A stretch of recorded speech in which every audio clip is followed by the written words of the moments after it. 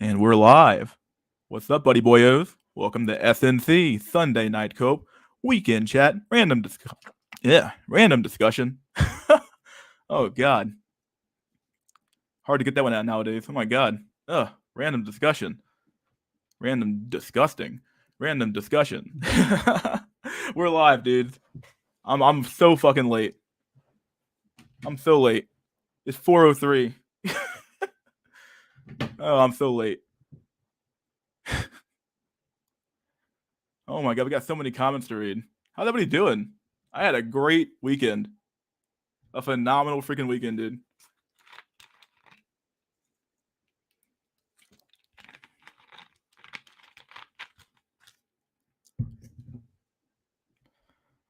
Oh shit. Women are right to choose the guy on the right, bucko. He'll leave single moms, but the women are right to reject the lame. To the left, bucko. You deserve to be cocked, bucko. VVS void. Oh man, VVS. Oh boy. Chat infants eat ribeyes. Wow. Where are we getting these comments from, dude? Oh my god, there was one earlier I saw. Wait, what is this? One here. The creature skull on the left is fascinating. I was like, what, dude? Oh my god.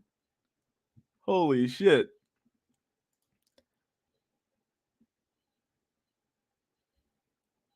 Dude on the left needs to be more confident. He needs more frame.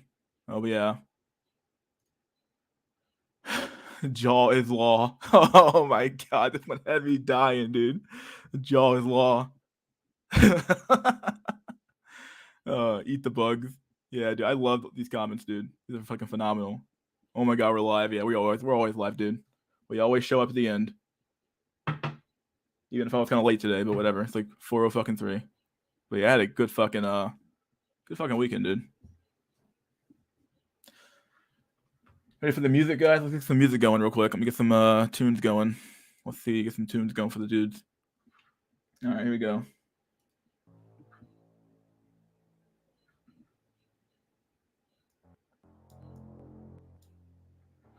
Guess you guys can hear that. Yeah, there we go.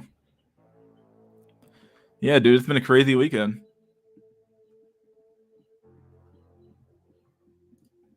First announced the demographics pill last night. Pyramid on self-deletion watch. What? When did that happen?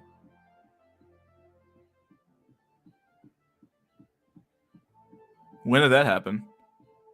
Whoa, this is like news to me. I'm not even in those servers anymore. I have no clue what's going on. This is even true, Emery. I have no clue. But yeah, I got to train with some older special forces guys. These beer belly fucks can fight, shoot, run their asses off. Over for tardy self. Yeah, dude, we're fucking so late. I feel late anyway. Whenever that's not that fucking late, but whatever. Mystery method. Yeah, dude. Monkeypox. About to wipe us out, dude. Oh shit, dude. Yeah, I've been watching the news on that shit. I'm like, okay, well, what are we buying?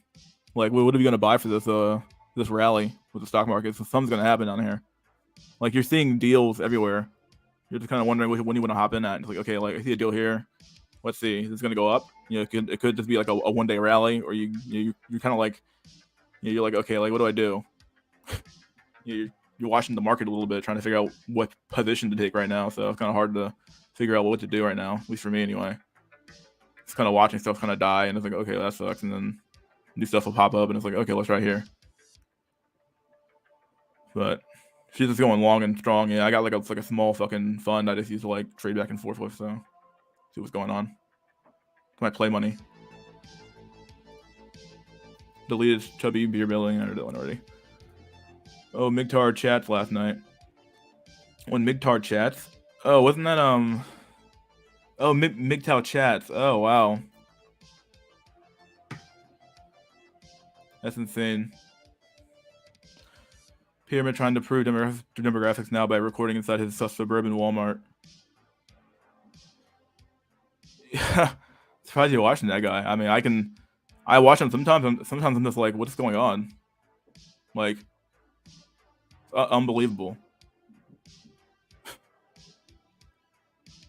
Like, I don't know. I watch his content sometimes. I'm like, why are you recording these people outside in the middle of nowhere? Like, what's going on?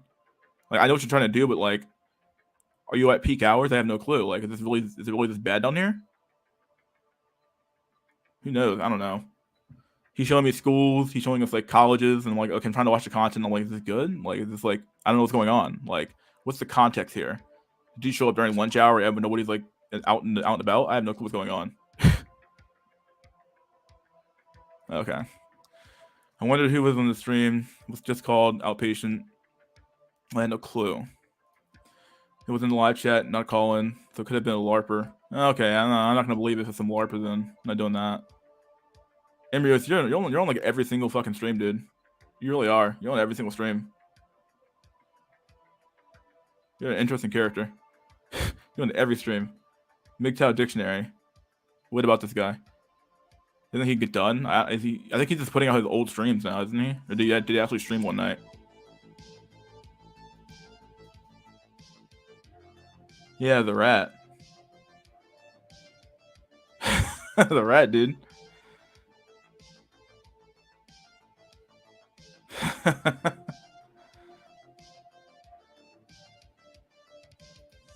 Demographics guy, then I look at them so hard that it's really awkward.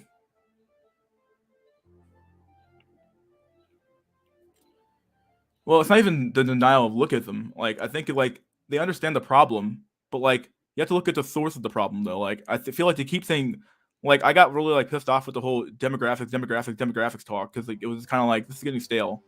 Like, we get it, the bad demographics are bad, but like, why are they bad? Like you were kind of talking in the margins about that stuff. It wasn't like really being discussed, at least to me anyway. Like, like we can talk about human behaviors and why those behaviors arise from and the conditions which those behaviors arise from, and then go from that point. And it's like, okay, like, well, if you convince somebody that like something is good or bad, and you're I'm trying to like, I can explain. Oh my god, Maurice.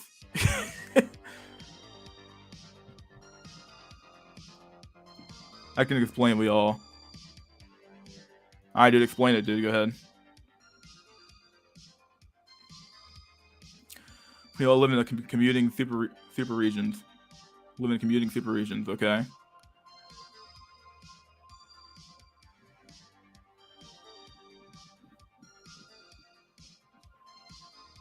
So we are location cells. Let me reason on for 10 minutes.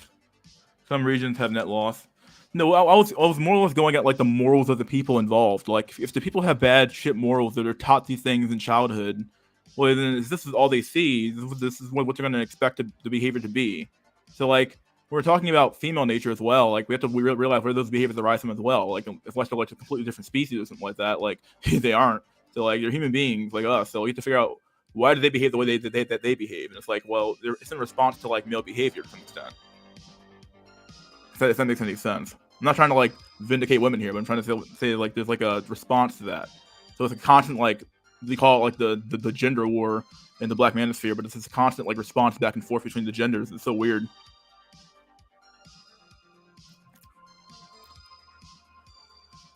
Some are net gain. Oh my god. Miami is net gain. Yes, young people, college age women do not live in the suburbs. No, it's all access to people. In Europe, this would be called regional flavors. Okay. The U.S. is too short a nation to have distinct and mutually rejecting cultures.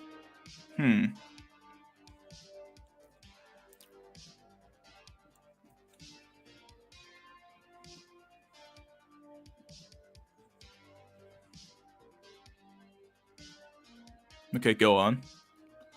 Women migrate to metro areas like Miami, Los Angeles, New York City, etc. Yeah. They're in the big metro areas now.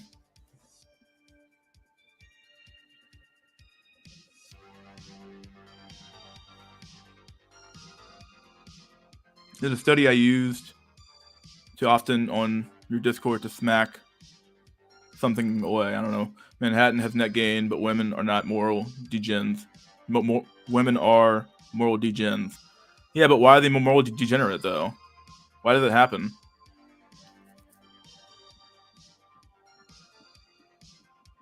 Like, where did that behavior come from? It's kind of like, is it just naturally that way? It'd be interesting to figure out like what's like a genetic thing, or is it like literally just a behavior that you're learning? So this whole determinism stuff like applies to both sides of the argument here.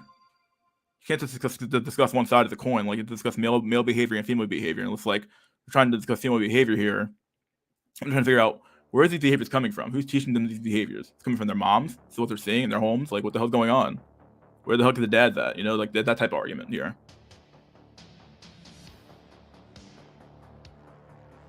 What's up, Mystery? What's up, your local curry sale? What's up, buddy boyo? Okay. That's not my conclusion. I think women are now free to be with men they want. Now they can be with men who they are attracted to. But the bar for attractive is 7 plus 10, 10 plus out of 10. Boomers want to reproduce now. I think women are now free to be with men they want. So you think like basically the removal of like laws, like the not laws really, but like customs, where like I guess were those enshrined in law? I'm not sure if those were actually enshrined in law or not. Like those customs where like women just flat out couldn't work. It was just like societally frowned upon so heavily that like women just didn't do it. But then they also did work at certain periods of time as well. So it was very odd. Like different time periods, women did have a lot of wealth, and times they didn't have a lot of wealth. So this is like a weird thing. Like what happened to call those periods of like where women had power? Like what's going on here? Hopefully I'm not speaking too long, but it's making any sense here. Ready for the bachelor tax? Yeah, we already kind of have a bachelor tax though. Like if you're not married, you get taxed at a higher rate. Therefore, you're sitting at it's just the reality of it. So your tax brackets are different when you're single versus when you're married.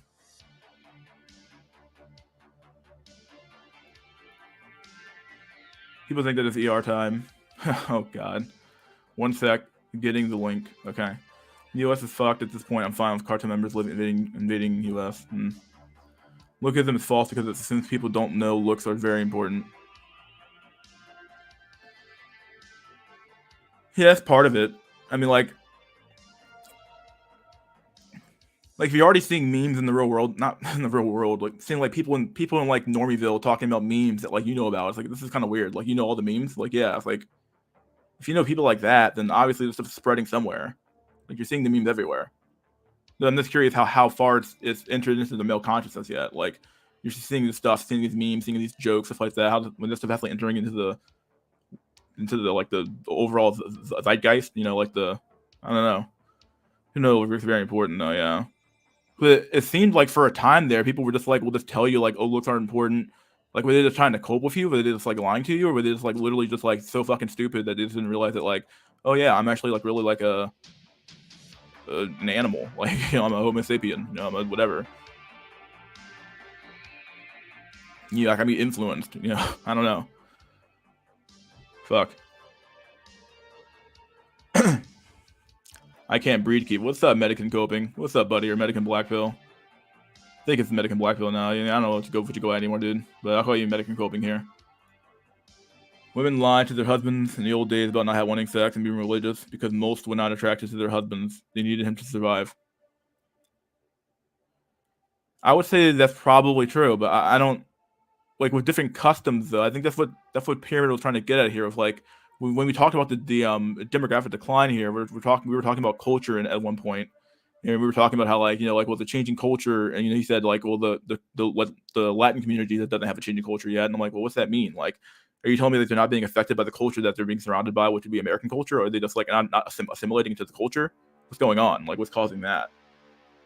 Like, I don't think that's happening though. From what I'm seeing, Latinas and stuff like that, they're entering into the American culture very, very quickly. They want to fucking be in college. They're in fucking college like crazy. They're or if other they're doing the CC. They're doing everything that everyone else is doing too. So it's like it seems to me like these women are being quickly assimilated into the culture. So if you want to address that, you have to address the culture of the society. If that makes any sense. Like what type of culture is causing those behaviors to manifest? Am I making any sense? I hope I'm making any sense here. Hopefully I see some good comments here from this stuff. They are naturally degenerate plus no father. Women are completely happy being a chat harem, along with the occasional sugar daddy here and there. But like, what's causing this behavior though? I just wonder what's causing this. Is this naturally? Is this like, is it literally just like a natural thing they have? Like, or like, is it literally like nature? Like, what we're talking about, literally talking about nature, nurture here at this point. Nature nurture is like the whole concept of just like, okay, like, is it something that's like literally inherent to you, or is it something that you were taught? But we know that now. Like, I think that I've always said that, like, nature is this nature. Like, so like, you're kind of like, everything's part of nature at the end of the day. If it makes any sense. So like, if it's like part of nature already, then you had to talk about the concept now. Like, okay, like, so like, what is nature?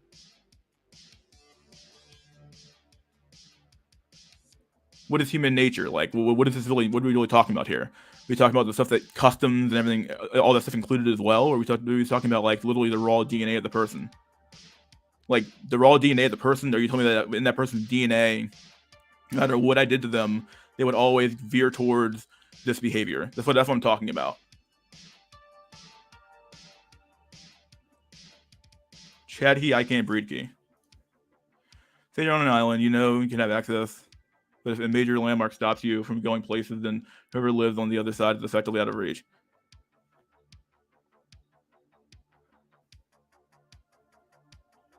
Okay, yeah. Behaviors coming from media. The movie Eat, Pray, Love started the whole foodie and travel obsession with women. Oh, God. Sup, sir? Yeah. They worked but made very little money. We have a bachelor tax already. Yeah. Whoa, there's a lot of comments here. Okay, good. Now that women can choose the men they want, look what's happened. They now say they have high sex drives. They lied in the old days about having low sex drive because they didn't love their husband. Okay, I think I read that one already. I feel like I did. Did I read that one twice? No, he posted it. He posted the same thing twice. Okay, basically same argument twice. Laugh my ass off. Most of them would go visit a sex therapist. Huh. Our taxes go pay for baby deletions. We already have bachelor tax. People are still debating if moral system stems from religion. Religion is mostly related to the play elements of culture, rituals, art, games, rules, players, etc. To me, morality is from us. Yeah, but it's like it's the weird, like, yeah, it comes from us. Like, it does come from us at the end of the day. I do agree with that. But like, I'm not saying it comes from like a deity, but like in the exchange between another human being and like, you know, between me and you, like, what causes that type of connection where like we associate like this thing or maybe this person as like a deity or whatever you want to call it, like a concept as a deity at the end of the day. Obviously, it's just our ignorance at the end of the day. But like, let's say like this goes on long enough and it almost becomes like a viral meme to some extent. Like, it becomes like a joke. So like everybody's talking about this thing. It becomes like the ritual you always do and stuff like that. And it's like, okay, like all of a sudden now you're creating a culture behind like the human nature as well. So like people are doing stuff that they wouldn't typically probably do if otherwise given an option probably. So they've been coerced, or I don't know. Am I making sense there? Hopefully. Yes, boy. Most PUAs would complain that women only settle down once they're sex drive creators. Which is a lie because their sterility would be concurrent.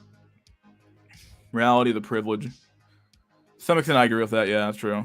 So the term degen has lost all meaning to me since most people would mean in some vague religious morality sense. Well, the word degen shouldn't be like, I don't think it's associated with like religion to me anyway. I don't know, like, where the connection at between degenerate and the religious morality way.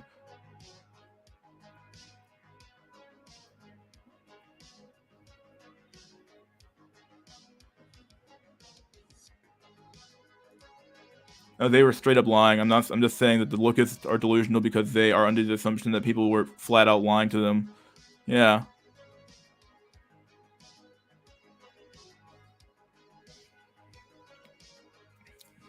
Modern society encourages women to make the most possible decisions they have, then have society compensate them. Society subsidizes women's bad decisions. I've been doing a black hole analysis of the movie. Karate Kid, biggest BP film in the 80s.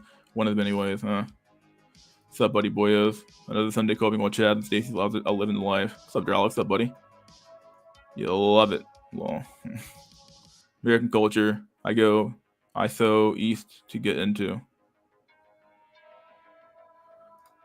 Chad and Stacy making whoopee. We are here rotting. What a beautiful life, Jarl. Yeah. Sun is shining on us all. It's natural, but they also push it. Unless you're in Detroit or something. Danny from the Karate Kid has a cocky Chad who Johnny has lost competition. Huh. What causes women's behavior today? Women act as bad as society allows them to. Society's erected laws and norms try to reign in female. Yeah, that's exactly what I was trying to get to at the end of the day. Yeah, this is what happened. So like, if this is what happened, what has to happen to get back to that? I don't know. Does anything have to happen to get back to that? Like, okay, like we erected laws, so like we have a long process to get those laws. Either we do it the hard way or the easy way. I don't know. Like, I'm not saying anyone should do anything about it, but like, yeah, like if it comes down to laws, I've this argument always fascinates me because like, okay, the laws are bad. Okay, well then what are you gonna do about the laws then? Are you gonna talk to anyone about the laws in the country or what? You think the law's gonna fix itself? I don't know. No one's doing anything about that, about the legal side of the gender war. Like no one gives a fuck about that shit. And as far as the norms go, the norms were all established by like religious doctrine and various cultural memes and various cultural ideas and cultural exchange between other cultures. Like that, all that stuff is like all in there as well. Like all the norms come from that. Like now the laws can regulate the norms, but at the end of the day, like you're still creating culture everywhere you go. So like, what I'm trying to get to here is that when we're talking about society, like if society's changing and those laws change, what caused the change? Why did the men say all of a sudden say let's cave in and just give up? What did they use last time?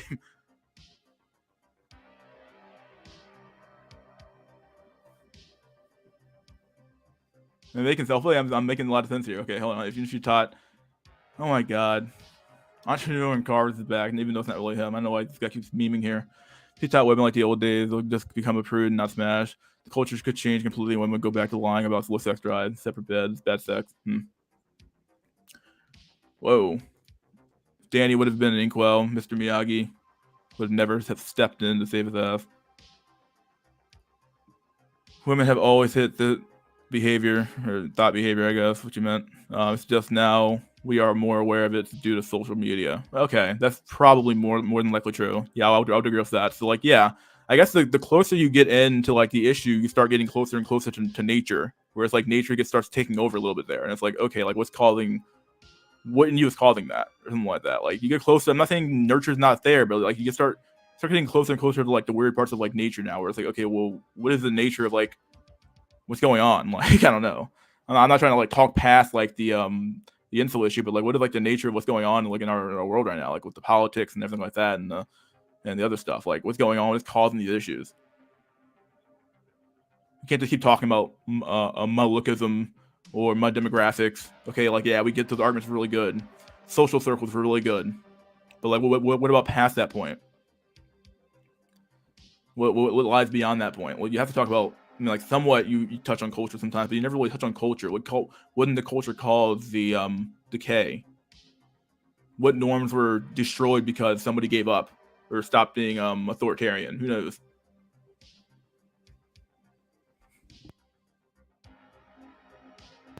And like, how do you stop stuff like that? Like, how do you stop those bad leaders from taking power? Or what do you do?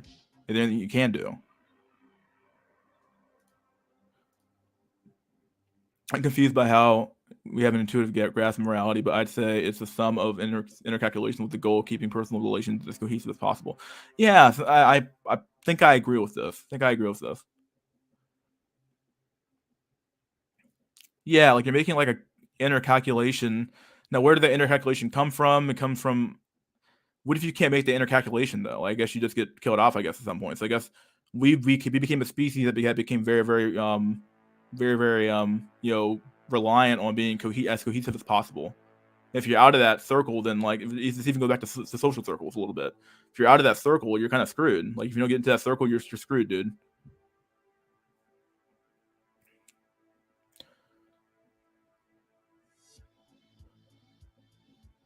If you don't find a clique, if you don't find a group of people to protect you or something like that, you're screwed. So like yeah, depending on the time period, what's going on, like there could have been times where like that behavior was good or bad or intermediate. So like not everybody would die off, but you would have like different types of people at some points in time where like certain behaviors was just gonna become more preferable to the environment at hand right now. And those people would probably not reign supreme, but they'd be like I guess the leader, I guess, to some extent. Leader of the pack of groups, I guess. Who wants to be mod? Why? He's not even here. What's this Agent Tisson thing about Marmite Maxing? Marmite? I always think that in the push for women to be men, and women to be equal, women are engaging in more behavior they perceive as being male-like, being promiscuous, heavy drinking, tattoos, etc.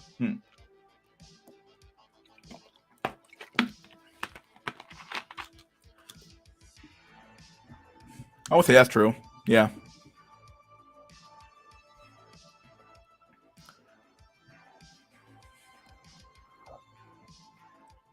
So there's some truth to all this stuff. Like, okay, there's a little bit of truth here. Then you gotta ask the question, well, who's pushing this stuff and why are they pushing it for? You have to start asking those questions now.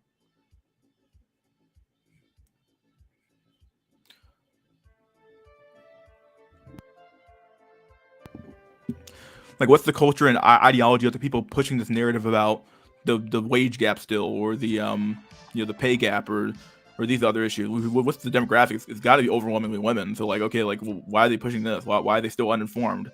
If they're not uninformed, are they just lying now?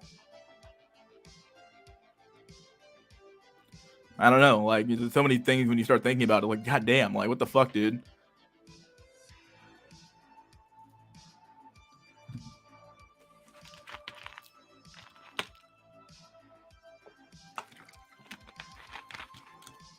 Drinking some water, sorry. So it ended up that moral acting humans were just able to survive better, and that's how it stuck around. Yeah, that's probably yeah. Guys changed laws and let free love happen because they thought they could smash all the high ass kite hot women.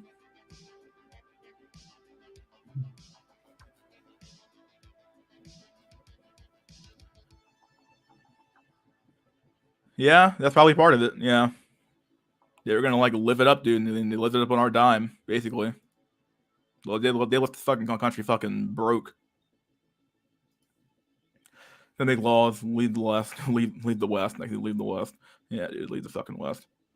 If they actually fix the gender war, Floyd and others wouldn't like it.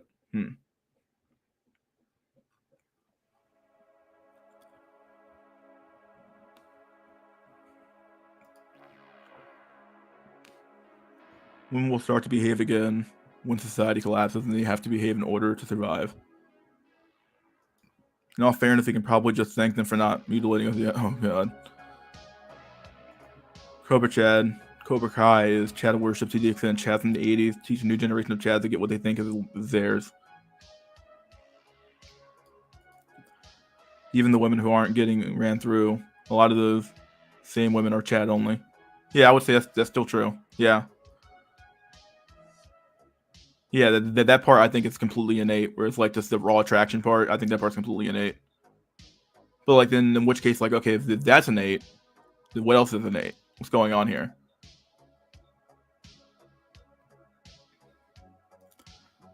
They haven't always been this 30. Yeah, they were hoes back then, but have a hoe epidemic.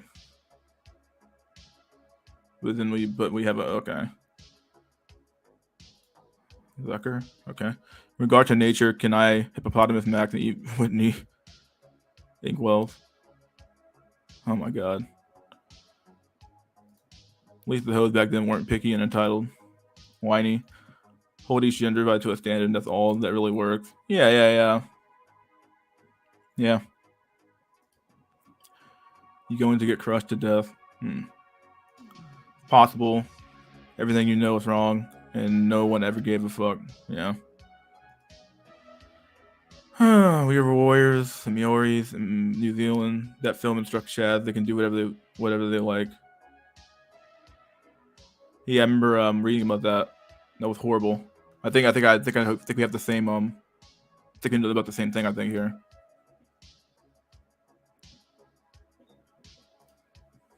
Doesn't that Mouse Utopia experiment provide an example of why women act the way they do? If given everything they need, women will only care about their own self-interest and being with the top 10%.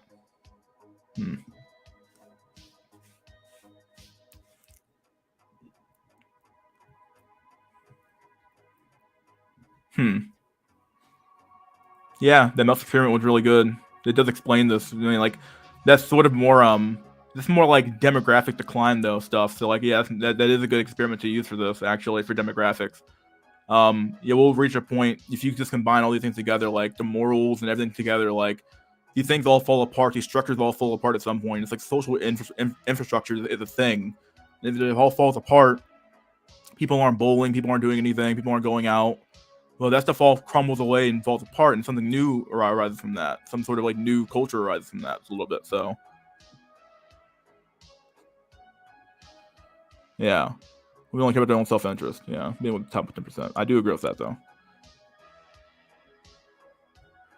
Sort of a tangent on my end, I guess. There.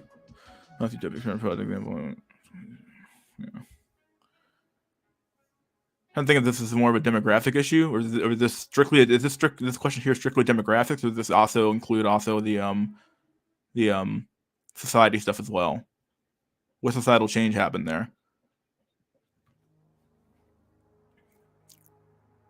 That's what I was trying to get at earlier. What societal change happened to cause this issue though? Like if it was under control at one point, and then we started making changes to stuff, well, obviously this stuff led to this particular outcome here,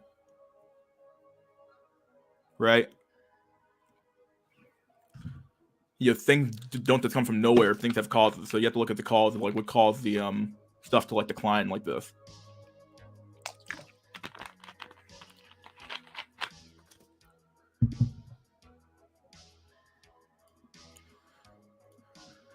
I want to eat them and shake my little ears. Okay. Tina Bennett, check it out. Richie Hart. Yeah, I agree. 32 minutes in. Wow, not too bad. Gary Bethman, I've already told us he's pushing this stuff. Yeah. Gender war push is really a depopulation push. Dude beats his community, his wife, everyone, but he's good looking, so he's a bad boy. John Liebert, or Johan Liebert. Get out of your mole hole and start selling rotten watermelons out of your pickup truck, but only after getting leg reduction surgery. Oh my god. Sweet mother of God. I like that someone knows this anime though. Anime is so cool. That's not why liberation happened. This was planned. Brother. I saw a group of old women at an intersection earlier today with pro-baby deletion signs.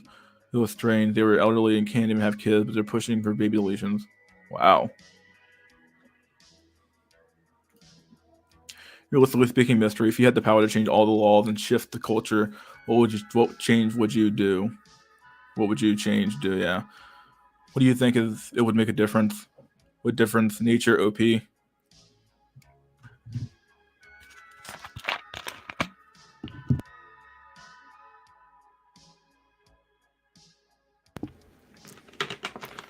I had to take a drink of water there. That'd be a good question to talk to the panel about.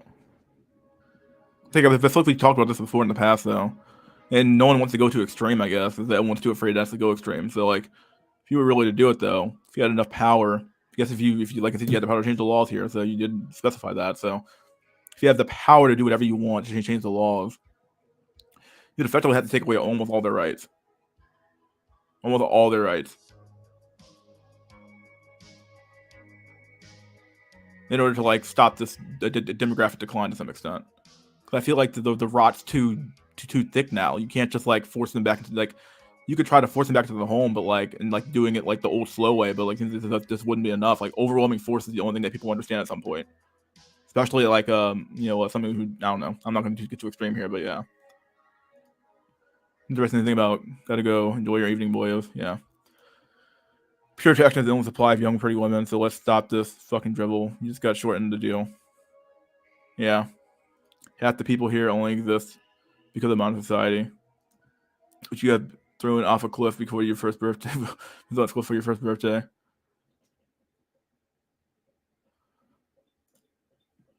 think a lot of inkflow crisis is due to constant 24/7 exposure to 304s and that culture on social media. Yeah, that's probably part of it. There's always some level of psychology we have to contend with when it comes to human society. The very least, even if most of what we do is some biology response, we can act unpredictably. Well, yeah, because there's so many other compounding variables in the room, or I mean, just in the environment and in you, that could cause you to behave in a certain way. Like behaviors are really, really complex, and how they get encoded into your brain are really, really complex. Like it's not a simple process. There's operant conditioning, there's classical conditioning, stuff like that, where it's like like the Pavlovian responses and stuff like that that get conditioned into you. Like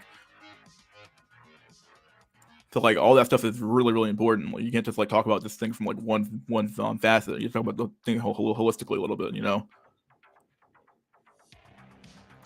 Logical subversion.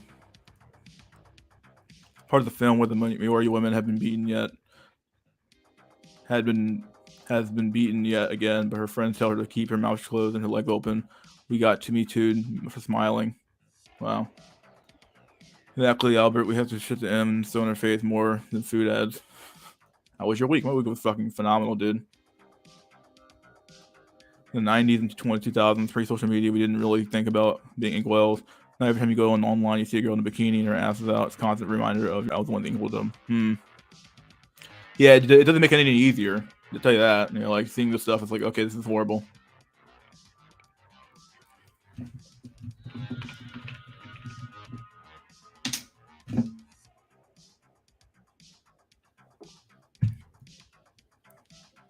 All right, keep going.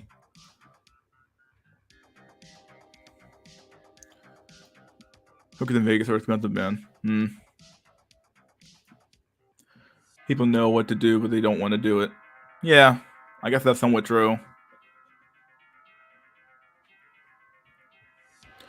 Like, there's a group of people out there who are so ignorant they would fucking never know what to do. But there are people out there who are getting close to the truth. Like some of them who maybe lie about it a little bit to themselves. Like they know what's going on. They just can't like say it out in public because they're like shit. I don't know how many of those men are really out there like that who know this stuff. I don't really know.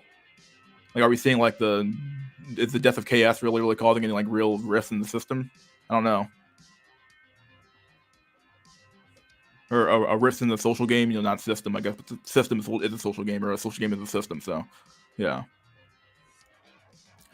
That's all the stuff from my a systems video. Effectively, is what I'm talking about. Really, like it's like systems and all that stuff. So, but no one really watched that video. So, just plug my own stuff here for a few seconds here. People in charge of power and powers would be limits to people's ability to be acting predictably.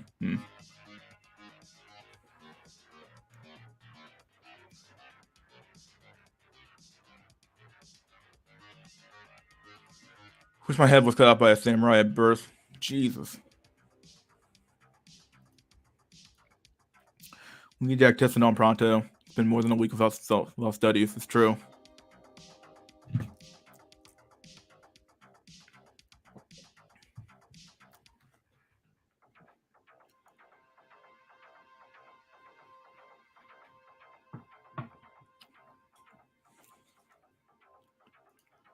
Okay, I should have showed you. They don't give a fuck about you. Yeah.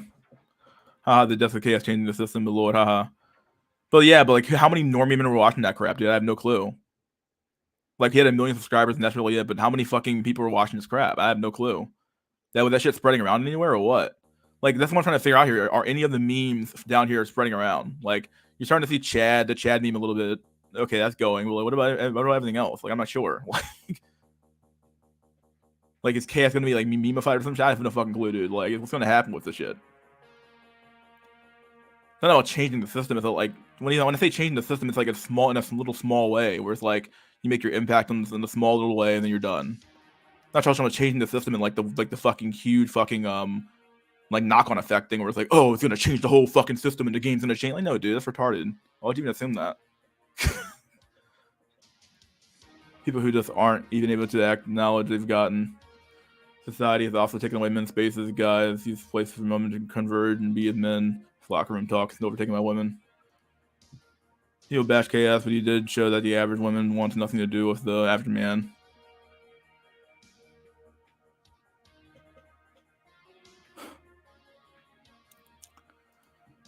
He actually got all the laws in place and culture to change and snap a finger. Today's women are just not going to fuck, or they'll all marry a chat tier guy or get with each other.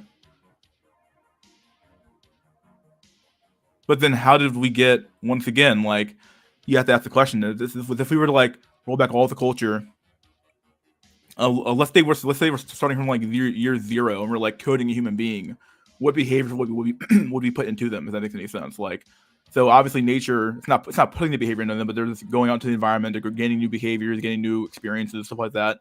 And all of a sudden we get to Homo sapiens, and now we're all human beings now. Okay, so we're all sitting here at a certain level, talking at a certain level. You know, the bell curve applies here, so 100 IQ, when I'm talking, you are talking the same shit. You know, the sports game, like, how much of this shit, I don't know, like, do normies even listen to memes? I don't know, like, do they know about this stuff? I'm just curious. That's my whole point here, that, like, what is the point? This is something I wanted to talk about earlier, but, like, what is the point of, like, the manosphere here? Like, what exactly is the point of the manosphere? I have no clue what the point is here anymore. Like, I'm just curious, like, what exactly are we doing here? Sometimes. Are we just, like, discussing stuff, or just, like, I don't know, like, we, now, I'm not talking about us, like, in particular here. I'm talking about, like, the manosphere in general. Like, what's the point of, like, the red pill or the blue pill? Even the black pill, what's the point of the black pill? Like, the red pill, I guess, was the pill designed to, like, basically introduce behavioral determinism, and then that was proven to be wrong by the black pill, saying that, no, it's definitely just lookism combined with other factors as well. Demographics, you know, you can talk about a host of other issues, cultural issues, stuff like that all lead you to the black pill here. So, like, but, like, what's the point of, like, any of these pills? Like, where does it end? Is there, like, a point where, like, we just say, like, okay, like, yeah, this pill is fucking fulfilled its purpose here, and we're all done? I don't know, dude.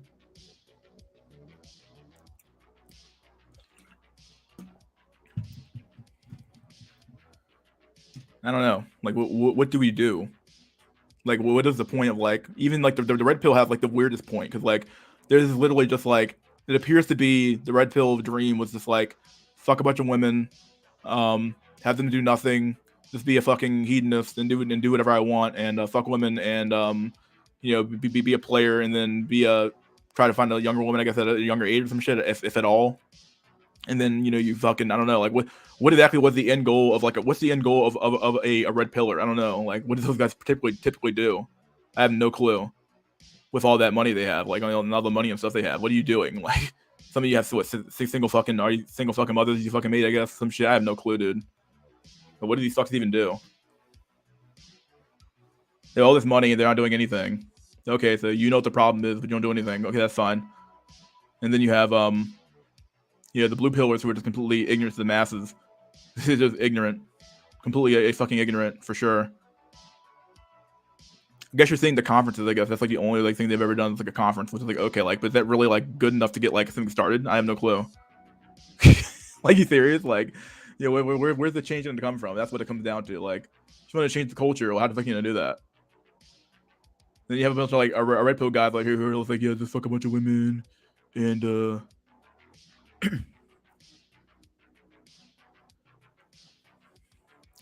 oh, God.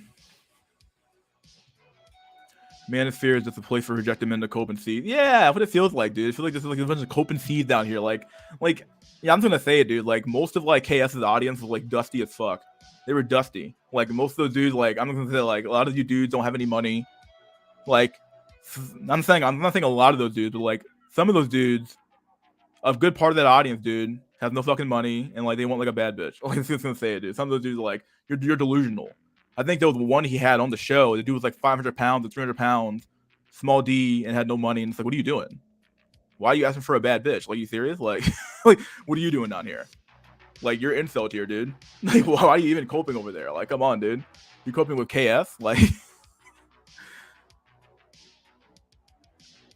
most of KF viewers are involved in yeah, that's what this kind of feels like. I don't know. Yeah, how many dudes are really out here slaying like that? You know what I mean? Like, what's the point? The red pill is feminism, but it won't work because they're sub 5. And money. Life has no meaning. People strive for the truth. That's why the manosphere exists. End goal is getting more females.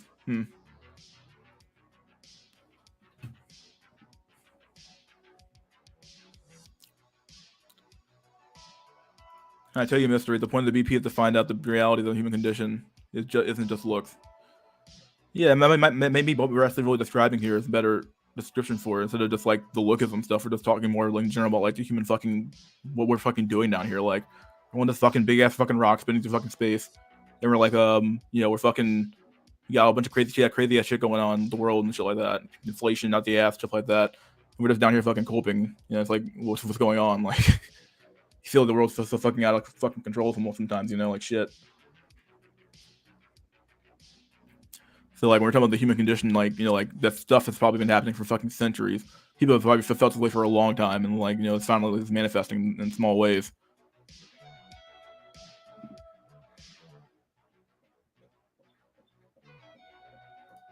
Red pill was hope for guys who wanted a bunch of girls or really hot women. Guys just want to smash.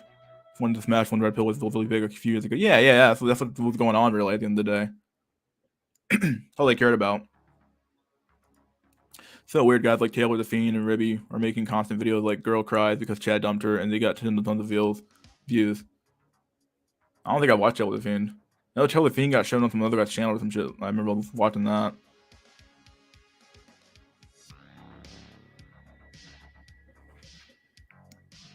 Hey bud, cough cough. I have been feeling so shit this month. Dang dude, what's up, buddy?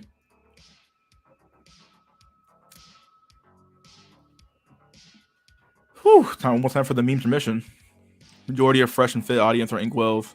The reason their show with girls gets so many views because it's the closest most of their audience can get to women. Yep, the power fantasy for sure.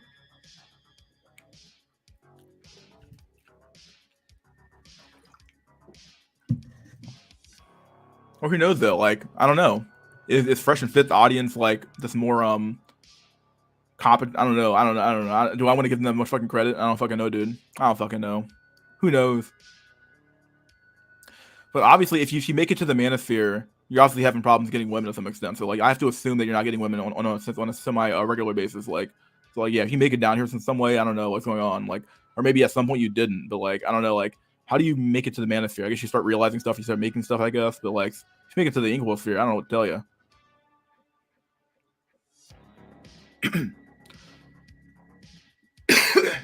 Excuse me. I would imagine like, you know, clear my throat. Give me a sec.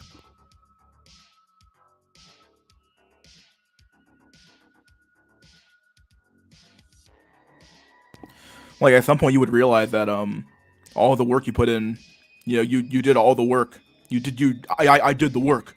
You did the work. And then you show up one day and it's like you're still fucking single, and it's like, okay, like at some point does that red pill stuff wear off and you realize that you spent a bunch of money to some dude, a dating coach, to fucking get nothing, or what? Because you like deny the truth. That's like unbelievable. Men cope so hard with revenge fantasies. Red pill nowadays is almost blue pill, when the blue pill itself. Yeah. I agree. So also a large percentage of mental self like on Tails' channel. Worst part is part of those inkwells chats too. ER is in denial. Lost cause. Found it randomly. Oh, that's weird. Dude, your name's profile pic is literally the type of guy women want. Let my ass off.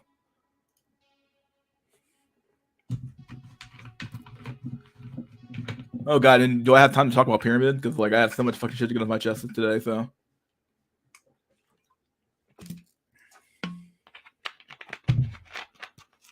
I'll do that after the meme permission. It was like, oh my god.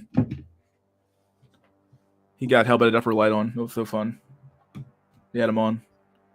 Yes, he showed up for like a little bit.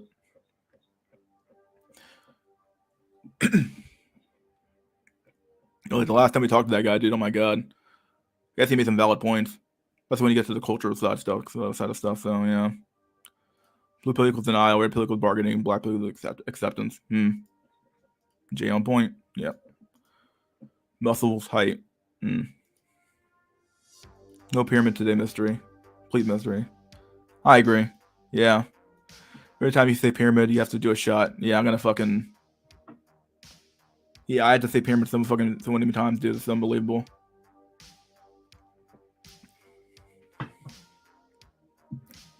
He's like unbelievably dense sometimes. Like, dude, you just talking to me, or like you just like talking past me? I was in the POA scene in the mid 2000s. The difference between then and now is back then, how do you get more girls? Now POAs, how do I get a girl? I get a single girl. Do you think to stop with the when I get older, the tables will turn? You'll most likely not get it. Yeah. Shit. Truck. Rod Watermelons. Lol. That's so funny, dude. It's almost like funny when he does it. Like, are you serious, dude? Like this is real? You're doing this? All right. Well, figure it out. I get a life goal, for example, want to be a nurse. Then I tell someone and feel accomplished. Then I lose the drive to go on and become it. I read it. This is a real phenomenon. Why do I get FTS went private? I guess they got tired ankle and MGTOW guys taking their stuff to make YouTube videos about. Yeah, dude.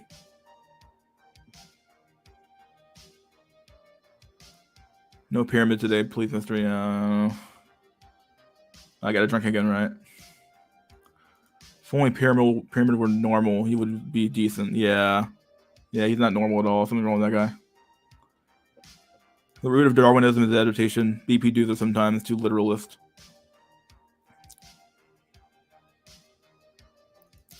Just be racist 6'9" inmate. Oh yeah, dude. Oh my god, that was such a fucking funny story. And like seriously, like this is what happened. The hype pill's real.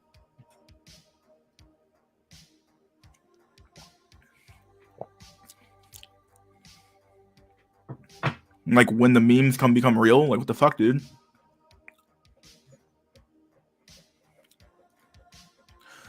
The brain is the problem-solving machine. Even dudes with low IQ have this power. Sure. It's just an inferior machine, I guess, but they still have that power. It takes them longer to learn stuff, but it's not like it doesn't make them like not less of a human being or something like that. It's fine. Listen, but this is not like parse words here though. Like it just takes them a lot longer to do some stuff sometimes, so which is fine. We all have our disabilities and learning disorders and stuff like that, so it's fine. We all have stuff we can and can't do. So, yep.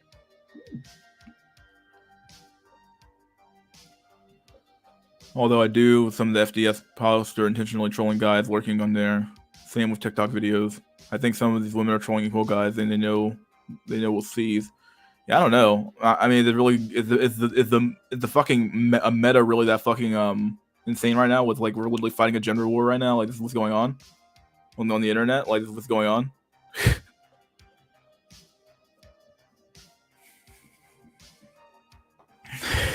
Just like, come on now. Is it really the fucking deep? I'm having trouble believing that, but it's not the same thing. Pyramid strange and weird. Imagine what women think. Yeah, please fill me in. What pyramid does other than statistics? I don't know what else. He doesn't really do anything. He just kind of says the same thing. He's like, "Go out your mole hole." I'm like, "What the fuck, dude? Like, we're not. I'm not a fucking mole hole, dude. What are you talking about."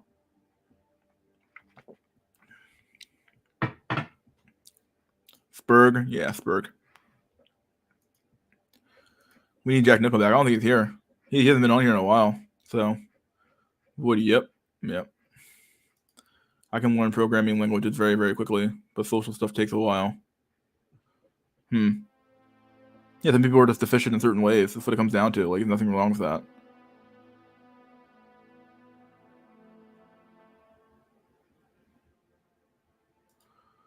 I feel next year I can go to college and do cardio. We were at war, but the other side broke a nail, and now they're hugging, all hugging each other in a big circle.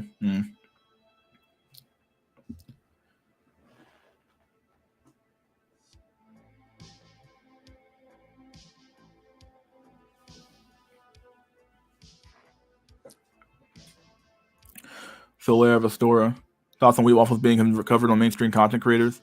I covered him last weekend a little bit. I think I don't know. He does a good job, I guess. The reality is that he does a job. Like his content's not horrible. It's a matter of like is the odd that it took like him to show up and like tell you guys that looks matter in his like whatever you want to call it, but like in his way of doing it worked, and ours like was kind of weird. I don't know, like Face was here first effectively, or Face was one of the first people talking about this issue on YouTube, at least as far as I remember. Kind of got like a little left out in the dust. And this guy just shows up here, and all of a sudden it's like, oh, look at the matters now. It's like, wow, or look at that matters rather. Look at them as a thing now, guys. It's a thing. It's like, whoa. Like, okay, like, yeah, but we already kind of knew that. Like, some of us already knew that. We were just waiting for y'all to catch up, And all of a sudden, like, the guy who did it gets all the credit. It's like, seriously?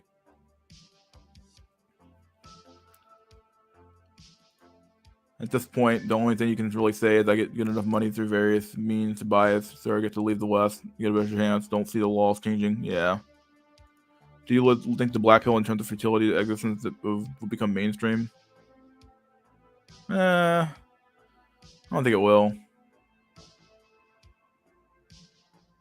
I guess it could, though. It could.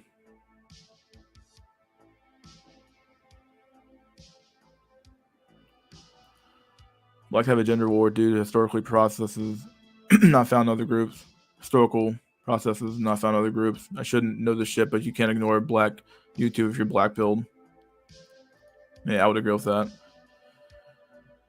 If you're in post-relationship society, the best case scenario is having a baby with a woman and her divorcing you at some point. Yeah, basically what it comes down to. That's like your fucking option nowadays. Brothers and Asians brothers are the most black pill group.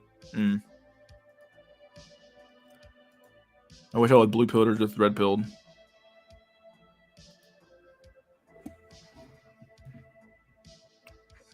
We're at 57 minutes, my dudes. Let's do an intermission.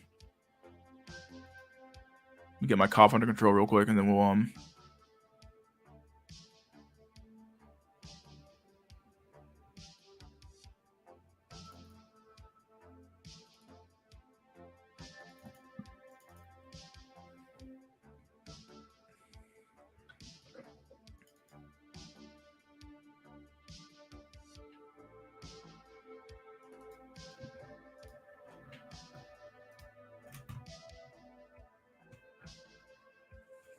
go intermission. Ready for the intermission, my dude? Here we go, intermission. All right, there's your video, and enjoy. I'll be back. Yeah.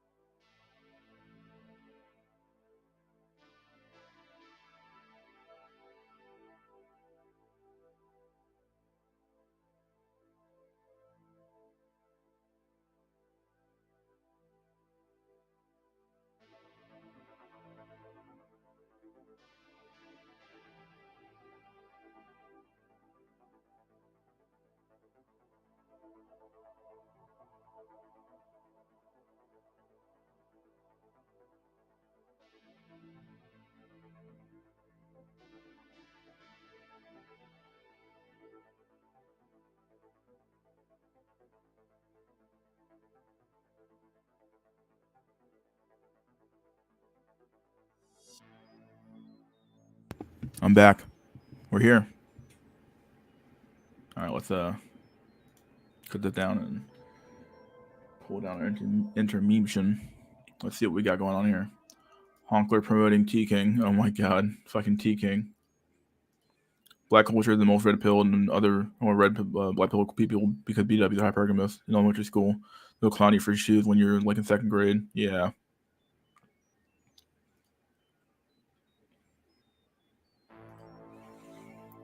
So the unskilled difference in Chappelle show when everyone in the hood made fun of them for working at McDonald's. That one girl was like, "Ew, you smell like French fries." Yeah.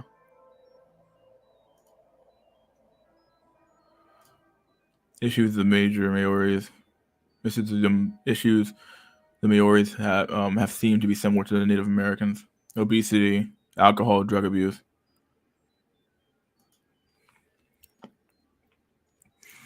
With the interview about how 9 kids is now living alone, keeping people busy, still sometimes lonely. Lesson learned: don't feel bad when you are lonely. You're not alone in your loneliness. I'm assuming.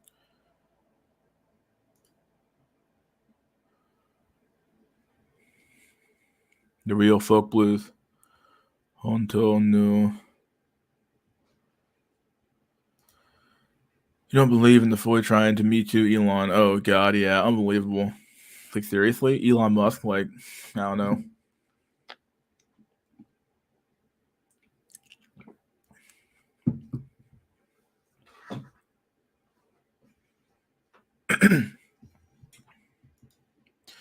Maoris are hyper masculine, but they drink has wrecked the whole community. Most men don't understand how much women love to emotionally torture men. They enjoy crying about Chad and seeing how upset their male inkwell friends got. It's a form of emasculation to them.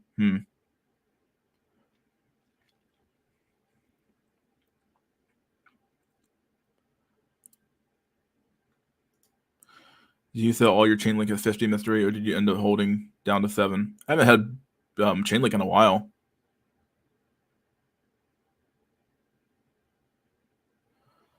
Yeah, I got rid of chain link a while ago. What's up, dude?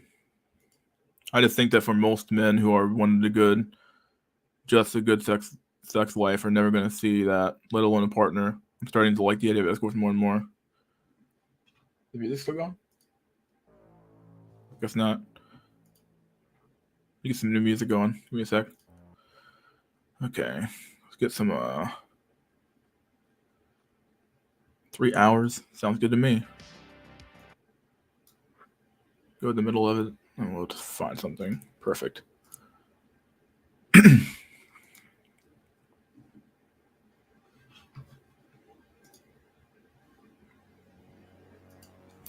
Yeah, I saw some mainstream YouTuber did a video about wheat waffles saying he is an inkwell threat. Wow. Like talking about the type of faces women prefer somehow makes somebody a threat. It was strange. Wow. That's the case, then that's basically everything I say, then. That's unbelievable. Seriously? This guy's a fucking threat? Why would he be a threat? All he's saying is like, hey dude, like look at this reality of the world. Like look at them to the fucking thing. The 60 billion lost in crypto in the last crash. Where did it go? Where did it go? Oh, people made a bunch of money off that shit, dude. Did you move yet? Oh, yeah. We Were Warriors, however, was made in 94. This was the last decade of freedom from technological intrusion.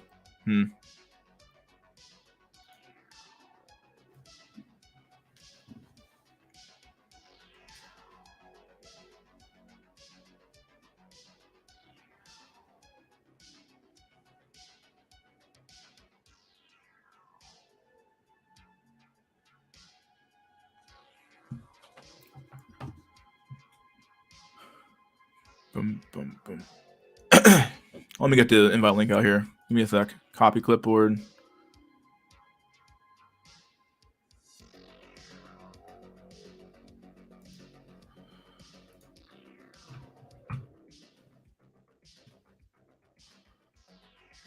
All right, pin the message. Let's do it.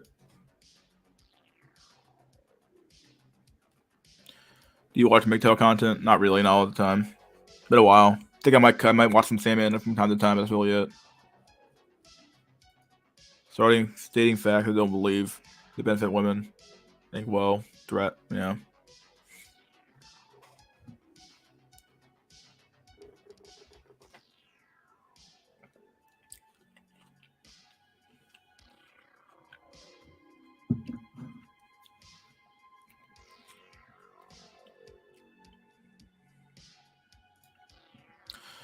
Here's the invite link.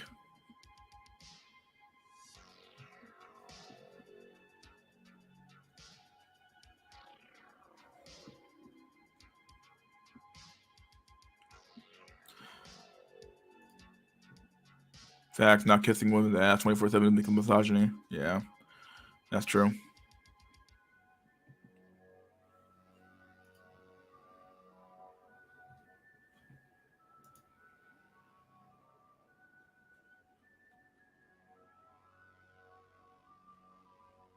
Look for some memes real quick. I got a few memes I want to show.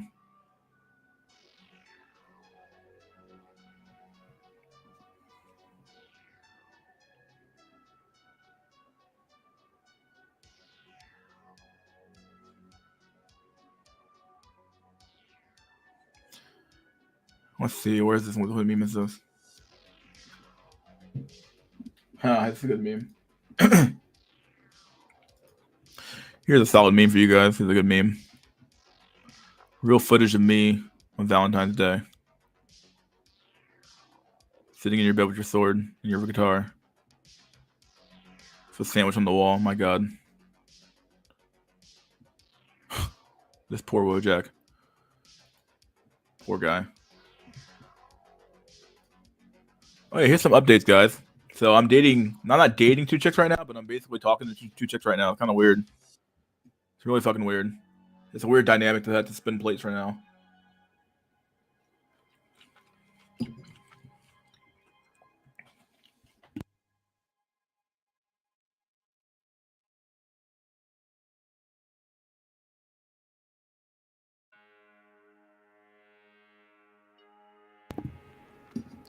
So yeah, it's been going pretty well. I'm really interested in one chick, but I'm keeping like one chicken like on the side just in case.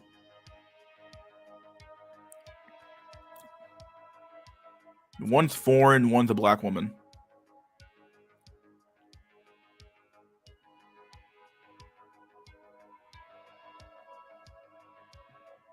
Is this you, Jack Justin? Leave me a message in the real chat.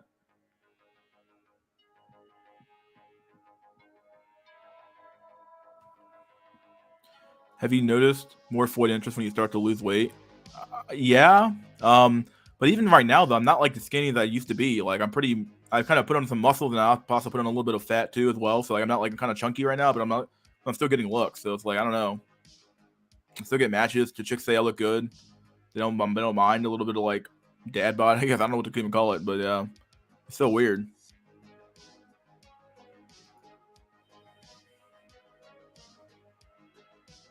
Mystery plate school. Oh god.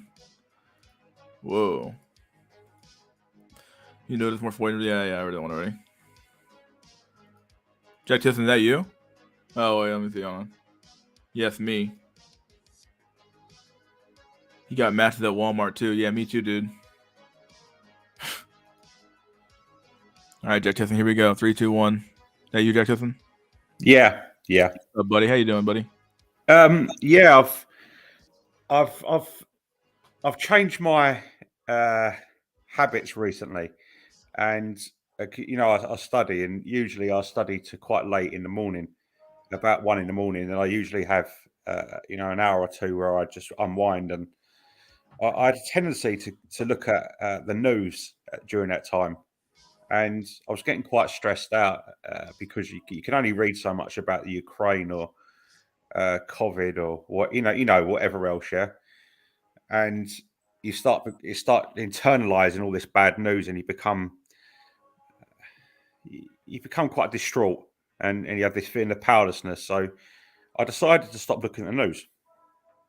and you can't switch off from yourself totally. So what I've been doing over the last week or two is been watching films and analysing them from a black pill perspective. And would you care to hear some of the observations I've made? Yeah, sure, buddy. Go ahead. Right. Now, Hollywood itself, obviously, that's a topic that it goes quite deep, and it's multidimensional. But I've developed a theory that there's an unconscious projection in the films, and what I mean by this is that the Chad archetype which is held within the minds of all screenwriters, it is projected onto the scripts, and then these scripts are written as the idolization of the Chad lifestyle. So in a way, the movies are like an idolization of the Chad lifestyle for the non-Chad audience. They can live vicariously through these characters. Yeah. Anyway, so I was looking at this. The first one was Karate Kid. Now, have you seen Karate Kid, Mystery?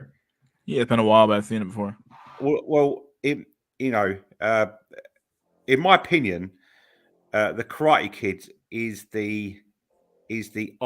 like the idolized society. Now, do you know what I mean by that? Why? I have no clue. Let me see. You said it's the idealized society. Yes, Karate Kid. The film Karate Kid is as good as you can get throughout human history. That film, Karate Kid. The actual culture in Karate Kid. Oh, you're talking about like the yeah, I know what you're talking about. Yeah, so like the culture and everything going on in that time period and stuff like that all led to like that movie kind of being like, okay, like it's a reflection of reality, not a reflection of reality exactly, but like the values being espoused in that movie are also values that were probably espoused by the people who live in that culture, right? Yeah, and the central character, Danny, Daniel's son. Yeah, he's a Chad. For all intents and purposes, I know the the film portrays him as this gawky victim, but facially the guy's a Chad. He's a movie star, and there's this idolization of American society during the 1980s. You know that blonde chick that he pursues all throughout the film, who who Daniel's protagonist is after too. You know that blonde chick. Yeah, the blonde chick. Well, this is what I mean by the projection. There's a part of the film where Daniel is in a football field, and she sees him for the first time, and she doesn't know anything about him. He looks at her, and then she comes over, and they have this dialogue for a while, and then she goes off. All throughout the film, he has this sort of awkward distance. He hasn't got game. He hasn't got any kind of charisma. He's beaten up.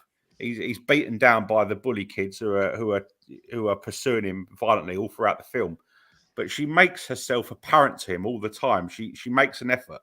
She makes herself available even when he tries to get away from her, all throughout the film. And I think the lesson from this is it is a black. I consider Karate Kid one of the most black pill films in modern cinema, because it shows you the reality of the Chad, and that is that if a woman finds you attractive, you haven't got to have game. You haven't got to have anything going for you. She will approach you, and she will make it easy for you to seal the deal. Now, what do you think about it, Mystery? Do you think that is something that the Karate Kid demonstrates that maybe we're pontificating over? I think Richie Hart said it best here. It's a fucking movie. Oh boy. Yeah. I understand that. Yeah. All right. All right. There's another one. There's another film. Like they're gonna like give you the most idealized version of anything in a movie. Yeah. Like it's not necessarily trying to like reflect reality. It's kind of trying to show us like a like what reality could be like or something like that. Like a lot of these movies are like inspired, and they inspire a lot of people to like, can I make that? Can this thing really happen? And they do it, something like that. So who knows? But yeah, Yeah. I don't think like the reality of that movie, like the universe that movie creates, is like somehow gonna like change the culture in such a way where it's like so popular where like people like start doing that stuff. You know what I mean? Like start trying to emulate that behavior. Right. Well, But you never know though. It could it could have influenced a small number of people to actually behave in a certain way, like change their morals, change their foundations. You never know. right. I actually think when a screenwriter writes a film, he is in a way unconsciously creating situations between characters which are in line with black pill realities. That's what I think. Because put it another way, say you Daniel's son, the guy that Mr. Miyagi trains to defeat Johnny at the end. Say he was a guy who was facially unattractive. Would the film actually make sense if you actually made the characters behave around him the same way as they behave around Daniel? So I was reading the chat. Can you repeat that? Someone wants to join. I've been on here for a little bit now. Hold on. 3 a.m. edits. Who are you? You sound pretty new. Leave me a message in the live chat. I want to see if you actually real or not. Like in the actual live chat, like a YouTube chat, not the one over here.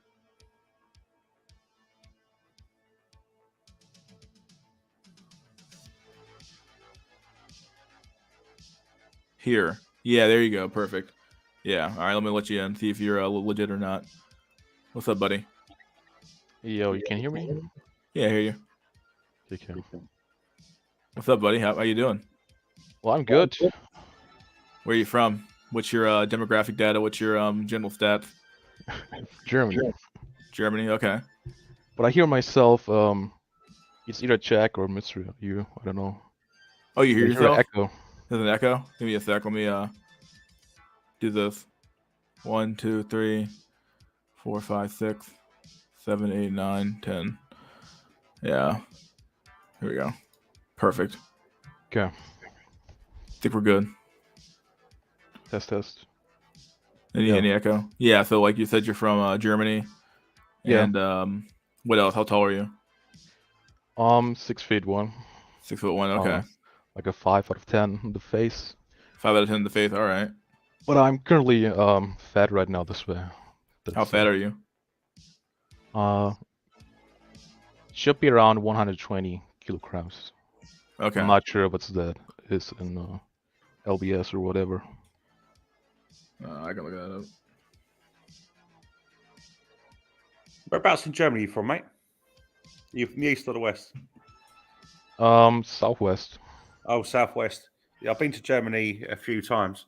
You said you are 120 kilograms? You said you're 120, yeah. what you should be? I should be 80 or so. Oh, you should be 80. That's how much you weigh. So if I want to look good, it should be around 80. Yeah. Okay, that's what you did there. All right, cool. All right. So yeah, I'm seeing that. So you should be that way. Yeah. I'm sort of in the same boat where I'm at least like 30 pounds overweight, but I'm doing okay. Generally with women. They tend not to like be revolted by me, surprisingly, which is weird. I don't know what's going on. I don't have problems with like finding female friends or so, but dating doesn't work. Yeah, dating for me is like really easy. It's unbelievable how easy it is. I'm not even trying to like brag, but it's like really weird how many dates I go on. Like the chicks have no problem. Like we'll go on like 2-3 dates, but it might be like a pay pig thing. You never know. You might be being used. So at some point you gotta cut it off. So dates work for you, but you don't get them as a girlfriend or what? Not always. No, not always. Yeah, I'll go on a lot of dates, like first, second dates. Like I'm not doing this. At some point you kind of got to cut it off. You can't just fucking keep waiting for the chick to do something. So. No, I mean obviously when I say do something, then trying to get the first kiss, something like that. It's like, okay, if you're not gonna do that, then screw it. What's the point? Yeah. Mystery humble brag a little bit, yeah, a little bit there. A lot of chicks like the husky dude. I don't know what's going on with that. It's so weird. Can you jack up 3 a.m. talk about thoughts? Whoa, what's a lot? Let me go get some. Accept the mask, the old movie with Cher.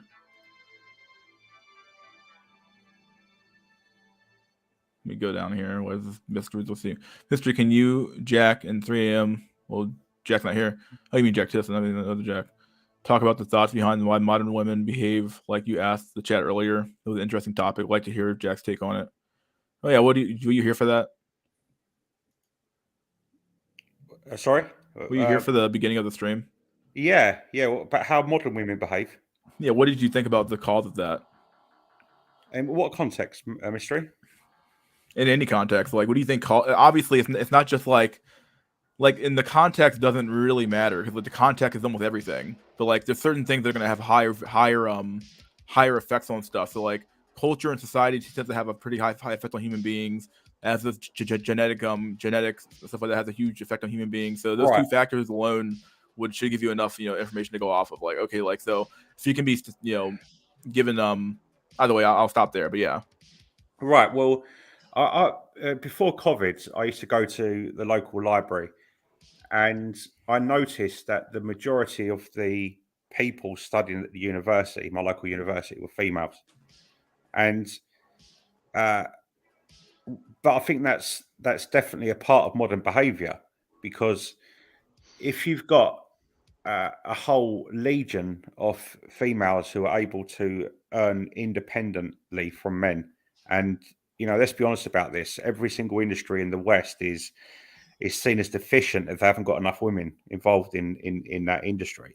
I mean, right down to the building industry. I mean, my God, construction is a male-dominated industry for a reason. It's because it involves physical strength.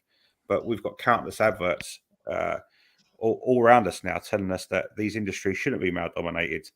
And if you take away the provisional role for men within a society, then they essentially lose their purpose, and this will not create the sense of dependency that existed all throughout history and was the reason why women used to cleave to men. And I think once they actually solve their provisional needs through their own endeavours, then they start to look outside of the look for other things from men rather than their provisional needs, and that creates the hierarchy with looks.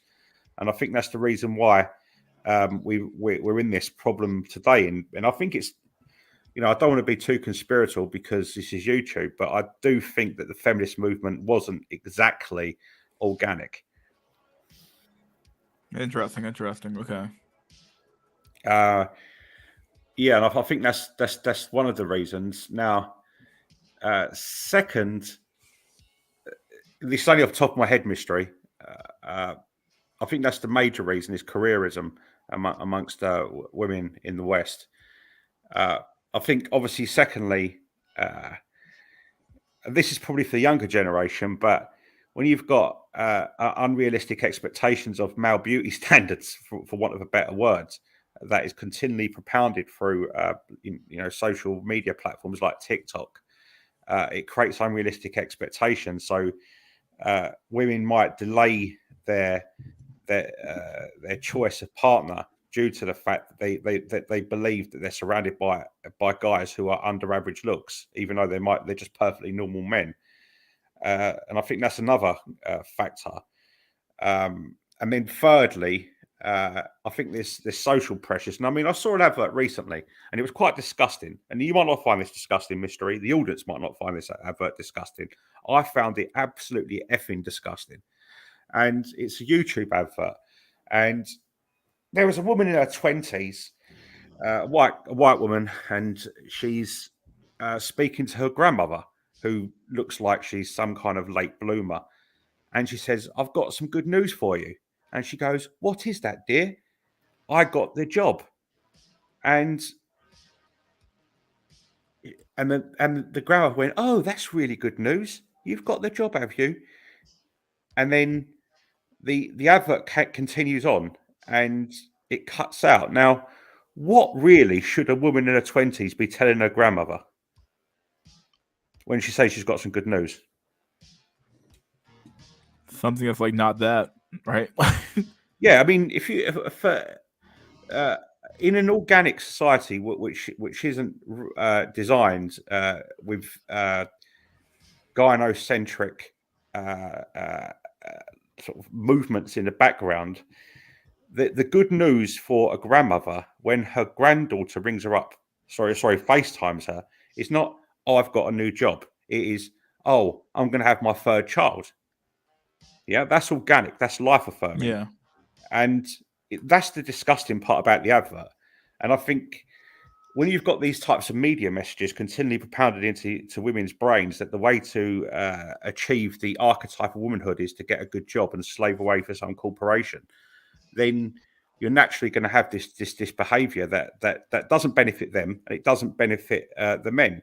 And I mean, I was talking to some dude on YouTube about 3 weeks ago, and I said something that he agreed with. And I said the best women in their 40s are grandmothers. You know, the healthiest societies is a fecund society. What is this? Mystery. Old films are not actual historical records of the content of the populace.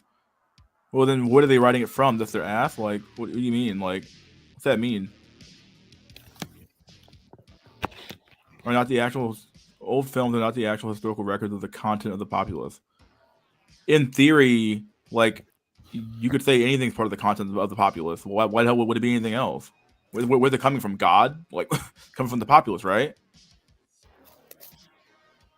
So if the masses want something to be made, like a movie, well, it's not about the masses making it, I guess, but I guess the director's been influenced by culture. The director has been influenced. He has an imagination that's based off the culture he's all around. Yeah, of course it's part of the content of the populace. Yeah, of course they are. Yeah, that's weird. You can even see when it comes to how films align with the culture throughout the decades. And if you watch Taxi Driver, for example, which I think is one of the best films that Martin Scorsese ever made, the characters and what the way they talk in that film is definitely not the way people talk today, and that is because of how the culture at that time was. It was just a projection of the culture. Yeah, like somewhat the movies that are made during a time of chaos or whatever you want to call it can tell you a lot about what was going on in that time period. Like, this is like the content meeting their feeling. What? But isn't it kind of obvious they reflect the culture from that time? Yeah, like how they feel about that particular thing. Like, well, they probably wouldn't be making it if they weren't in favor of it. I would assume that. But I do think now. I think since the advent of the social media age in 2010, films have now become absolute effing garbage. Saying people make the error drawing a conclusion from previous romanticism. Nowadays, films are just propaganda mechanisms just to get you to think in a certain way. Yeah, they're not designed to create a story and a narrative or a projection of the culture. Nowadays, they're just. I think there are a lot of indie films who are actually good. Right, I don't watch them. The Hollywood stuff is just garbage. Yes, it's a proper. It wasn't always a propaganda machine. There was independent writers who used to manage to crash into Hollywood, but now it's just a propaganda machine for the last 10, 15 years.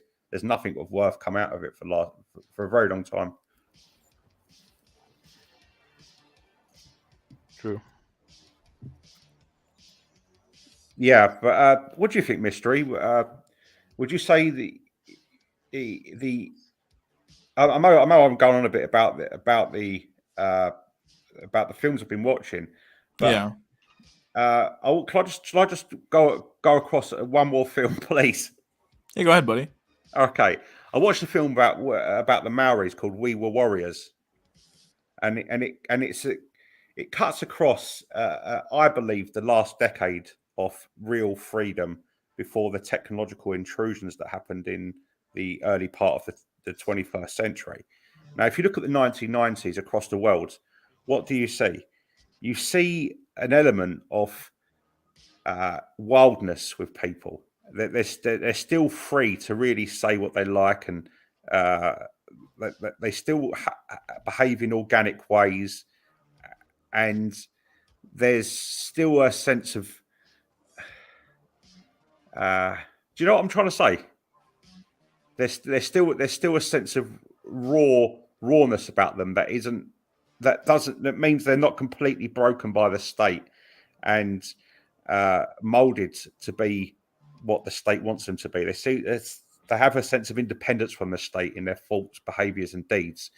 And this film is an analysis of the Maori community and then the Maori community in New Zealand. Now they're quite similar. Someone brought this up on the chat that they're quite similar to Native Americans in that they are victims of colonialism to the extent that they were native people and they were pushed right to the edge of the society built by the invaders. And this film shows them living in an urban community which is on the edge periphery of this sort of white mainstream society in the 1990s. But the main protagonist in this film is a guy called Jack Malo. He's got this crazy name, and he is a violent guy. And this is where I think the Black Pill comes in, because this is written to demonstrate, in my opinion, the privileges of a person who has Chad status. Now, this dude, he beats up people in this bar. He beats up his fellow Maoris all the time. And his wife, when he gets back, he's a really gruff character. When he gets back to the house, he's like, "Make my dinner, woman." He gets a beer. He beats up a few more people. But all throughout the film, this woman continually puts up with his nonsense. And it's only towards the end when his daughter kills herself after his brother, which is her uncle, did something terrible to her, that she finally leaves him. And I think this is something that does project the Black Pill onto the movie screen, which you can find a parallel with everyday life. How many bad boys, when they're called bad boys, are really just scumbags, but their facial aesthetic, their looks, gives them this sense of privilege and the halo effect, and they become bad boys in the eyes of the women and the men, but in reality, they're just scum who gets away with it because they're good looking. Question is how many of the chats are scumbags. Well, yeah. I mean, look. I mean, I know this guy is like a Maori thug, and he's not. I'm not saying all Maoris are thugs, but this guy is a Maori thug, and it's a different context. But if you look around and in society, how many people get away with bad behaviour purely based on their looks? And this is the question that I had after watching this film. So I'll just open it up to you two guys. What do you think about that? Chats, Stacy's, and some Becky's, I guess. Oh, yeah, 3M. Do you have something you want to talk about? Yeah. Huh? You can talk. I was going to ask if you have something you want to talk about. Because you came on here, obviously, for something, right? No? Just to come here and talk. I'm just bored. I have nothing to do. And I see. Might as well join, right? But I have some topics you can talk about, but... Sure, buddy. Go ahead. Like space colonization or something like that, if you're interested. Yeah, sure. Go ahead, buddy. Yeah, so, I mean, we see Elon Musk and, to some extent, Jeff Bezos and so, wanting to go to Mars and so. And I think, well, we will not live to see it all, but I think we will get a Mars base. Maybe even children being born there at some point. But that will take another 100 years or so, I guess. But I think it's getting interesting when we continue the timeline, and we're going to start to try to colonize other solar systems. But we get some problems there, because how you want to get there, right? I mean, you obviously need a spaceship. But the next star, I think, is like 70,000 light years away or so. So even if we could travel at the speed of light, we would need 70 or 100,000 years. And that brings up massive problems, because that ship needs to hold that long. And the people on there either need to be in some sort of cryopods, or it's going to be some generation ship. But then the question is, do they even remember where they come from in 70,000 years, right? And even if they manage to start a colony there, how do you want to stay in contact with us? We only have like radio signals or so. And yeah, I think that technically that might be also one of the reasons why we didn't see any aliens yet, because it's physically not really possible to colonize the whole galaxy or so. What's your thoughts on that? Whoa. What do you reckon, Mister? I'm going to leave this to you first, bro.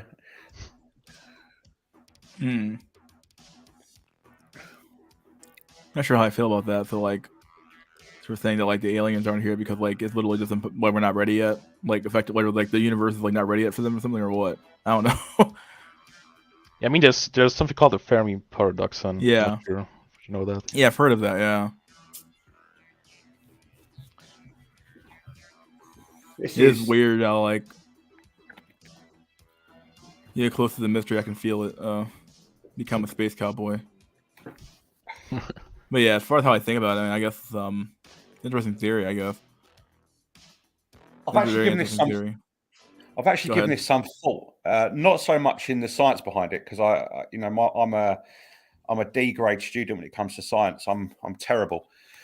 I've actually given it some thought in the context of how women will behave when they're on the spaceships, because human nature is not going to change dramatically once they enter into zero velocity and start to travel across the galaxy. And I can see something developing. I think there are enough smart people out there to actually create this technology one day. I'm only guessing, but what do you reckon? You're going to have these women on these spaceships, and they're going to be doing photos and with the window outside, and they're not, and they're going to be showing their breasts. Do you understand? Well, So I you've got guess if it's if it's gonna drive for 70,000 years, there are gonna be some parties there on the ship as well. But yeah. So you've got this massive technological advancement, which is incomparable even to the technological advancements that have happened over the last 150 years. And you've got this colony of intergalactic humans who are traveling across space, but at a baseline, they're still animals trying to attract the opposite sex. And you're going to have situations where you've got a window, and there's going to be a photo of a woman standing by the window, but she's not actually drawing your attention to the fact that she's traveling through space. She's drawing attention to the fact that she's got a low cut top. And this is the kind of behavior that would exist not just on Earth, but on another planet. And the other problem, I think, is if you've got another planet and you've got a colony, the problems that we've got on this planet would happen on another planet, to the extent that if there was a colony on Mars, the cultural problem, yeah. Yeah, and if you've got a colony on Mars, I guarantee, and this is something that I've heard spoken about before, I guarantee there'd be a war between Mars and Earth at a certain point in history. Yeah, like in the TV show, like I forgot what's it called. Like it Yeah, was like a war between like asteroids guys and like Mars guys and Earth guys. yeah. If they started to gain resources and developed an economy, and they developed a culture, and they started to gain a sense of independence, because it wouldn't be any different in the real sense as of the British when they went over to North America. If you'd Yeah, have said to the British when they were sailing over in that ship, I think it was called the Mayflower, and they but landed.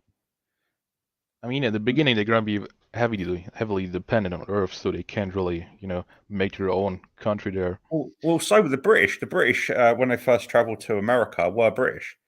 They were British people. The Yeah, actual but I mean, on Mars you don't have the resources, so if you say like yeah. starve for your own country, they just let them starve and send you. But that's what I mean. If they gained a sense of independence, and they actually managed to secure Yeah, resources, at some point, I guess, yeah. yeah, they would start. There would be a situation where Mars would gain a sense of independence. All they've got to do is get some radical leader who says that the Mars colonies is actually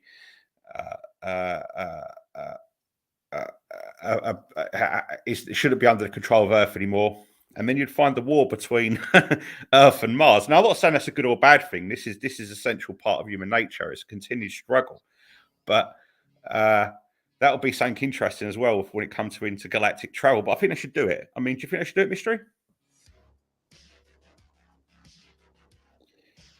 Sorry, I just got back. Sorry, bro. Do you think it's a good idea that humans travel across space? That's a good idea. I would say like it's really like our only one of our only options. Really, like we can't stay on a planet full of finite resources and expect to keep consuming like the way we are right now. Yeah, I think whether or not it actually happens or not is a completely different story. But I'm an optimist. Yeah, sooner or later we gotta go because the sun is gonna fuck us up at some point. Yeah, and you know, as there's a lot of problems to be worked out on Earth first. You know, let's face it, we're in a period in history now where there's a lot of events, a lot of trajectories all around the world which are leading towards very bad ends if there isn't some sort of intersection at some point during this decade. During this century. There's you know, we're looking at calamities on this planet, so I think we need to actually sort out our problems here first. But well, I can see the Earth like under one flag in like 200 years, but it's not gonna be a good country. It's gonna be something like, you know, George Orwell style. No, that's not going to happen. Why? It's not gonna happen. No, it won't happen. No. You mean like the George Orwell stuff or the under one flag stuff? No, I know what you're saying, the George Orwell, Orwellian type of one world, all that kind of stuff. That's not going to happen. I mean, you already have it in China, right?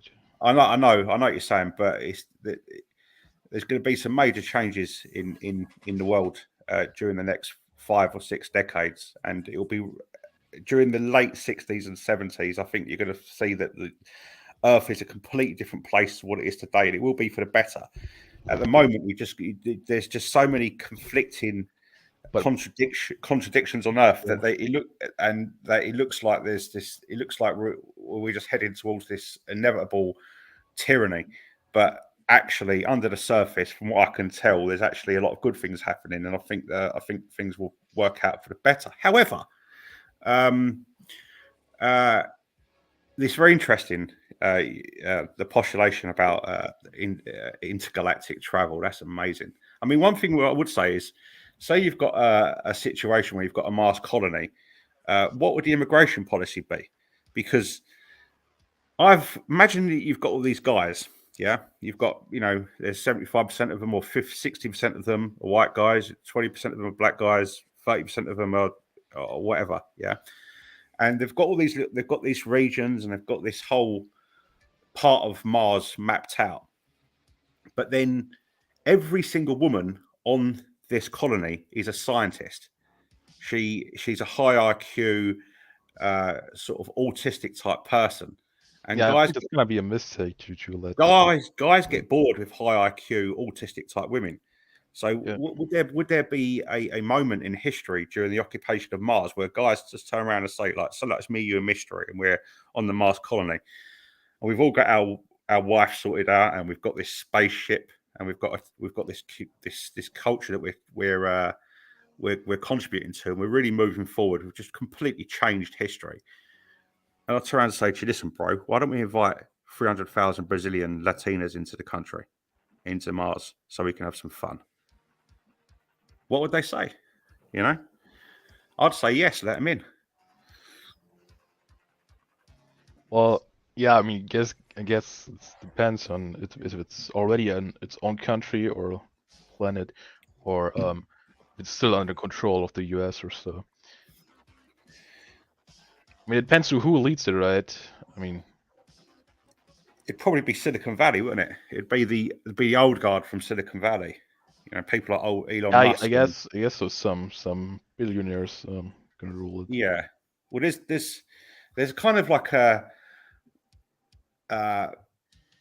there's a power struggle in Silicon Valley. You've got the old guard who are true to the founding myths of Silicon Valley, which is, you know, technology and using it as a tool to advance mankind. Then you've got the sort of like the big tech companies like Google, YouTube, and sorry, they're the same thing, but Facebook, all these, and they're using it as a tool to suppress mankind and create a dearth of information, so they can sort of like implement the tools of sort of propaganda onto the population. So I think because the technological know-how is held within the hands of the old guard, I think they would probably be the primary population that actually goes out to Mars. So that would be good news as well. You know, you'd have more like Elon Musk types out there rather than Jeff Bezos. Yeah, I think the problem is in the beginning, especially in the colony, we have like, if they're still woke, they send like 50-50 man and woman. I don't think the female scientists and engineers gonna perform that well, especially because they can't handle a high stress level very well because they have low testosterone, and they only have like this small organ who produces testosterone in a panic situation. Men obviously have their balls or in there they produce the testosterone, and I think that yeah, a lot of women probably become some heavy depression or some panic attacks because they're on this small colony, and on top of that, I think most female scientists are not as good as male scientists. Yeah, not Yeah, going to be that progressive, and that's going to be a problem. you'd have to think very seriously about the type of women that you allowed onto the colony, and the chat might not agree, but I think the good idea would be let Latinas in. So what you do is you get the scientific community that goes out there, and they do the work, but actually don't invite female scientists because, as you say, they're autistic, they're high IQ, they're not that fun to be around. They're woke, they're really annoying. Yeah, but that only works for one generation, right? I mean, you have to send the pregnant ones back, right?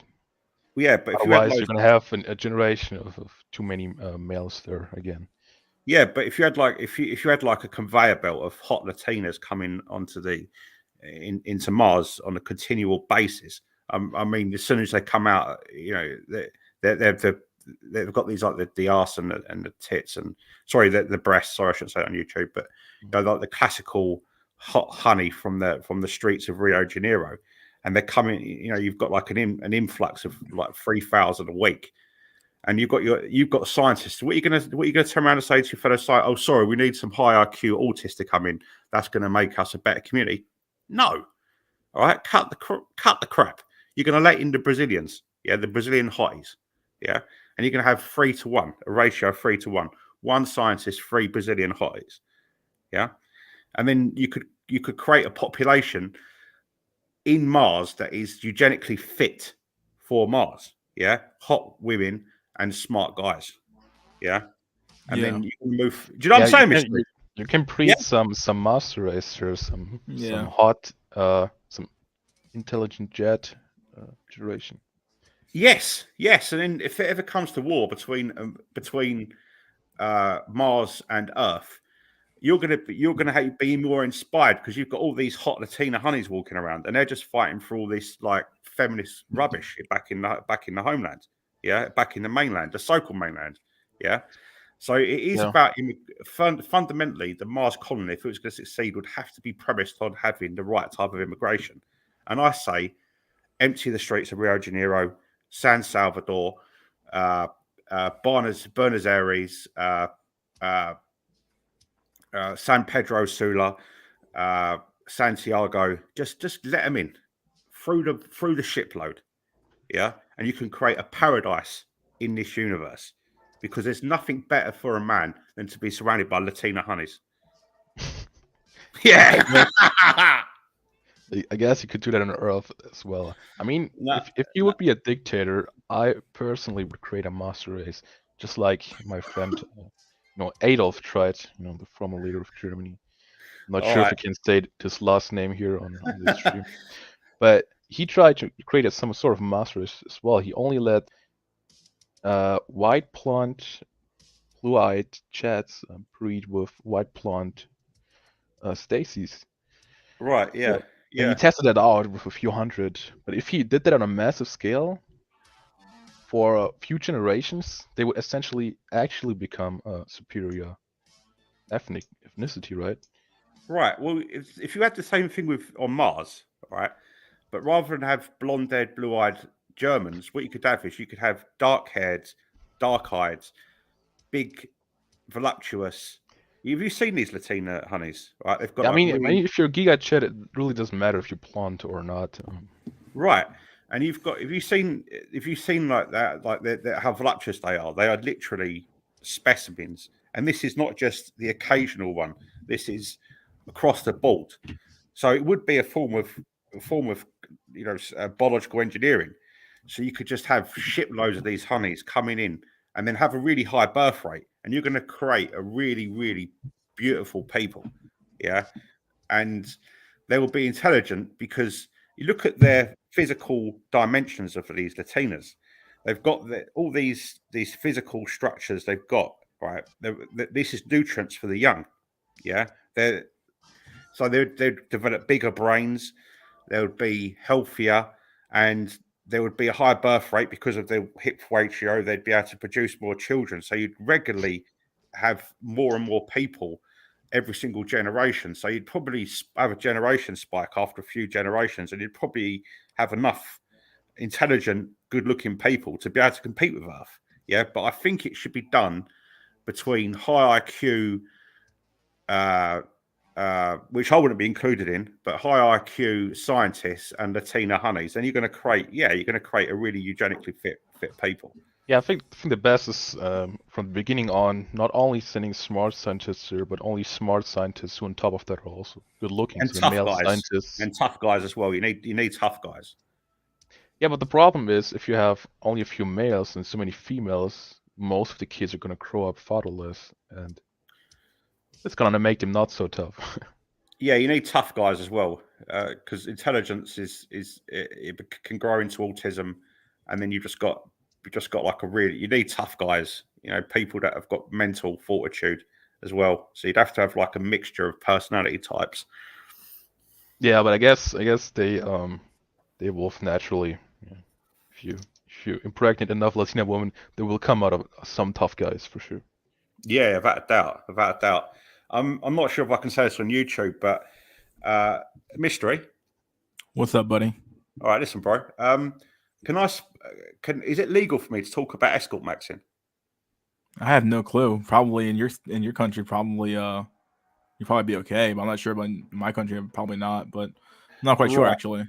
Right. Okay. Well, I mean, Well, I've seen I know Base Escort Cell talks about his like. He doesn't really go into detail about anything, but yeah. Right. I'm sure from the US, like. Yeah. My mind's could be a problem. I mean, even if it is illegal, you can talk about it, I guess. Well, my mind's been completely changed recently. I'm a bit of an inkwell. I'm a sub 5, and I've been a fat cell for quite a long while. So my chances of going on Tinder and getting a girlfriend are very low at the moment. And I'm losing weight at the moment. I've dropped about 30 pounds over the last month. You know, I've really cutting. My weight's coming off. I can notice it now. But I've been escort maxing because there's no, it's just a way of coping, I suppose. But the primary ethnicity that I used to visit was Asians. Yeah, and I was totally bought on the idea that these were the best escorts. But then recently, I've been introduced to the world of the Latina, and that is why I'm saying that if there's a space colony, without equivocation, the immigration policy has got to be the scientific community, and it has to be premised on IQ. Because if there is, I don't mean to keep on going on about IQ, but if there isn't a broad intelligence amongst the population where the people are smart, you would have problems that you've got back on Earth. You'd start getting race problems up there and all that kind of stuff because people would be a little bit more instinctual, and there would be this sort of antagonism between groups. So, but if you controlled for cognitive capacity, you would have less chance of racial problems developing. So you could probably have the best scientists from each region in the correct amount of numbers. So there'd be this. Yep. Especially if Yeah. you only mix up with Latina women, you're gonna have one race anyway. At some Yeah, point. yeah. They'd all like be sort of Latinas, and I think that the actual female scientists should be barred. They can be scientists back on Earth. It should only be hot Latinas going up to Mars. Mystery, do you think this is terrible or not? Do I think what's terrible? Do you think it's terrible? You should only have hot Latinas going to Mars, hot Latina honeys. It's not too bad. I mean, the problem is that like they turn into soccer balls once they have like one kid though. The only problem with Latina women. Yeah, I mean, imagine having 3,000 pregnant women every week there. My You're gonna God. Get a have new a supply. lot of you need a lot of resources. Yeah, you But I need. guess a tech billionaire has enough resources. Well, I think the good thing about letting Latina women enter into Mars would be these come from quite patriarchal cultures, and patriarchal cultures they have very strongly delineated gender roles, and the women in these cultures they have more of a service mindset towards men that would be premised on cooking, cleaning, and being available. So if they created that harmonious environment where these guys have got these place to go back to and they've got all their needs met from that traditional position of traditional gender roles, that would create the sort of the mental state which would invigorate them so they can carry on with their projects. And I think once you got that demographic balance right, hot Latina women, high IQ scientists, I think then the next jump would be Mars. It would then it would be other planets. It would be other planets. It'd be other planets, and you would actually have a real projection from that one point. And you would just the universe. To quote, what's that quote from Star Trek? I don't know. Go I where never no watched Star Trek. go where no man's gone before. That would be that would be the behaviour of this space colony, but only if you allowed Latina honeys into Mars. No, there's no other way, bro. I'm sorry, Yeah. but it's impossible otherwise. Wait. Someone just wrote in the chat: the higher you grades and performance, the more women you get on Mars. The sexier you chew. Interesting thing, I saw I still remember it like a an adult movie like a year ago or so. It was like anime hentai movie, and it was like the school or the society where you get girls not after your looks, but basically all women are like slaves, right? And you get them based on how good you are in your job or at school. Which you could create on Mars too, but then you have to take all their human rights, I guess. It's a question if you want to do that. Well, yeah, but I mean, one thing you could do in a situation where you start again is that you promote like a new dress code for the women entering into Mars. So it's a patriarchy, but there's a lot of resources there. There's a lot of things to do. There's a lot of things that the women would enjoy within this particular planet. But you could say you could implement through media narratives that the fashionable thing to do is to walk around half naked all the time.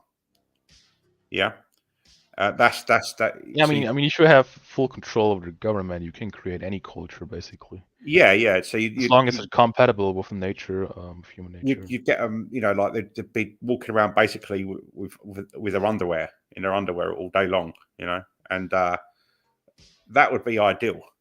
I mean, how motivated would you be? And you could include other things in culture up there. You could have sports. You could have Netflix. You could have all the things that we enjoy back on Earth, but we're just moving it in another direction with this people who are designed to take man we've never taken before, and that is the high IQ scientists and Latina women. There's no other choice, bro. Yeah, there's no other people on this planet who can do it. You've got to pick the winning side. Yeah. You also gotta make sure that the ugly Latina women who come out of the pregnancies either gonna send them back or not let them get pregnant. Well, yeah. I suppose that would be. Yeah, I suppose that would be some disagreement. I wouldn't be the leader of this organisation, so that could be debated. But I think the instances of unattractive women being born and going into adult life, if you selected the right Latinas during the selection process, it would be not that common, the frequency anyway. Because I'm talking about going to San Salvador and just picking up all the hot honeys, you know. Yeah, We have, but I mean, just look at, like, even if Chad and Stacy have a kid, you know, it mostly turns out that Chad and Stacy too, but not always. Sometimes yeah, end up as like a sub 3 or so. yeah. I mean, if there is sub threes or sub fives or whatever, these people they tend to be outsiders, and these are the types of people that spend their life looking at the society from the outside. And I've discussed this with Mystery before. They have a place in society because when you don't have you haven't got the pressure to continually conform, and what happens is your brain you start to develop a mindset where you don't care about conforming because you haven't had this socialization process where you're taught how to behave. And these people tend to question society. And when people question society from an outside perspective, they see the good sides and the bad sides, and they can also see when things are going wrong. So these are the type of people who then emerge and become prominent figures in some cases, and they rejuvenate the culture. So even with them Yeah, like types of talking people, about the males, not the females, right? but these types of people produce males who then rejuvenate the culture. So if there are people who are born who have got their gene reflector, which is their face, doesn't conform to the mainstream, they still have a place because somewhere down the line that genetic frequency will be the genetic frequency that rejuvenates the culture when things start to go bad. So they have a place. They have a place. I would disagree. But yeah. I mean, Well, I mean, you talking about the woman, like the ugly woman or the ugly dudes? yeah. I mean, if you've got a person, it doesn't have to just be facial attractiveness. It could be that they're not neurotypical, or that they've got some sort of upbringing that pushes them to the periphery of society. There's something called epistemological automation, which is a socialization process that happens during childhood, where children they have this fear of not fitting in. So what they do is, when they're socialized earlier, they're actually part of the eugenic in group. They're part of this mainstream society. They get nervous if they go outside of it because they've been socialized for so long. But if you spend your life on the periphery, this worry doesn't exist, and then you think what you like, and you don't worry about conforming. And if you don't worry about conforming, then you go down a trajectory where you actually think for yourself. And if you've got loads of people who don't think for themselves, and they're just going through this routine sort of stagnant way of behaving, then eventually they're heading for destruction because they can be led by people who control them from the center and push them in a direction where it could be to their detriment. So these outside radical type people, you need them. And if it's a case that they're not as physically attractive, then so be it. These are the people that eventually turn culture around. This is the idea of the outsider. It's the rejuvenation of culture.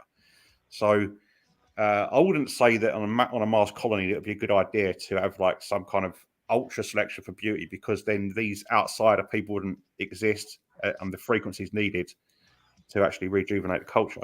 Yeah. Yeah. Okay. So I mean, we're basically creating our own society there, right? So I'm interested what Mystery, what would you do if you can create your own society on your own planet? What would you do if you're here? Mystery? Looks like he's gone. I don't know. Yeah, I just got back. What's up? Okay. Yeah. So we're talking about the Mars society, creating society there, and I just wondered, what would you do if you have your own planet where you can create your own society? What would you do? I would try to instill good laws and good virtues into my people to some extent. You have to have in general, I agree with the concept of like self governance, where like if you instill people with good laws, good morals, good virtues, good all that stuff. I think that's a much better system than like using authoritarian power to maintain a force over your people to keep them doing what they're doing. And would you do something about the inkwell problem? Well, assuming this planet had an equal problem, right? We're talking about. Well, I mean, it would evolve, right? I mean, if you do everything the same as in the US or so, it would evolve after a few or one Oh, generation. that changes everything. If we're starting from scratch, then maybe that first thing I said was probably true. But in reality, you need to use force to keep people in check. So you'd have to use some sort of government force or government mandate to make things really hard for people, or make things hard for women rather. And that's going to be kind of hard. And then either passing it via law would be rather hard, but using executive orders would be pretty easy actually. A lot of those get through the courts oftentimes because the government, the president has a lot of power in those regards. So, but yeah, you probably have to change the laws. Well, the ideal society look like probably a hard patriarchy, probably. Yeah, would you have the Constitution the same as in America? Because I believe that's the premier political document in human history. I probably would. I probably would. Yes. I would probably even make an amendment basically saying that if you choose to give other people rights, you have to fucking like really go through a long process to get this stuff done. So you'd have the First Amendment and the Second Amendment, yeah? Yeah, I've had most of the amendments, but like the reality of that, like you'd have a problem, or not a problem, I guess, but you'd have a people want stuff to change, obviously, and the real question is should that document change with the way human beings understand the world today, and not based on what was written 200 some odd years ago. So yeah, I don't know. That would be the only political system that I think would make any sense in. I'd say I'd probably go with like a constitutional monarchy or something like that. Yeah, where you have a king or a queen who like maintains order. They have control over the military forces, obviously, but they don't have a lot of like power to pick the laws in the country. They have to go through a parliament or something like that, and that would probably be ideal for me. Yeah, I just think the Constitution in the form that you've got over there in America would be it's the best one. I mean, no system is perfect. I read a book one time called Black Mass, which is a book by a British philosopher called John Gray, and it was a book based on the concepts of utopia, and one of the quotes in this book was just life changing for me. He said that utopia is based on the premise that all needs are met and are found to be harmonious, and obviously you're never going to get a bunch of people living within one space that all agree that that things happening around them are meeting their needs or what they actually look at as ideal for them. But I think the best you can probably do is what the Americans did in 1789 when they drew up the Constitution, because these are inalienable rights: freedom of speech, the Second Amendment as well, which is it's not designed. It's designed as a defense against tyranny. So if you'd have like a free society, and I think that would probably be the best way of doing it, because it'd be outside of ideology. Then you've just got a free society, and then if you based it on an immigration policy of high IQ scientists with a few tough guys thrown in and Latina women, I think you've got a winning formula. I really do. But then but I mean, ideology would evolve over time, I guess. Yeah, like American sort of ideology of freedom of speech and all that. You know? Yeah, or some some other ideology. I don't know. It'd be great. Be great, absolutely great. I can imagine Lane like sitting back in like in a sort of deck chair on Mars, and then you see on the television the new influx of immigrants coming in, and there's all these Latina honeys stepping off the spaceship, just coming. Oh, would that be great? You know what I mean? They're just coming down, and their voluptuous forms are just sort of like bouncing around as they go down the steps. You're like, this is my new world, you know? Oh, great. I think that would just be like just a brilliant situation. What do you guys make of the whole monkeypox situation? What do you make of it, Mystery? the monkeypox. Not sure about it. It doesn't seem like it's spreading too fast, but I don't know. That's what we thought about Chad 19 as well. Another load of bullshit, perhaps, yeah. Yeah, who knows? I mean, they already had some other viruses before, where they also said like this could be the next big thing. So I'm not sure. But I think they had the conference between like all the countries. They did that shortly before COVID started too, so that might be an indicator. But who knows? Yeah, thing is, we in the West, we're looked at as peasants. We're looked at as morons as a mainstream entity, and I think that the ruling powers just want to continually move us in ways that suit their ends, and they use these propaganda tools as mechanisms to do it. And there's nothing better than having a scared population. So, you know, I don't know. This monkeypox could actually be something that isn't. It isn't like a false flag. It's actually really a thing that happens, and then people like me, we're in a bad situation because I wouldn't take it seriously, and perhaps I could catch it. You know. It's always a problem of like how serious could it possibly be. Who knows? Like you don't want to like overreact, but you also don't want to underreact to as well. Yeah. I agree. No, so I don't know. So I keep on regurgitating the thing, but do you think it sounds insane, Mystery, that you could only have Latina honeys and that is it, the female population? Oh, is it insane? Yeah, a little bit. Just a little bit, but I'm not saying it's not a good fantasy. It's not a good. Yeah. It's a good fantasy, you know. Is it doable? Do you reckon? Would it be doable? Is it doable? I don't know if you'd have enough women willing to like leave the planet to go be with a bunch of men on a rock somewhere. That wouldn't be a problem because of poverty. I'm currently doing a project on Latin America, so I understand. Unless you're just gonna like flat out just like take away the right to have autonomy, then yeah, I guess you can't really force them to go. Right. Well, I mean, Mars gotta be like very highly developed, very nice to live there, and then I guess the poor Latina woman would come over. Yeah. Well, yeah.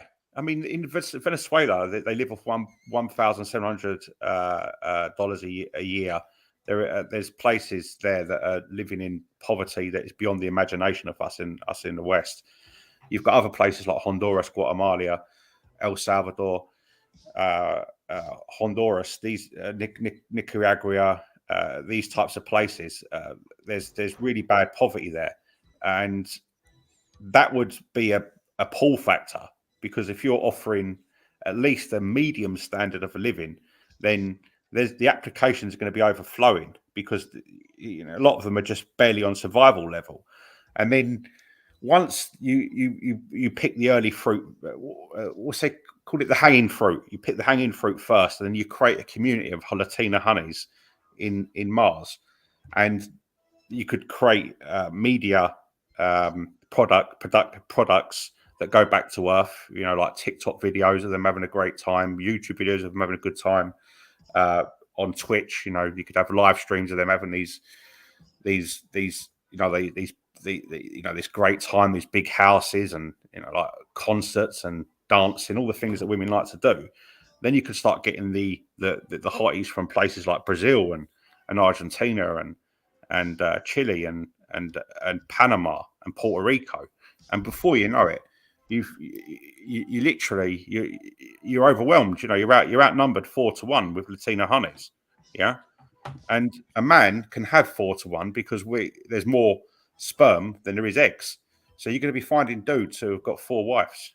Yeah, and big tech can do this because they've got the resources, they've got the They've got the Oh. education. Question is if you want to have 4 wives. I wouldn't want to have 4 wives. I mean, it You depends on how much time I need to spend with them, but You could alternate them one every week. You know, you could have like 4 one week and then another week, and you could interchangeable. You know.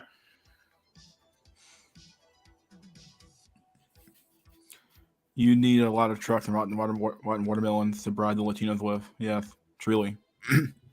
So it gets the women right there going. It's the watermelons and the truck. Honestly, Pyramid's rotten produce idea was more plausible.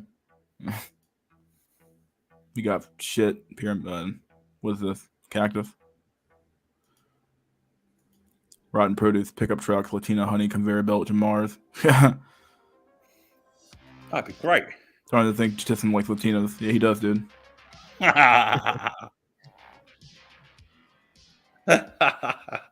Cactus fight me, ho. like What's going every on? vacation, Jack. Well, yeah, I'm doing a project at the moment on Latin America. I'm actually studying their communications infrastructure, and So you're there right now, or? no, I'm just doing a project on the Latin American region. So I understand their economy to a reasonable level now, and I've started to really get interested in the whole region.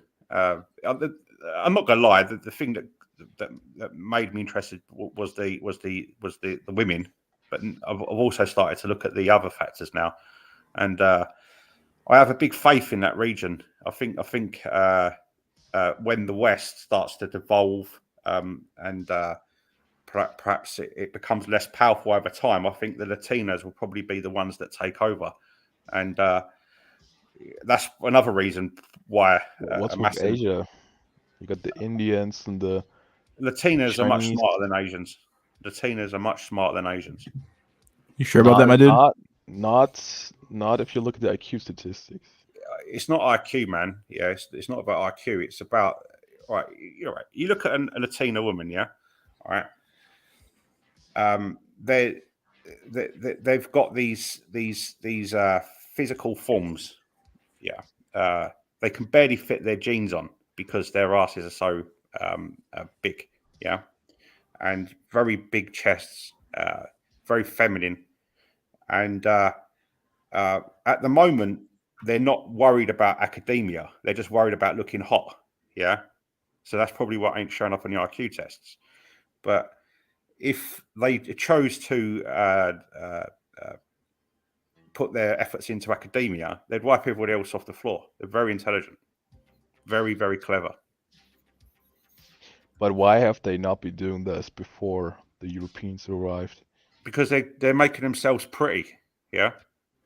But not before the Europeans. I mean, this hookup culture you have right now in Latin America didn't have that before the Europeans were there. Well, sometimes you signal. Yeah, you don't. You signal. You're making a cultural signal. Yeah, and the intelligence is not in academia. They're not. They're not bothered about maths or science or physics or all these big questions. They're worried about getting the right physical, physically perfecting themselves and becoming more feminine and more agreeable and more personable. Yeah, but wait, stop, wait. So, but what makes you think that this is gonna change in the future? Like, because if the smarter guys look over, out of the goldfish bowl and look, not they you look. mean like the white incels from the West are gonna immigrate to there? What? Yes, yeah, and then go over to Latin America, and then Yeah, I mean it's already happening in a massive scale. you could have like a colony over there, and then everyone mixes together, and then that would be the projection forward for some sort of higher civilization. And if it has to go to space, it has to go to space. I'm not going to dispute that. Yeah. I think the biggest problem is gonna be the cartel because they're not gonna get away that easy or want to get away that easy. Well, the cartels, I think you mean the cartels, but the cartels are filled with very intelligent people. You've got the Mexicans, the Colombians, the ones in Central America, and if you in a future sort of space exploration mission, you could use that intelligence not for crime but for science. So you could also have then a whole a whole part of the population that could be utilized for your own. Well, I'm not sure if they're especially intelligent compared to Oh, others. you better believe they're clever. You better believe they're clever. I mean, they're. Oh my God, They have to have innovative ideas to smuggle trucks, but they are clever, mate. most of them are average IQ. Basically. No, they're not. They're not. They're very, very clever. I read a book called Gangster Warlords, and it spoke about the organization. Okay, the warlords, but they're different because the warlords, obviously the best men are gonna come out on top as the warlord, so that he gotta be smart, otherwise you don't become a warlord, right? Yeah, but even the lieutenants, the average cartel dude is just like some random dude who grew up from a heroin addicted mom and then ended up in cartel. Yeah. Maybe we. Yeah. Living the dream. Living the dream. Yeah, living the dream. They are. Yeah, they are very clever. They're just as smart as Asian boys, and they have better bodies. Yes, they're very intelligent. Survivorship bias. Very, very intelligent people. More curves. Yes, more curves. That's intelligence. Yes, prime, slave, cunning. Yes. Fantastic. Noodlefoids are so much smarter, it's not even funny. You can't be that smart. You can't be that smart if you don't look as hot. You can say that for any race, lol. Are you sure about that, John Gina? This is just the last inkwell band on the bits on the Titanic. Yeah, dude, it's going down.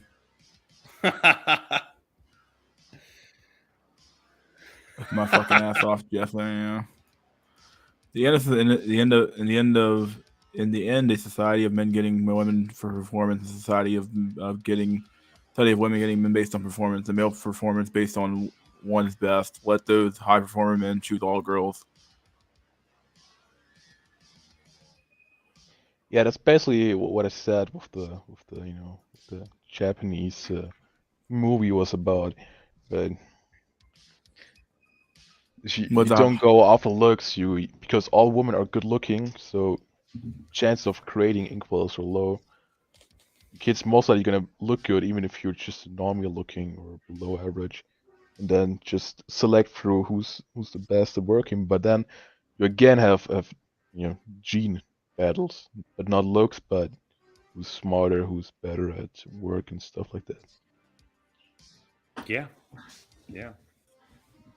Well, like my mind. And what height is it Overboy is? Probably like 5'7". 5'8" pretty bad too. 5'9" you can like perpetrate as 5'10", and then 5'10" you're kind of like in the weird area. 5'7" you can still geomax, but if you're like 5'2", you can't geomax. It's basically what about 5'5"? 5'5"? Yeah, you can still geomax. I think. Dang. So 5'6" is still geomax. I think the country with the smallest people is like either North Korea or Nepal or so. They're like at wait, gotta check that out what that is, because I use centimeters.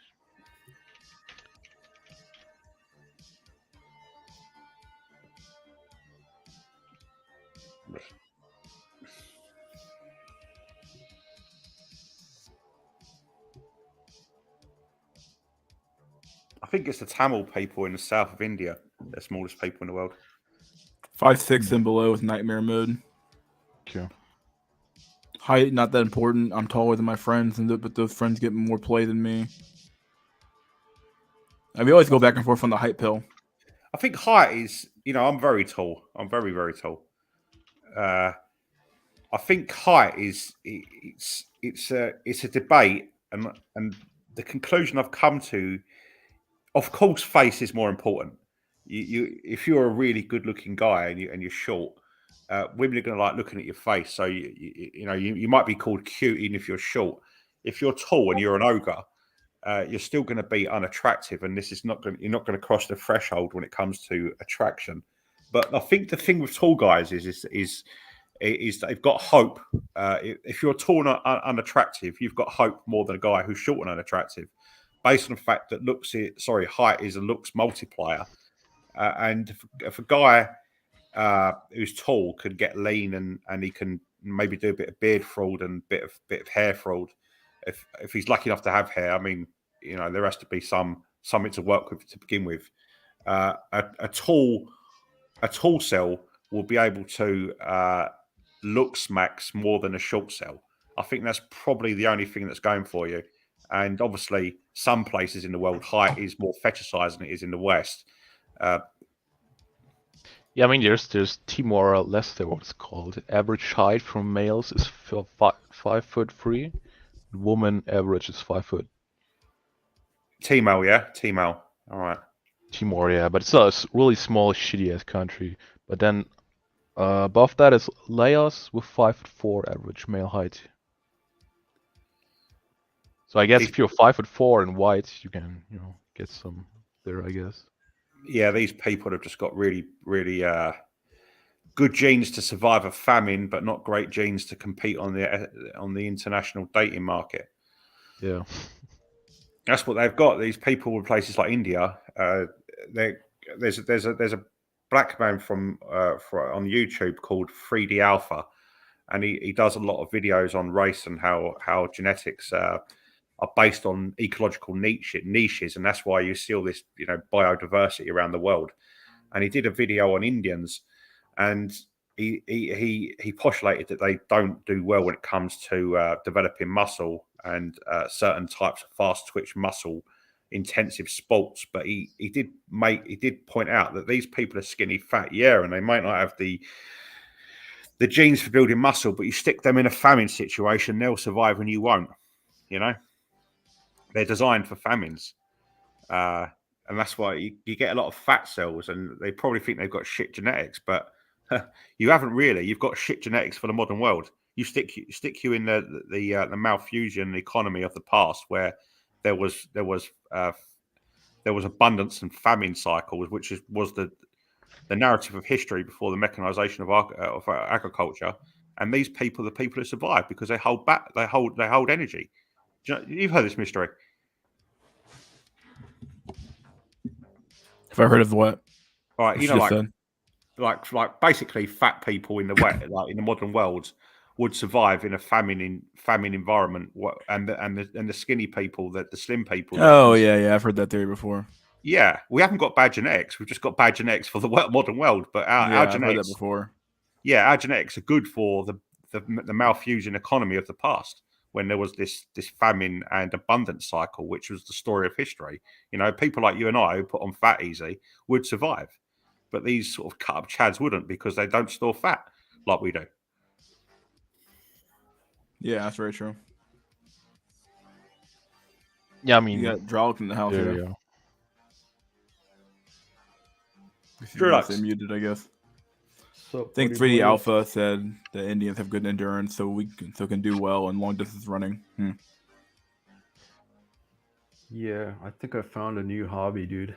What's the hobby, my dude? I like to join these red pill streams and black pill the audience with black pill facts. Oh, really? Would you do that on?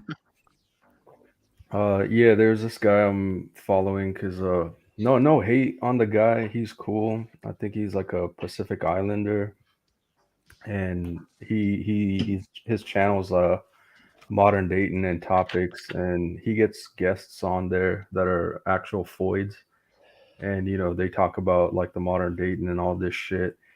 So yesterday's topic was like, are women settling for average men? And so he goes asking around. He's definitely red pill, and it's like lookism, heightism. He's definitely like for traditional roles and all that stuff. But yeah, every time he asked them, it's like, what do women look for in men? All these kind of stuff. I'm just like, cap, just be tall, just be white, just be handsome, just be full set of hair. And it's just so funny watching the reactions on these Floyd because they can't say shit. That's where I got the hype video from yesterday too. Yeah, I watched that video. It was a good video. Yeah, dude, the fucking memes just write themselves. It's so Yeah. funny. So yeah, that was yesterday night's highlight, I guess. I think I'm surprised about is how common how often Oofy Doofy theory comes up in this place. It really is odd. Such an odd theory. You don't believe in Oofy Doofy mystery? Oofy Doofy. I like Oofy Doofy. The implication there is that these women are just like completely like don't want to date. Because that's what the theory actually states. It doesn't say anything about personality. It says a lot about the looks and like basically saying that women prefer men who look worse than than men who look better, or the other way around. Yeah, that way. Women prefer men who look worse. So That's ridiculous. yeah, that's the theory. Oofy Doofy is a reality, you know. Yeah, and I guess you could argue that like women will settle for an Oofy Doofy, like a guy who's like, like 3 out of 10, 4 out of not 3 out of 10, maybe like 5, 6 out of 10 kind of guy. He's not really all that attractive, but he's decent looking enough. And they might settle for that guy, but it doesn't mean they haven't been ran through since like age like fucking 13, some shit. You know what I mean? Yeah. Oh. Travis. Speaking of Oofy Doofy, like I think yesterday's stream, the topic was do women settle? And that 4'10" ogre was like, she says she works in retail, so she sees a lot of people and couples. And she was bringing up an example like, yeah, I see women with, what we call oofy doofy or whatever. And she says that women age faster. You could tell they're in unhappy relationships and this and that. I think she does have a point. Like she says she can spot these voids that, settle for the average dude.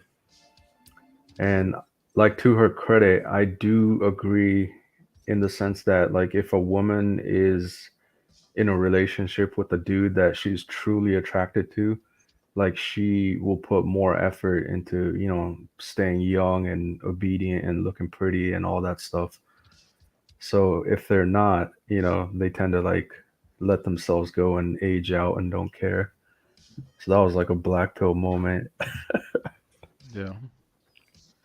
Yes, on top of that is that, if like an average woman settles for like a 4 of 10 oofy doofy guy, she might get depression later because she regrets it and stuff like that.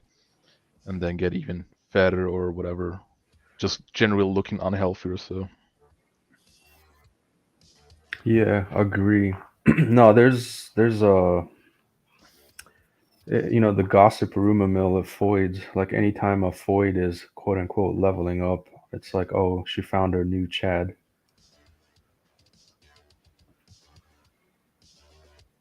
It's pretty common in the locker room talk for women. It's like, oh, have you seen so and so? She's looking mighty fine these days. She must have found her Chad. Yeah. It's this is one of the things I think that guys can do. That Thinking Ape video, it really hit me. That video recently about intelligence. Remember that, Drulux? Hold on, say that again. I was reading chat. There was a Thinking Ape video recently about intelligence. Remember that one? It was really good. Yeah. No, I remember that one. Yeah, it was fantastic, and he was talking about problem solving, and I said before the inkwell the solution to inceldom is to make yourself into a normie, obviously, because you can't make that quantum leap to Chad unless you've got fortunate circumstances. Like you're a fat cell and you lose weight and you've got these great facial features. You know what I mean? In general, the leap has to be to normie status through looks maxing. and then once you become you cross that threshold into oofy doofy, and you can do other things like geomaxing, status maxing, whatever else maxing, to make yourself more viable to a higher quality of woman. I think the next thing you've got to do is you've got to, through mate selection, pick a woman who has the genes that could cancel out your inkwell genes in the next generation. Now, this is something that's going to sound crazy, but there was a dude in America, a black man from America, who was a basketball enthusiast. This dude, he wanted to have sons who were NBA basketball players. Now, do you know what this guy did? He realized that it was a lot of it was based on genetics. So this dude selected a woman who had the particular physical dimensions needed to produce sons who were basketball players, and he picked her, and lo and behold, what a miracle! These dudes turned out to be 6'7" with the long arms, the rangy limbs, and the athleticism needed to be able to make it in basketball, and they become a success. And he didn't do his mate selection based on whether she was hot or not. He didn't give a damn. He cared about producing the right type of genes for basketball. And I think if you select women who actually cancel out your negative facial features in her own physical facial dimensions, then she might not be the prettiest, but your genes and her genes coming together will produce something a lot better than you just chose what was pleasing to the eye. Does that make sense, Trilux? Yeah. Like I'm trying to find this. It's like a lost scientific video, but this guy did a pretty good video on how to guarantee attractive children. And there's also another study where it shows that the beauty of the daughter over time is technically guaranteed to improve regardless of mate selection. Like, if you really think about it, creating beautiful men is beneficial for the guy, sure, and probably that lineage. But then in terms of the actual species, you know, more attractive foids in general equal mean just better survival of the species, because every single man is eventually going to be attracted to any kind of foid, essentially, which is generally true. Like, I mean, a freaking, average foid is still a Stacy, like Hamoudi says. So in that regards, it's almost guaranteed genetically that the daughter is always going to be attractive. But then, yeah, leaning towards how to make attractive sons, that's the real question here. And one of the things that in that study is like, it's actually more beneficial to mate with a more masculine looking chick. Yes. Because that also, I don't know how to, I don't know how the study phrases it, but it has some pretty good evidence that, yeah, like if you, as a, high T Chad looking dude with square jaw and all that stuff, like if you also mate with a masculine looking woman, like, I don't know, Ronda Rousey or something, it's like guaranteed that your son is going to be an attractive Chad. Yes. My idea would be and I'm not lying here, it might sound a bit funny, but my idea would be a sexy Latina woman with like the dimensions, like she can barely fit her jeans on because her butt is so big, and the chest and that kind of sexy look, but she's got like a slightly manly face. Yeah. Yeah. Serena Williams, as Ice Cactus put it, like, I mean, he doesn't get more masculine than that, but like a real brute in the face, and she's probably, if she got with a Tyrone, it's like their sons are going to be Tyrones for sure. 100%. And a pretty girl with the weak physical, the weak bone structure in the face, she's not going to produce a Chad. But if you've got a woman who's she's packing some heat in the facial features, she looks like she could walk through a dinosaur. Gotta look up a nice jaw, Yeah, like just a real brutal looking face, and she's got a nice body as well.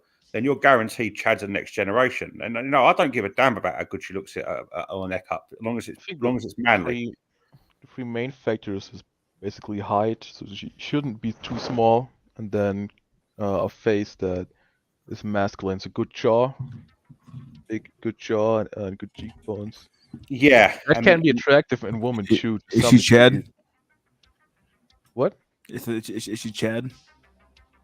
No, but I mean, I'm trying to find a picture right now where like this one Asian fighter. I wouldn't reproduce with Asians, but because other good factor is a race, obviously. So you should, if possible, breed with a white woman if you want to have your son the best possible success, right? Yeah, or a sexy Latina. And this Asian woman had like really good, like the perfect male face, but it looked female. It looked good, and I guess something like that. Yeah, I'm gonna make a note of this. I'm gonna fucking find that study again. It's probably please. worthwhile to make something. Please. Even though we all know we ain't gonna have sons, and even if we do, they're more likely to be the next Inkwell generation. That's why you cancel out. You've got to pick that genetic frequency. I mean, with your career, Maxine. I mean, you're a very successful guy, Drelux. Let's call it out. You've done it. And if you chose a woman, Latin America or something, or an Asian girl, or an East European girl, and she had that really brutal facial features, and you just beat a buckster, you're guaranteed chats. And I think that's possible. That's definitely within your reach. But also, it's about environment. And you remember you linked that photo that time about them Mongolian warlords. They're like 6'10" each, and just absolute machines. And the diet is very important. If you look at all they eat is meat, blood, and milk. That's all they eat: milk, meat, blood, and milk. And they're just they're behemoths. They're huge, huge chads. Yeah, if I ever have a son or something, he's definitely gonna have a leg up in the world. Like the amount of shit that I know and the amount of shit that I would pass on to him. Amen. Like by the fucking 20s, he'd probably already been slain. Yeah, you know it. I mean, what you could do is go to surrogacy, right? And you just look for a masculine woman in a poor area, and then you say like, "Yo, bitch, you want $200,000? You're my child," and then Yeah. But the quality of the woman these days, wherever you look, it's probably not even gonna be worth it. You could go to like some out of Mongolia, Drelux, with these people, and just pick the most masculine looking woman. But with the yeah, I mean, I'm just saying. Like, yeah, I'm just saying. I don't advocate for cheese pizza, but that might be the only route if you want something unspoiled. Yeah, well, the Latin ones, they're relatively unspoiled. I've got a friend who's a South American, a good friend of mine. We talk all the time, and we speak on Facebook. He's a very middle class person. He's not from the slums, and we talk a lot about his country. And he says to me, "Look, there's the hottest girls in the world, and they're just in the slums. They're just walking around aimless, and they're at survival level, and they're hot as hell. I mean, I don't care what she wears. This is the problem that a lot of guys have got in the West. Oh, look at her; she's only wearing rags. I don't care about the rags. Yeah, if you can see a bit more flesh because there's some rips in her leggings, then all the better. And I'm not bothered about her hairstyle. That doesn't bother me. I'm after the hotties. Yeah, and I don't care if I mean, does it bother you if she's got a degree, a PhD, freaking D or whatever? You know what I mean? What a rubbish. Yeah, I would rather not get with a woman that has a degree. Exactly. I don't even care if she can read. Yeah, I'm in agreement she there. should read because Well, not the reading part, but at least the degree part. Yeah. No, I like it. To me, it's actually a turnoff that they have a degree. why? Like an educated woman, if we're just talking attraction, it's like a detriment, if you ask me. I mean, they are obviously think they only reserve people who have something like that too and stuff like that. So in that way, I think it's not a good way to choose a woman with a PhD. But generally, I don't think it makes her like on a base physical level more unattractive. No, Yeah, on it makes her Not unattractive to me. physical, but like, do you really think you don't feel attracted to her that much more? No, Or I is it feel because attracted to her, but it's a matter of like I know that her personality is gonna be a bitch to deal with. What it's gonna come down to. Like sometimes the yeah. personality is like, do you really want to deal with that type of woman who has like a master's degree or a PhD? It's like the women are insufferable sometimes. So Yeah. no, Yeah. in The terms worst of of all, most of them are leftists. no, I was gonna say in terms of physical attractiveness, like having a degree matters not. It's like the other aspect, right? It's like yeah, like Mystery said, like I could already tell. I don't think I'd be, able to tolerate that BS. Yeah. And I'm probably also guilty of this myself too, but it's like you gotta get off your high horse. I think a lot of people that quote unquote graduate with a degree, there's this elitism built into them. It's like oh, like I graduated college, I'm special. Like even if your degree is some fucking underweaving Yeah, water I guess basket, yeah. I guess it comes from person to person, which country, because like Germany, for example, like nearly everyone is studying. It's not something special. Like Intelligence is multifaceted. If you've got a woman who demonstrates her problem solving skills in a way that's more befitting for the man, then that's intelligence. Is presenting something that is of value. So if you've got a woman who knows how to cook 50 different dishes, that's intelligence. Problem is, what do I cook? The solution is, well, I've got 50 different choices. I can solve this problem 50 different ways. Yeah. And then you've got the other part of intelligence. How do I keep myself looking so hot? Yeah, like they do in Latin world. No, you have a you have an excellent point. Like Yeah. fucking PhD to a man, like a woman having a PhD, like what does it fucking matter? Like it literally has no bearing whatsoever. It's actually Yeah. more of a turnoff. But it's intelligence, like if a woman wants to make herself look hot, yeah, she's got to understand nutrition. You've got to have a certain amount of intelligence to keep yourself in good condition in the modern world. She's got to understand nutrition, not to eat well, I sugar. mean, if you are the patriarch in your family, you can decide what your children eat anyways and stuff like that. Right, I mean, but you don't really need her to be having a high IQ. She can be low IQ. Doesn't really matter. yeah, Except if she is too low IQ and your children get dumb too. But it's, apart from that, the only thing she needs to do is cook, clean, and give birth to the children and watch out after them. Everything else yeah, you can do. intelligence. A bad mother. I mean, I'm sorry to bring up this book again, but the bell curve. It speaks about the fact that the lower intelligence rate, when it comes to child, like the really bad, I don't even want to say it, them types of people, that it doesn't really matter how clever you are, you get these sick FUCKs in all cognitive ranges. But when it comes to child neglect, it is primarily a result of something going wrong in the brain. That's the truth. Child neglect is a problem for people that are a bit challenged. Yeah, it just is what it is.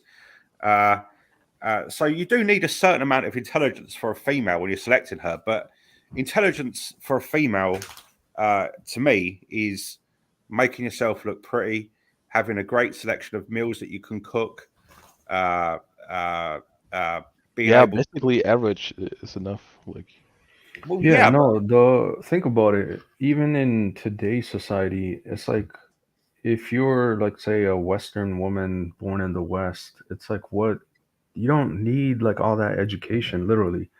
It's like, yeah, make sure you graduate high school, like you have the basic knowledge basically. And then, maybe if you want to go to community college or something to learn some, extra skills, yeah, just go to a 2-year vocational school or something. But it's like, why bother pursuing a 4-year degree, let alone a master's or a, PhD, unless you want to be like, a doctor or something, which makes sense. But even then, it's like, why? Like the average Floyd doesn't need to do all that stuff. And it's just comical. It's like hundreds of women go into college, going into debt, becoming debt slaves. It's like at what extent? Like you could have been just a fresh grad, working Yeah, normal it's jobs pretty and be dumb. completely fine. yeah, I mean, yeah. is that like how many actually go into debt? Because for Germany, we don't really pay for college or university here, so we don't need to get student loans. But in the US, I mean, how many of the students, percentage-wise, actually go into huge debts? Yeah, what do you think? Like around? Well, I think like at least a lot of people try, right? Like I think even I don't know what the stats is, but even generally speaking, I think it's only a quarter of the population is actually college graduates. It's Mm. probably a third by now. So technically speaking, like 2/3 of the population don't go into college. Yeah, but I mean, from those who go into college, how many of them come out with huge debts? Actually, probably 80% of them, Yeah, that's especially crazy. if they go for higher, like I mean, masters. Mm. How much So debt is that? Like 100K debt or? yeah, so I think on average, like it depends on the school, right? Or if you're like out of state, in state, international, whatever. Yeah. But I would say even if you're like, let's say you're going to the local university in your state, I would say the average cost is like 25K a year. So if you're doing Well, 4-year university, it's like 100K. I yeah, think most people plus can qualify for some inflation. aid, but Yeah. yeah, we're just going with the 100K calculation, and then there's actually a limit on how much money or loan you can take out for a bachelor's. I think they cap it at quarter mil.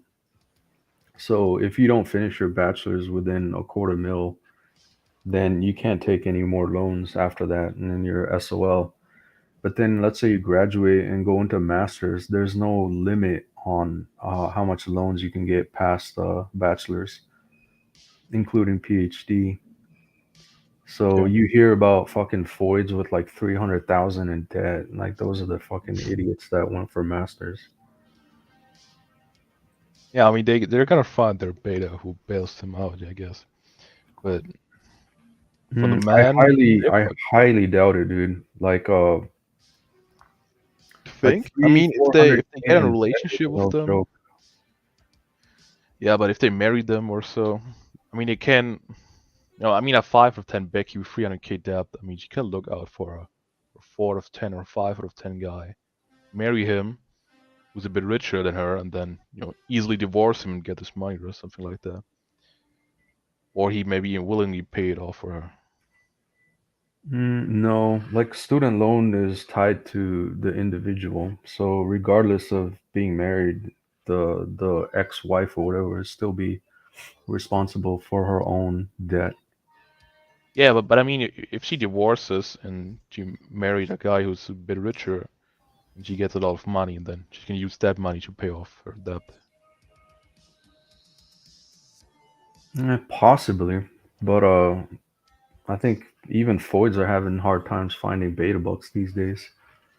And like 200K debt, that shit's no fucking joke, dude. Yeah, it's a lot of money, definitely.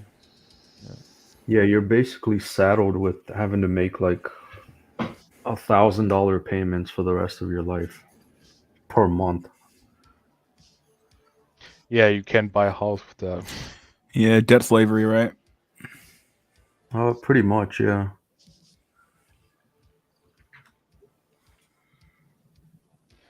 I think in the future, most people won't have a house anyway. Most people are gonna live in a rented stuff. Absolutely terrible. Absolutely terrible. See, like the big corporations like BlackRock and so they're buying up a lot of houses in the U.S. Some areas they bought up like everything. So you can literally don't buy a house. You can only rent houses there. Yeah, yeah. When you've got people, there's a quite a worrying development that happened in Britain. They started to seize Russian people's property because they were Russian, and you know one of the foundations of Western society is property rights, and the state hasn't got the state hasn't got any authority over your own property, and it does worry me when things like that happen and people have got this future where they cannot buy their own homes because I know rights. I know rights don't exist; they're only privileges, and they can be taken away if you haven't got the ability to stop people taking them away. But do you know? Do you follow me? It's just not very. It's horrible. The horrible fault that you've got these people all even around the world who haven't got their own place. You know, not very nice. Yeah. It's not It's very only nice. You know? only going to get harder out there too at this point because the market's looking really fucking weird right now. So Yeah, looking yeah. really fucking weird. But it's demeaning. You know, if Yeah, you've it got really if is you've got- demeaning. Yeah. if you've got a landlord who can kick you out at any time, it's almost like you're being dehumanized. And when you've got your own property, it's like you've got a stake in the world. You've got something that's yours that you own. It gives you your own plot of land in this world. Like you're staking your right to be here. And if there's policies put in place where people are no longer going to be able to buy their own properties, then F them people putting in policies in place, you know? Yeah. You know, seriously, you know, who are you to do that to someone else, you know? I think that's a problem. A lot of these Well, these I kind mean, of, you only gotta be real greedy, right? Don't care about other people. There's a lot of yeah, people who are willing to do that. there's a lot of arrogant FUCKs out there who think they're better than everybody else. That's one of the problems. There's this. I saw something recently about they're talking about how the economy is going to be reset in the next coming years. There's not gonna be a reset. But this guy was talking about how you manage the useless population because he's talking about automation, which is coming, and AI and machine learning, all these things that are on the periphery, which are going to take up a lot of the jobs that were previously performed by the unskilled labour force. And this guy was so contemptuous. He said, "How do we manage these useless people?" And he said, "Well, I think the idea is to manage them, quote unquote, with video games and drugs." And he had this contemptuous elitist attitude. And I looked at him and thought, the only reason you think you're better than everyone else is because you're sitting in that desk, you're sitting in that office, in that conference, wearing your clothes, part of that elite institution. You're not elite. You're a scumbag. You know. Yeah, I mean, apart from that, No, I was gonna add, man. I Yeah. think we overthink this. Like the elites don't give a fuck, dude. Like let's say you're a struggling average Joe Floyd or guy or whatever. Like they don't give a shit. They rather have you disappear, die, or whatever. So like a struggling person is more likely to probably substance abuse or get become a drug addict or whatever, or get involved in crime. They want you. Like, you're useless, you're fucking trash in society. Like, rather than have you go to prison and have to pay tax dollars to keep your shitty ass alive for the next like 30 years or whatever, they want you to disappear. Like, I think we read in too much. Like, no one gives a fuck about pacifying the masses with video games and copes. It's like, yeah, just self delete or get lost or You'll just be Problem another is when body they in the morgue. Yeah, they yeah, but get together and go against the elites, right? that type They of don't. attitude, though, that type of attitude to actually have this elitist attitude where you see people as just it's useless and crap and no good. It's not the. I mean, I know it sounds a bit leftist and utopian, but it's not the right way to look at people, is it? You know.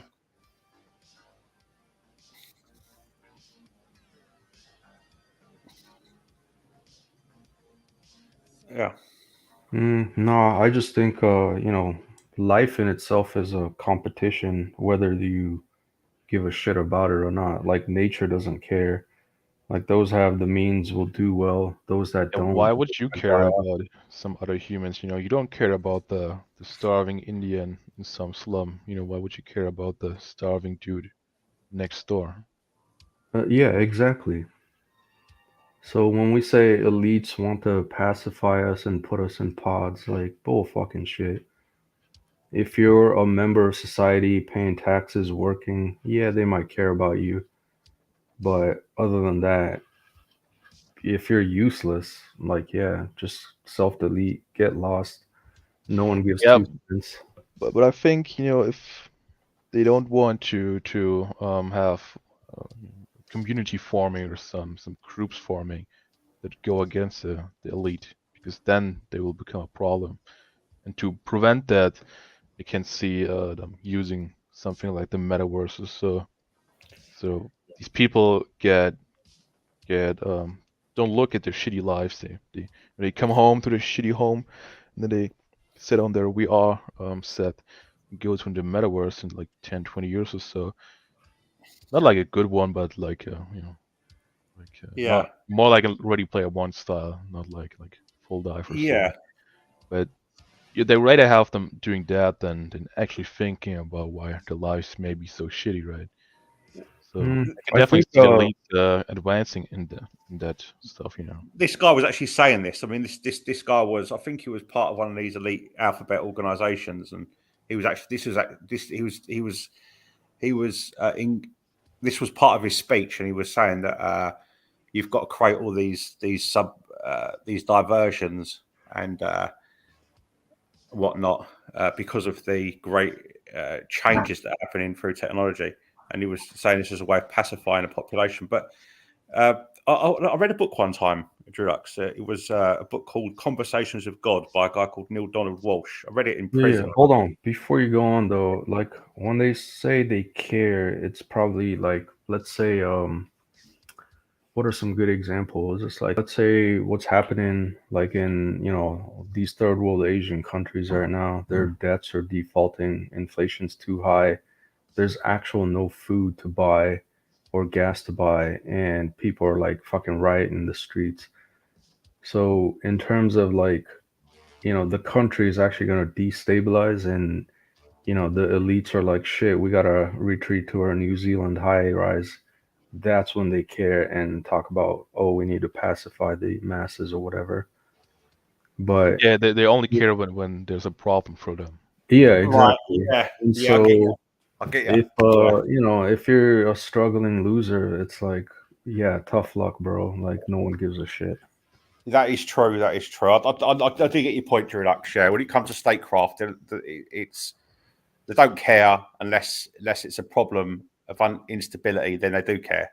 Yeah. Yeah, since the French, Yeah. yeah, every elite's fear is the French Revolution. Yeah, The masses storm the palace, string you up, and take your head off. but that's what I don't want you to know who the elites is, and nobody. Okay, not nobody, but most people don't know who they are, right? I mean, you do see the government staff and shit, but they're not the people who are actually in control. So the bankers, Yeah. the central bankers who are in control. And Yep. you don't find pictures of them online. You don't find names. You don't know who they are. So even if you want to destroy the elites, you wouldn't know where to find them and who they are. I read a book one time. It was called Conversations with God, and it was by a writer called Neil Donald Walsh. Have you heard this book, Mystery? 3 a.m. Right, and this book Have you heard of it? 3 a.m. This book. Hello. I haven't heard of the book. No. Oh, okay, yeah. Yeah, I haven't. I was about to do a French phrase there. C'est combien pour votre service? Yeah. This book, it was apparently a conversation between God and this crazy dude who was the medium, and he was writing down God's words in the form of an interview. And I'm not claiming this guy was actually having a conversation with the creator of the universe, but it did make interesting reading when he spoke about the concepts of the loser. And he said, if you've got to do a man who is classified as a loser because he hasn't done anything up to a certain date, but at a certain point in his life, he invents something or goes off on some different trajectory and does something amazing, then isn't that the reason for his existence in the first place? And he described, this is God apparently talking. He said the problem that exists is because things happen so quickly. People expect people to find their life path at certain times, and if they miss that life path at a certain time, then they're judged to be a person of no value. But the point made by supposedly God in this book was that people find their life path sometimes a bit later, and calling somebody the L word is it might be mistimed and inaccurate because they just haven't done it yet.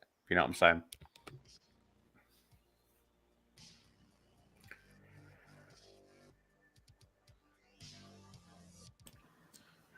Yeah, to some extent.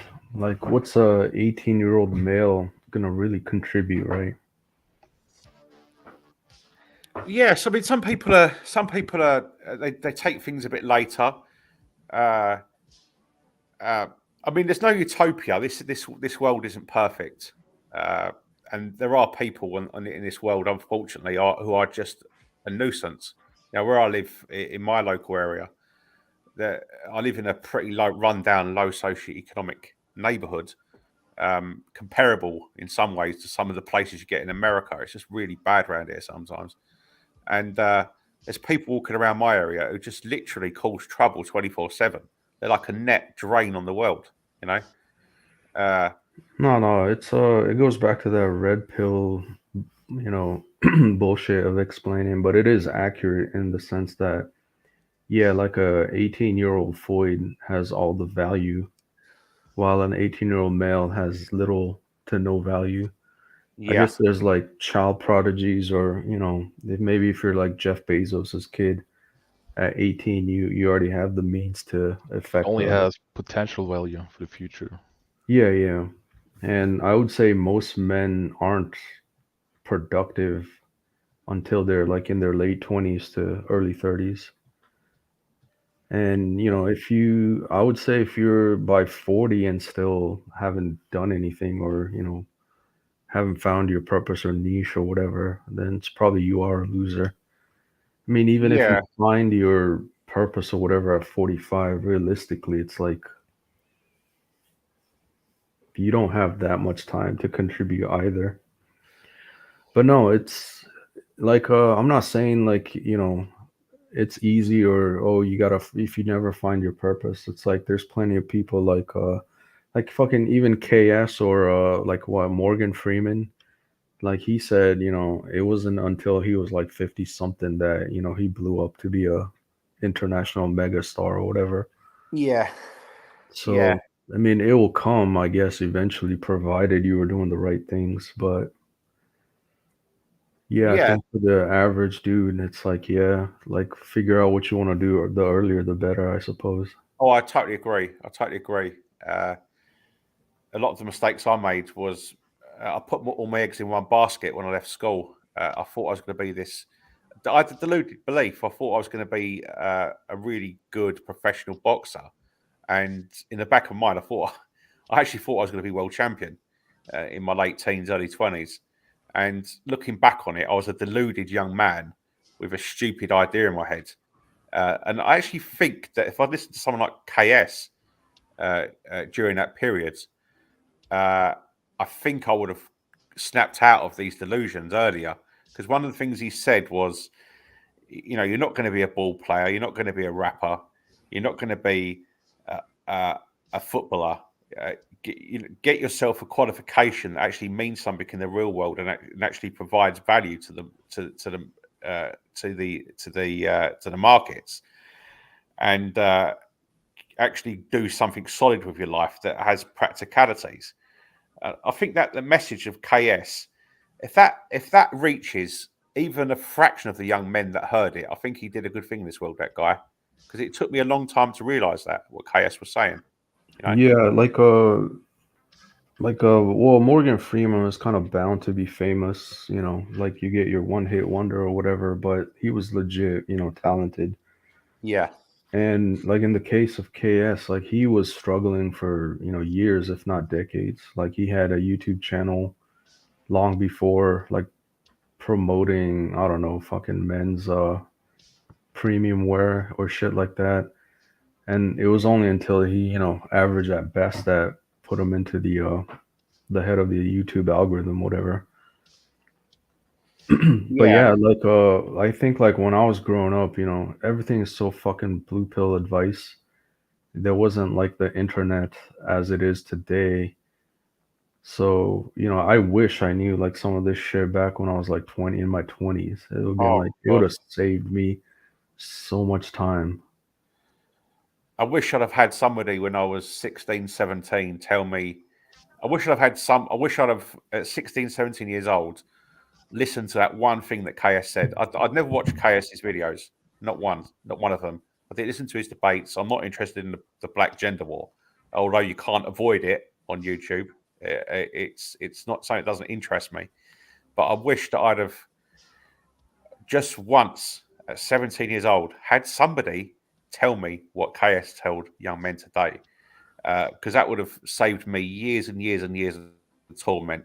Because Yeah, no, like if you're a young man, the generation growing up is like, you know, I want to be a YouTube star or some fucking influencer. yeah, And it's like or even be like an NBA star or whatever, which is technically legit, but you know, if you're like 5'2", bruh, like get real. Like it's never gonna happen.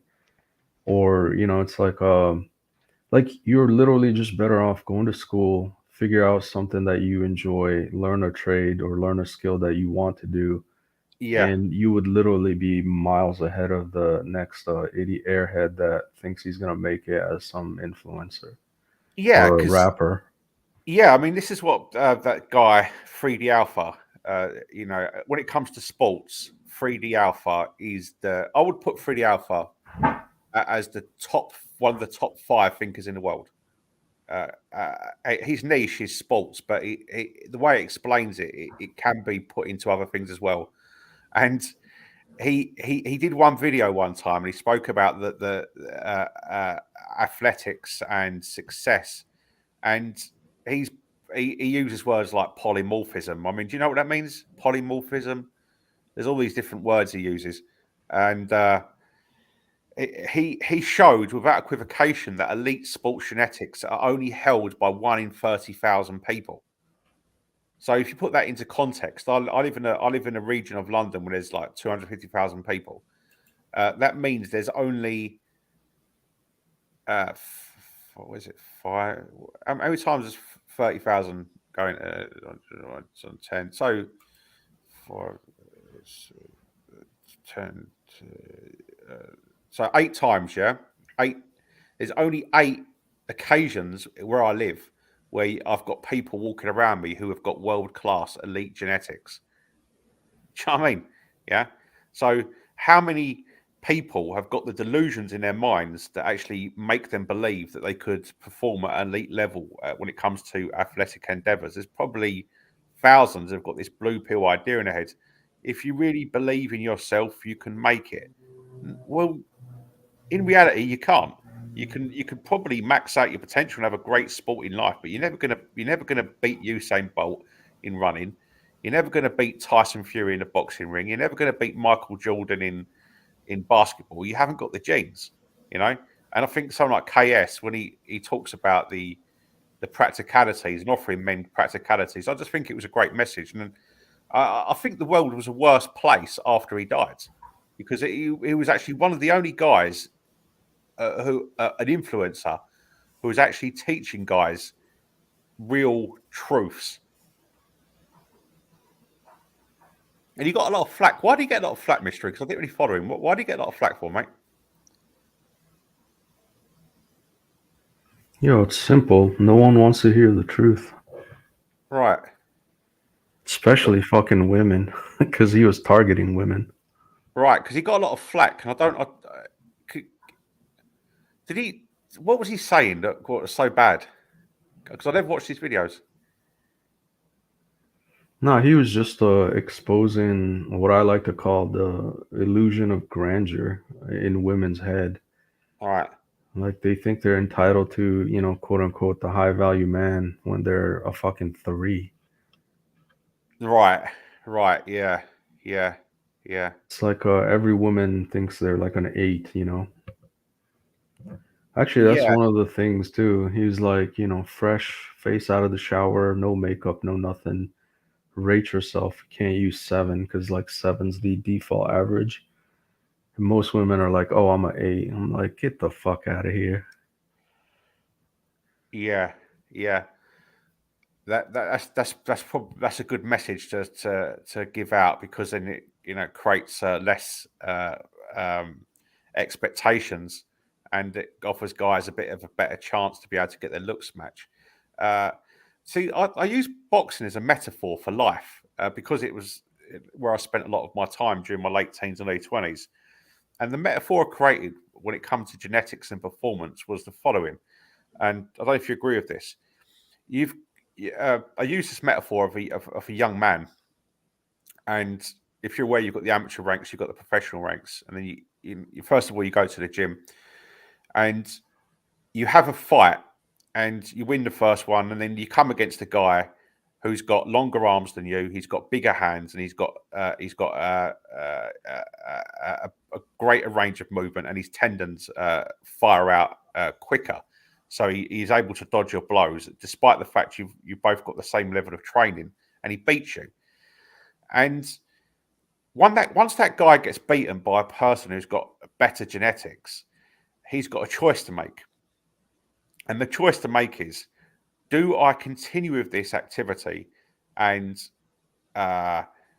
invariably keep on coming against this brick wall where my genetic ability is shown to be not up to the standards needed to perform at a certain level, and I continue to lose? Or do I continue on and lose and win and lose and win and take the journey? And if you look at two different guys who have got abilities, and one's got very great abilities and he becomes a world champion, the other guy hasn't got great abilities, but he has loads and loads of fights, amateurs and pros, and has a great career, then they've both taken the path. One's had a path that's the corollary of having these great genetics. The other guy has had the path of a person with not great genetics, but they've still walked the path, and they've still had these life experiences. They've still maxed out their potential within this particular endeavor. Now, the guy who hasn't got the genetics could branch off and maybe become a trainer. He could own his own gym, or he could become a commentator, or he could write a book. There's opportunities that come from taking a path, even if it's a hard one. You don't succeed in the initial phase of activity. And I think that's the same for anything. It's just the fact is, if you haven't got the genetic abilities, just take the path and see where it leads you, and seize opportunities when they come. And I think that's the only message you can give to people when it comes to whether they're good or bad at something. Do you agree with that, Drillux? Yeah, to some extent. I think it's also more important to realize, like, if you're on the wrong path, you need to either backtrack or get on a different route. Yeah. And that's what people are, like, unwilling to do. It's the sunk cost fallacy or whatever. Yeah. Well, yeah, I do know what you're saying. I just got a lot of belief in training and putting. I know it's a bit red pill, blue pill, but I do truly believe that people, when they put the effort in, they can do things. You know, I mean, for example, myself, I've got a pretty low IQ or whatever, but I passed the Cisco exam, Dulux. I 2 weeks ago, I did the Cisco certification. I passed it. You know? Yeah, congrats. That's good. Yeah, and I was quite shocked because there was 4 different questions I had to answer, uh, uh, and they were complicated questions. These weren't easy questions, and I actually answered every single one of them correctly. And I was expecting a mark back of something like 20%. I was expecting to get maybe one section right, but I got every single one right. And how can a guy with my IQ range do this? Well, I believed in myself, and I followed the educational processes that are taught by people like Robert Greene, Malcolm Gladwell, Dr. Erickson. I just engaged in a long period of deliberate practice. I wasn't just studying; I was studying intensively, day in, day out, for hour upon hour upon hour, going on Discord, going on forums, going on YouTube videos until it eventually sunk in. You know. So I do believe that if you've got the mindset, you can overcome natural disadvantages. Because I did it. You know. Yeah, I would say like you gotta stick it out to some extent. Like you can't be on the same path thinking you're gonna do any better. But then if you've truly put in like the effort, like you can honestly say that, yeah, I've done everything possible and this shit ain't for me, then yeah, it ain't for you. Like it's just one road that you know for a fact you tried and it ain't for you. So good on you. Like move the fuck on. But also at the same time, it's like a lot of people. Well, 2 more points. A lot of people aren't willing to put like 225%. It's like they give up on the first obstacle. So, even I got destroyed like when I got to university and fucking did the CS courses. I was like, shit. I thought I was smart, but damn, did I not know enough. Yeah. And I actually failed, or failed the class, or was gonna fail. And it's like, dude, I had a epiphany. It's like a one of those moments. It's like, okay, either I fail and fucking give up now, or it's like, I'm gonna fucking, plant my ass in the chair and I'm gonna fucking start reading the textbook till I fucking understand it. And it's like you got to make a choice. It's like you're either gonna do or die. And yeah, most people aren't willing to do that. Like there is a point when I look back, I was like, yep, I could have easily just said fuck it, I'm done, and quit. But yeah, I'm glad I stuck it out. Yeah. So, What I did was in the yeah, year. hold on. So the Sorry, last mate. Sorry.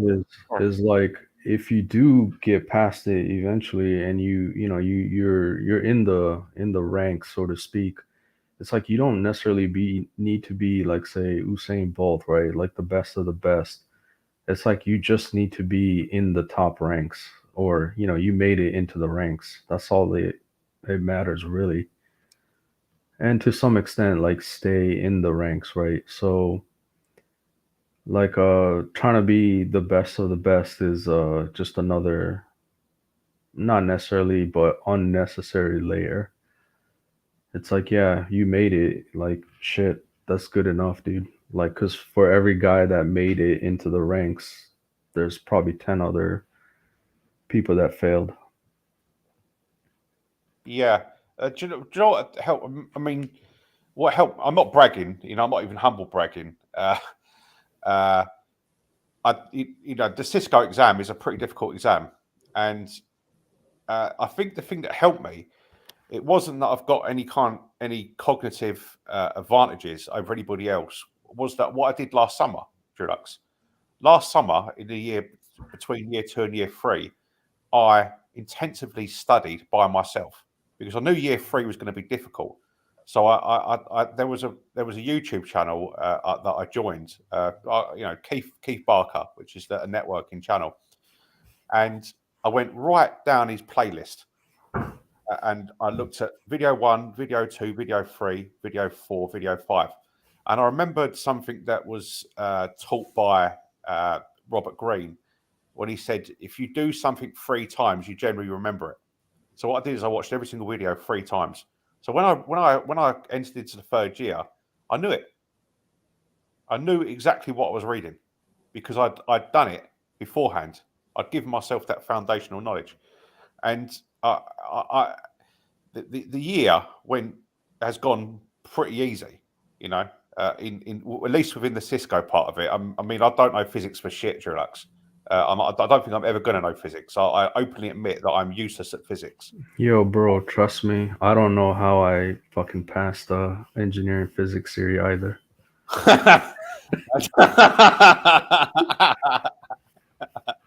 Well, I'm not interested. You know, like if somebody starts talking to me about physics and about signals and electrical pulses and oh god, I don't want to go to prison. I just want to punch him in the mouth. You know what I mean? I don't want to hear it. You know, it's just nonsense. It's absolute nonsense. But I openly admit that's not for me. I could never be a physicist.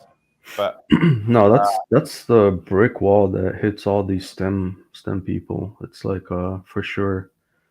Like in retrospect, I didn't need to take engineering physics, but you know, I'm glad I did. But yeah, fucking electromagnetism that destroys you. I just don't care. I just don't care. And I've struggled through that the physics part of it quite intensely. But luckily, my project is on Latin America, so I'm doing a dissertation on the digital divide in Latin America, and because I'm so interested in the physical dimensions of Latino women, it gives me impetus every day. If you know what I'm saying, Drulux? Yeah. I've just got this vision of a voluptuous Latino honey every time I do my studies. Yeah.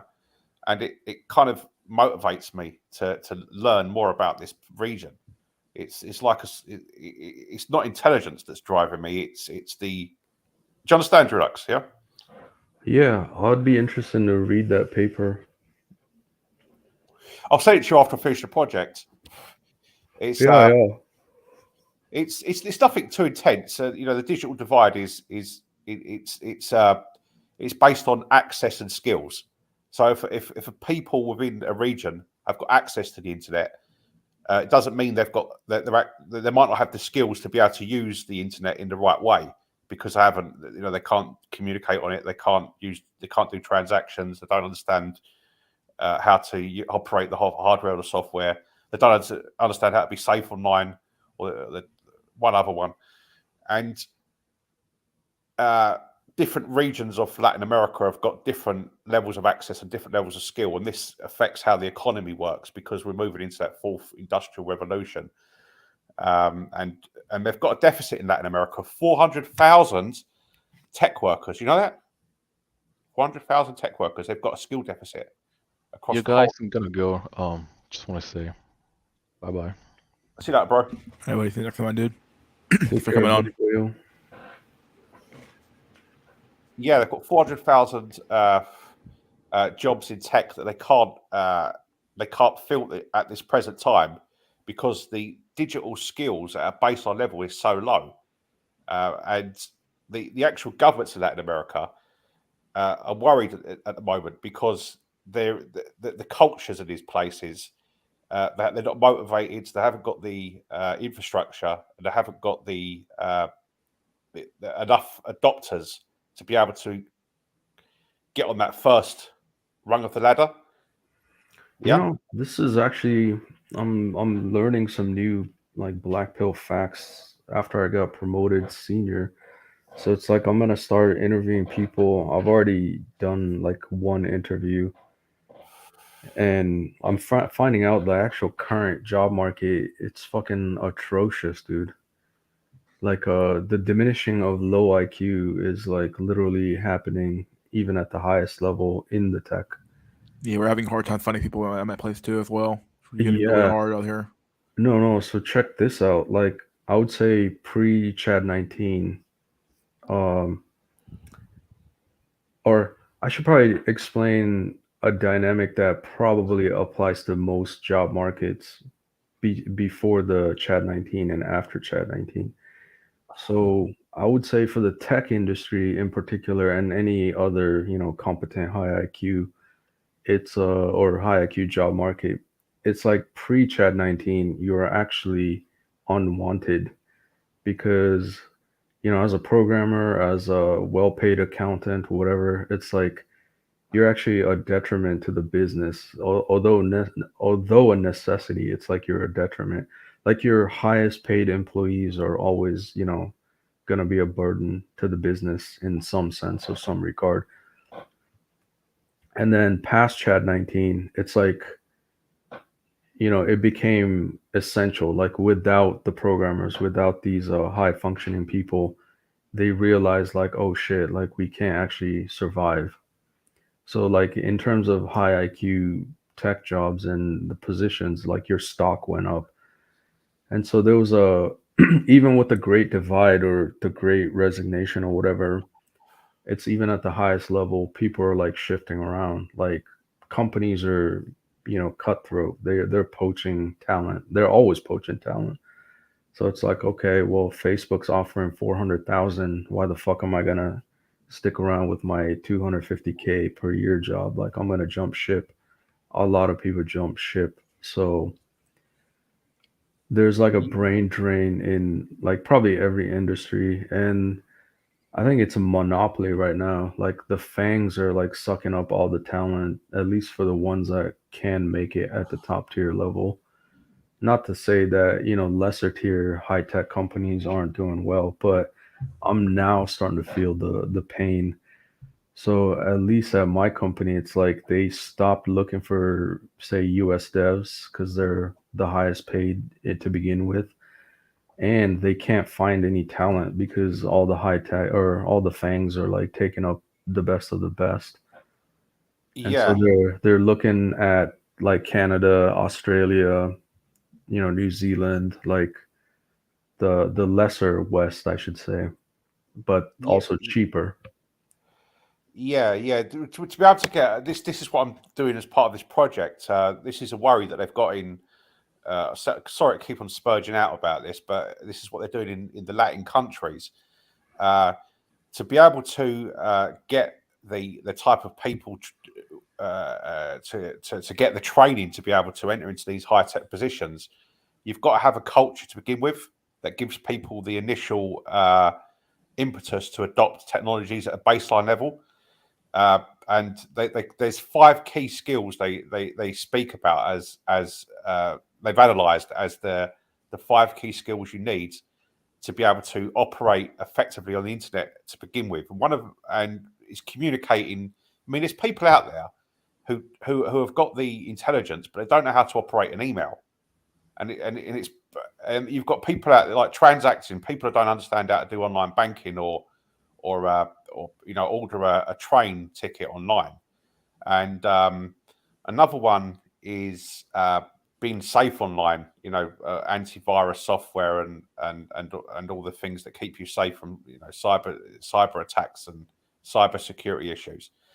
And the other two are oh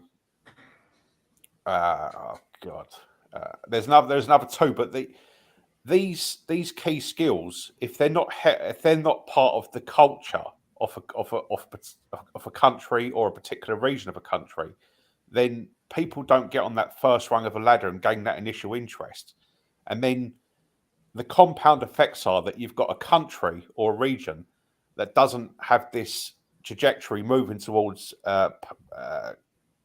parts of the population who gain the skills to occupy high tech positions. And it's a real problem for Latin America because they haven't got this culture to begin with. So my report is going to offer solutions to this problem. Yeah. And Yeah, we need we need Stoic Anon here. I think he's a Chilean dev. He right. probably knows the 411 down in Latin America in terms of the tech. Yeah. But yeah, Yeah. I was gonna keep going. No, that's all. There's a lot of people that lack those basic high tech skills expected. Yeah. A lot of it's generational as well. You might have a boomer Obviously, they're not going to be thinking about entering into the high tech professions, but everyone's got an older relative that doesn't even know how to operate Facebook or something, and so I say Facebook Messenger they think is a really difficult platform to be able to use. Yeah. Yeah. But you've actually got people like that in the younger generation that they've been they haven't come into contact with these technologies yet, and because they don't come into contact with these technologies, they create these ideas in their heads that it's a lot more difficult to operate hardware and software than it really is, and then you've got this population that have got this belief system that they can't do it. And then this has compound effects for the economy because they can't enter in. They haven't got enough people to develop big tech companies, and then they just they economically downgrade. So I'd actually be interested if I should actually, if I could write a report that offers solutions to this. I think it would be something that could probably be used as a resource by Latin American people who want to actually make these changes. So they could bring Latin America into a position where they can start to improve in this area. Do you think that'd be a good idea? Yeah, probably. Yeah. No, and then like the reality is like we've had job postings forever, but it's like actually even this was a scary thought from one of the other managers. Like so for front end, like the entry to barrier through, web dev front end is actually pretty low. So there's like tons of applicants that come through front end, which is like a competition in regards that it's a lot of like front end coders don't also know, like the competition's like stacked against you. But like one of the managers that does all the database admin and network stuff, like he wants back end engineers, and he's like, yeah, we've had openings, but it's like 0 applicants. So like we, at least for my team, they could get like 40 applicants in a month, but then it's like on the back end side, it's like 0, maybe 1. And it's like you interview the one and you can quickly tell it's like, oh, he's not good or they're not good enough. And so it's like they're just waiting for the next guy to show up that's good enough, And I think, like if you were in the coder or software engineer job interviews before, you would totally understand. And I think it's technically still going on, but it's like the days of those fucking 5-hour long interviews, like on site whiteboarding, trying to solve like super hard technical challenges is probably like dying out fast. I think it's actually a joke because when I was at the interview, it's like, damn, these are the questions they're asking now. Like the bar has been lowered so bad. Like I'm not trying to be an elitist here, but it's like, fuck, like I could have passed this interview back in the day with my eyes closed kind of thing. It's Do you like think they're Ed Dutton's right? Do you think Ed Dutton's right about this? He's talking about how the late stage of civilization, there's this spiteful mutations and there's this general creeping of mediocrity that comes because of the lack of because of people have been taken out of selection so long. No, I think it might be. It is like the telltale sign. And like I talked to my manager and I was like, damn, like what the hell are these? Are such easy questions. Like, and he's like, man, like we have to lower the bar, otherwise like no one's gonna get hired. Literally. So it tells me all the high IQ ones post or pre chat 19, like it's a buffet for them. Like if they got the skills, the experience, the knowledge, they're gonna go for the best jobs, like 300-400K 500K a year jobs. Yeah. And So even the entry level right now is just like the competition's so high and the bar is like super lowered at the same rate, at the same gap. if you get really good, then you can actually get on in this new environment because the competition isn't there that it used to be. Exactly. So if you're a newcomer and you're competent, like I guarantee you'll find a job somewhere. Yeah, that's good news. That's good news. Yeah, cause like the last hire, he was like 7 months ago or 8 months ago, but like he hasn't coded, or he only he became a coder cell like 3 months before the interview. You know what I mean? So he's like a noob, like in every sense of the word, like fresh nub coder. And in normal times, like this fool wouldn't ever get a job. But the bar's so low that, he's able to get this position. And, granted, here's the distinction. He has a 4-year degree in mechanical engineering. So, he's a high IQ cell. So pivoting to coding, and he's still new to coding, like he has the great potential. Like, we all saw it. And he's been on the job for almost like 8 months now, and he's doing damn well. So, obviously a good hire. But I'm just saying the distinction was he had a mechanical engineering degree. Yeah, yeah, yeah. I think one of the things is good though. You might have this. Yeah, I read the book by Ed Dutton. I think it was called Out of Wit's End. Have you heard of this? The wit's end? Out of Wit's End. He wrote a book with him and Ed Dutton and another guy called Richard Woodley. I think his name is. Sounds familiar, but I probably Yeah, haven't read it. right. That was his book. That his postulation. I like that word. Was that that industrialization started in Britain first, and in up until the Industrial Revolution, there was this Darwinian society that was based on natural selection. There was a Malthusian economy, and there was never because agriculture wasn't mechanized. Food was produced by hand, and naturally, when there was an overabundance of people, only the people who had the planning skills, the impulse control, and the problem solving skills would get through the famines because there was this mechanization of agriculture. So food was indexed to labor, so actually real physical labor, and certain people wouldn't make it. Certain people would, and it created this continuum of rising intelligence, combined also with the plagues as well. And for obvious reasons, if you survive a plague, you've probably got problem-solving skills and whatnot. Yeah, and Oh, yeah. To answer, what is it, Jesse's question, it's like, yeah, the interview has shifted. So it's like, rather than asking some generic, hard technical challenge, like we're asking more specific questions towards the job at hand. You know what I mean? So like the meme is that, oh, solve this really hard question in the interview. Your first task on the job is fix this icon. It's like laughable. Like that's the meme, right? But no, like the interview is like more geared towards, like, say, understanding, the tech stack. Like, what do you know about React? Can you code in React? Like, we're specifically testing like closures and high level concepts of or deep level concepts of JavaScript and so forth. So I would say the interviews are shifting to actual, like, problems at hand than more generic bullshit.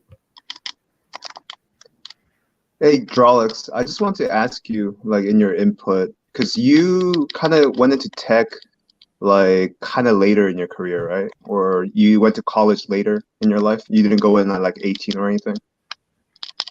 Yeah. No, I went to university, like, when I was 28, yeah. 28? Oh, wow. Or I went to college, back to college, like 28, so. So I'm working as a R&D chemist, but like the ceiling for R&D chemists isn't as high as like software or tech. And I kind of like want to pivot to, like, I really want to work for Chainlink as like a software engineer or any kind of coding. I just want to get into that company, but I can't get in there as like a chemist, right?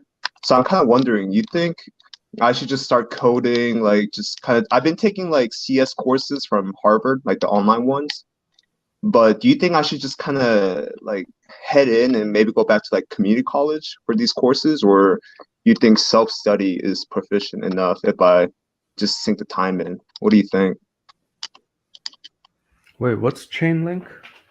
Chainlink is a blockchain company, but well, they specialize in oracles. So it's like helping bringing in like real life data into like the blockchain sphere, so it could kind of integrate it into like the business sense.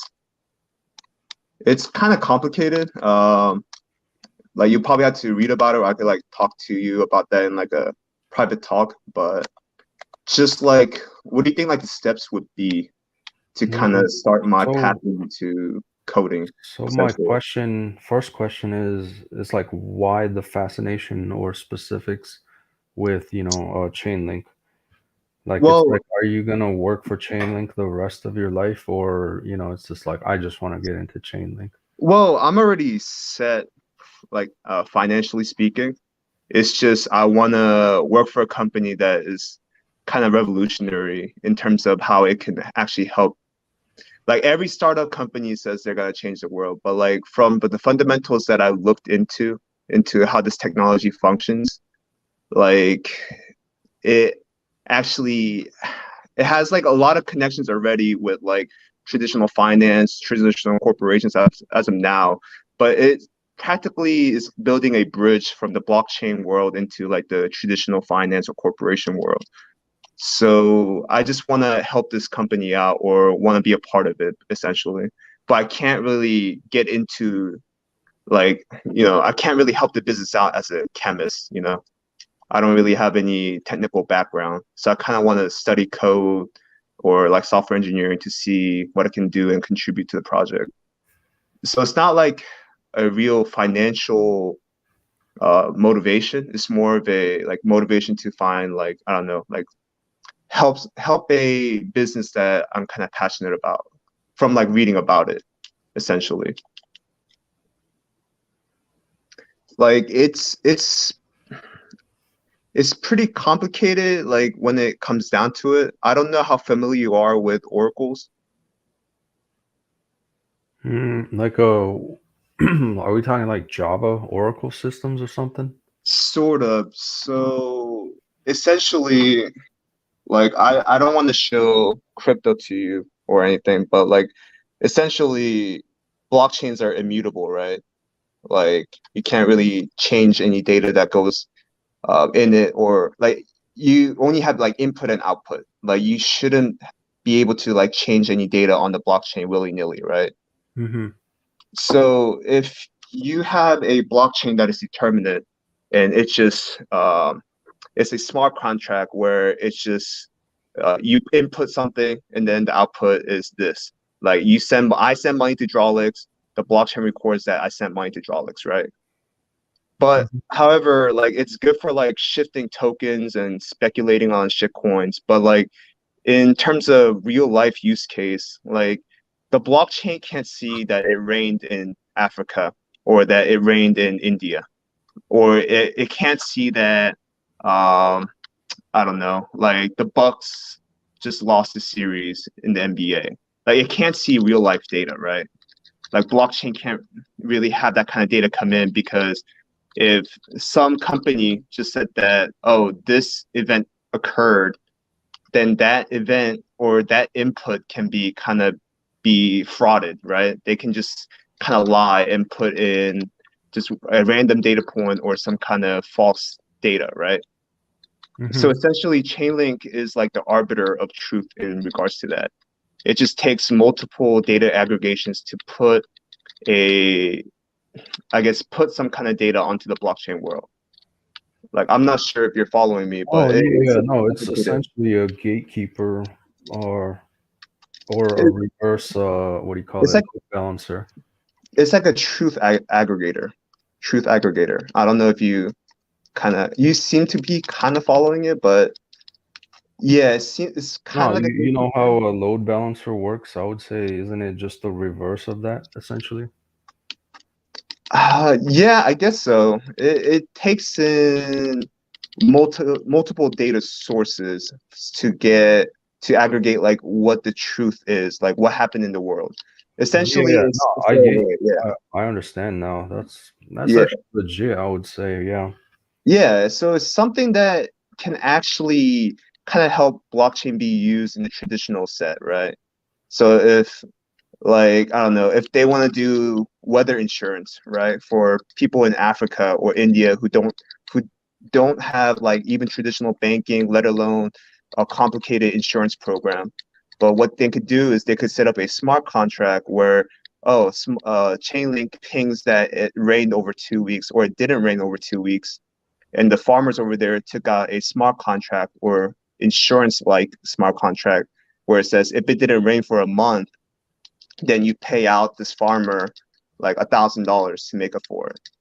So it will have like real life use cases, and currently they already have worked with Amazon Web Servers, Google Cloud, and Swift Banking. So they have like heavy traditional like corporations and banking systems with them, but at the same time, it's such a revolutionary tech where I could really see it being used in the future to kind of get rid of all the fraudulent bullshit that goes on.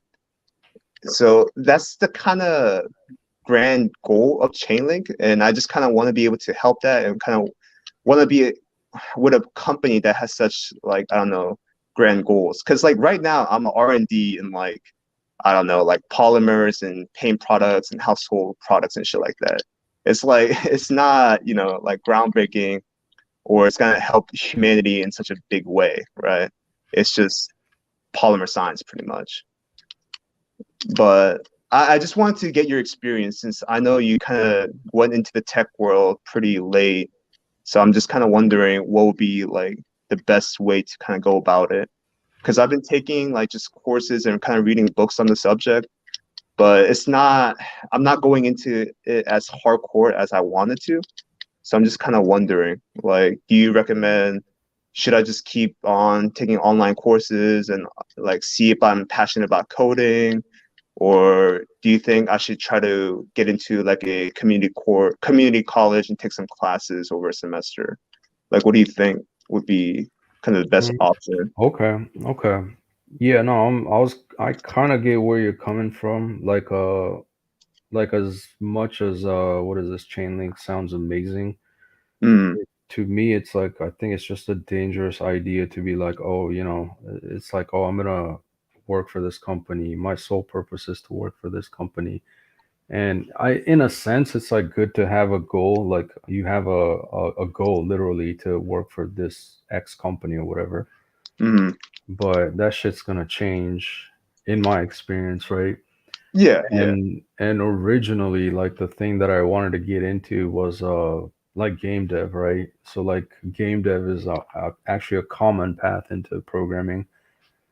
And I was like, yeah, I'm gonna work on the next AAA title and blah blah blah, and I'm gonna work for like I don't know EA or some big name company, and it's like then you realize like fuck video game companies, you could make so much more money not working for video game companies if you know what I mean. Mhm. Sure, sure. So it's like, yeah, I mean, I would consider at some point going to some game dev, but it's like, nah, I could make much more money, say working for Fang or something. True.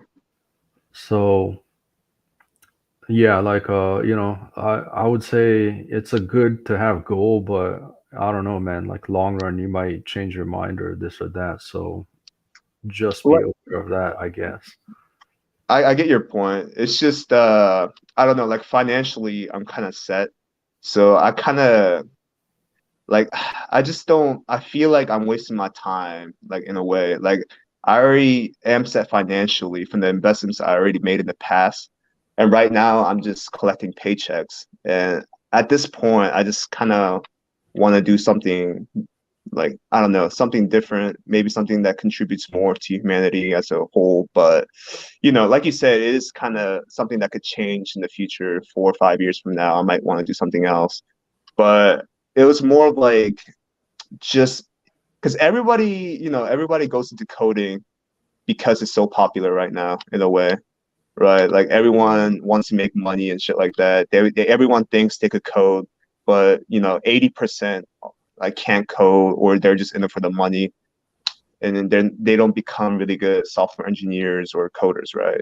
So I'm Yeah. just kind of So, wondering, like, what all would right. be fundamental? Okay, let me ask you questions then. Like, I'm assuming you already graduated with like a Bachelor of Science or something. Yeah, just chemistry, Oh, a okay. minor in biochem. Yeah.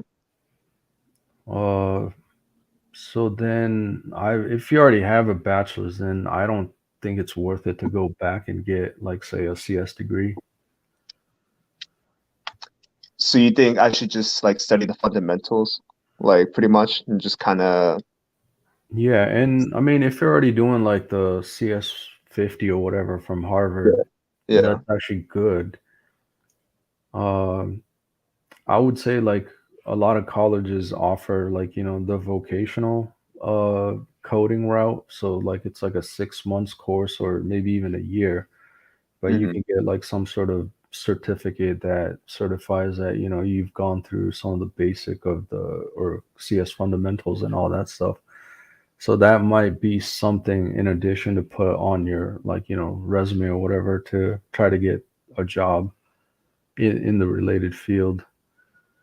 You think I that's would say boot possible? camp might be an option, like, but before going to like a boot camp, like, Yeah. I would be already be practicing. Like, so the people, the fucking noobs that just think, oh, I'm gonna pay like, 15K or whatever and go through a boot camp and I'm gonna have a 100K job lined up. Like, that's just delusions of grandeur. It's like the people that succeed in boot camp are they already worked in the industry related, so Hmm. they have some knowledge or background in it, and Yeah. or they've already studied independently on their own, and then like having some formal structure in class like a boot camp probably gets them what do you call it, ready in a sense, and they have the time and dedication to go beyond like the 3 months or 6 months or whatever.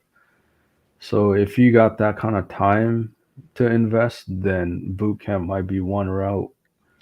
I would still think like a certificate program from a credit uni is probably good. Hmm. Yeah, but I mean, like ultimately, it's like you could just buy like a course on Coursera or Udemy or whatever, do some projects, and it's like you know and when I say do projects, I'm talking like you actually sit there and code, not just watch the video, right? Like Yeah. fire up your IED, like write code, hit run, look at the debugger, is your shit compiling, that kind of thing.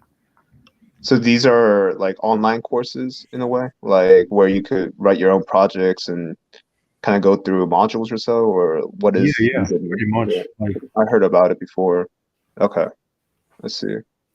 and I would say like buying a, $20 course, or I think I would say get them on sale, but even spending like 50 or $100 is far cheaper than, sinking like 6 months of your time just to find out like you don't like it or whatever. Hmm. Okay, I see. And like boot camps, like it's probably gonna be hard if I'm already working a full-time job, right? Like, or is it like kind of because I feel like boot camps, you said it's like 6 months or 3 months. So is it like all day kind of deal, or how are boot camps really designed? Like, do you Oh, take time out of your job to go do it, or no, can you I do think it it's like? usually like night classes or something. Oh, And really? Okay. yeah, Um, so it might be like 3 hours a day or something with homework. okay.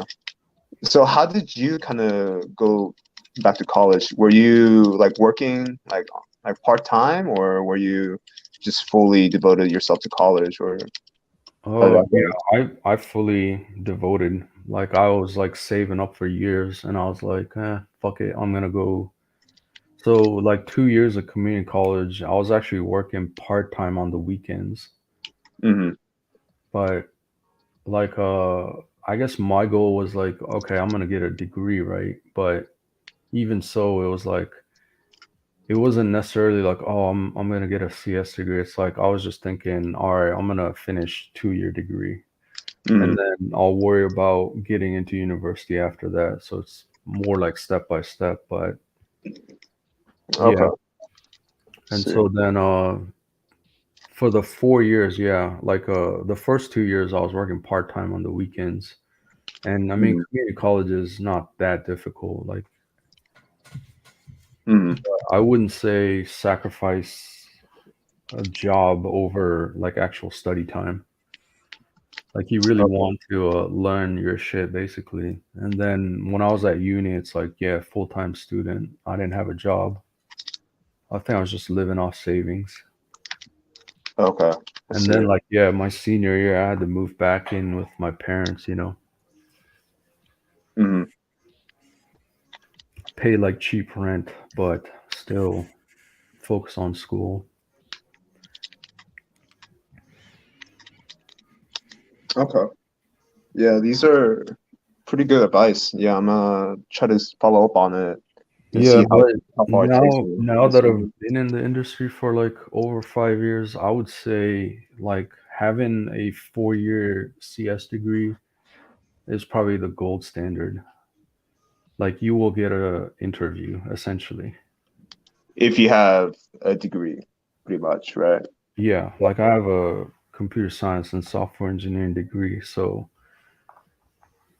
Okay.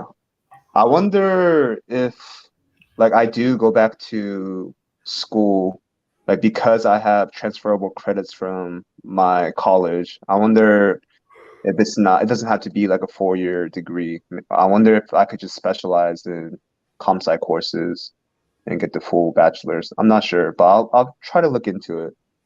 That's a pretty good insight. yeah. And I mean, at the end of the day, like, knowledge is knowledge. It's like whether a piece of paper certifies that you do isn't necessarily true, right? Like, but then, you know, in terms of the job market, like having that piece of paper is a good indicator that, you know, you'll get interviews and Yeah. interviews for sure. Like, that's pretty much half the battle too. Yeah, like you said with the brain drain, that goes along with other like STEM fields too. Like we do a lot of engineering and we do a lot of R&D here, and we can't find a candidate for like 7 months. Like, Yeah, and yeah, in terms of like long term, yeah, it's a good investment for sure. Like, let's say I pick up my shit and or pack up my shit rather and leave yeah, to even Europe or wherever. It's like, yeah, oh, you know, this guy's a US you know, CS grad. It's like I'm gonna find a job, you know what I mean? yeah, true. Especially the benefits from like working from home also is a bonus too. Yeah. As a chemist, I'm not free to do that, you know. I actually have to be there and like do reactions or actually analyze shit. So I don't really have like work from home capability, which is Yeah, pretty. and I think a lot of older companies, like, it's a fucking fallacy, dude. Like, don't believe that shit where it's like, oh, you know, Elon Musk is like, yeah, we don't hire based on degree. Like, if you have the knowledge, you know, you can still get hired or whatever. Fucking bullshit. You're not even gonna get past the ATS without a degree. So it's like, you know, whatever they say in actual practicality, it's complete bullshit. It's Like, if probably you like have survivorship bias in a way. It's probably like the really genius kid in high school who actually has like who got famous off of that local area who gets recruited into Fang. So it's probably not the average Joe who could just go in like that. yeah, no, regardless, like having an actual accredited degree will put you at the top of the stack for sure. Okay. Cool, man. I really appreciate it. Just wanted to ask you for advice since you went through like a similar transition. Because I'm about 28 right now too, so just kind of thinking like I feel like right now is probably like the best time to even make like a career change at this point. It'll probably take a while, probably 4 or 5 years to actually understand coding and learn it, but I feel like it's better to do it earlier on than regret it. Yeah, and I mean, technically speaking, if you are, I guess there's like two routes. Like you technically don't need to work for some big name company or whatever. Mhm. Like, let's say you create your own app and, you know, it sells well. Like there's potential that you could literally become a millionaire in a year or in a month or, you know, whatever, like by, you know, creating like some shitty game and it blows up and, you know, whatever. Like there is that potential. Like, so, you know, you could study independently on your own. I don't know, make a really popular game on Steam and it sells well. Like you could literally become a millionaire overnight, so to speak. But like, how often will that happen? And if money is your motivator, I mean, that's one way. But Yeah, but like I said, I already kind of made it financially just from investing really well, like during my job time, like in the like 2017 or so. So like money's not the biggest motivator. It really is kind of like working for like Chainlink or anywhere in the blockchain space. But Chainlink is my preferred option. But like I said, it's such a big goal that I set for myself. Like I just want to take like the foundational steps, you know. I don't want to just say, "Oh, I'm gonna work for this company." Like I actually want to know how to plan and get there like slowly, you know. Because I feel like just saying, "Oh, I'm gonna work for this company" is kind of retarded, if I'm being honest. But it's just the goal that I set, yeah, pretty yeah. much. No, Like I want to. that was my initial thought too. No, no, I'm I know gonna it's lie. retarded. It's retarded. It's just like I told you, like it's not about finance. It's more about like it's such a cool company that I really want to work for. But as a chemist, I can't really get in there. So that's about it. But I don't know. Just their technology is pretty interesting, or their kind of the way they're gonna change the landscape of corporations, pretty much in the coming future. But yeah, Yeah, and yeah, like there's plenty of ways to quote unquote make it as a programmer per se, but I think at the end of the day, even working for any company and collecting a paycheck, it's like far better than trying to make it on your own, I suppose.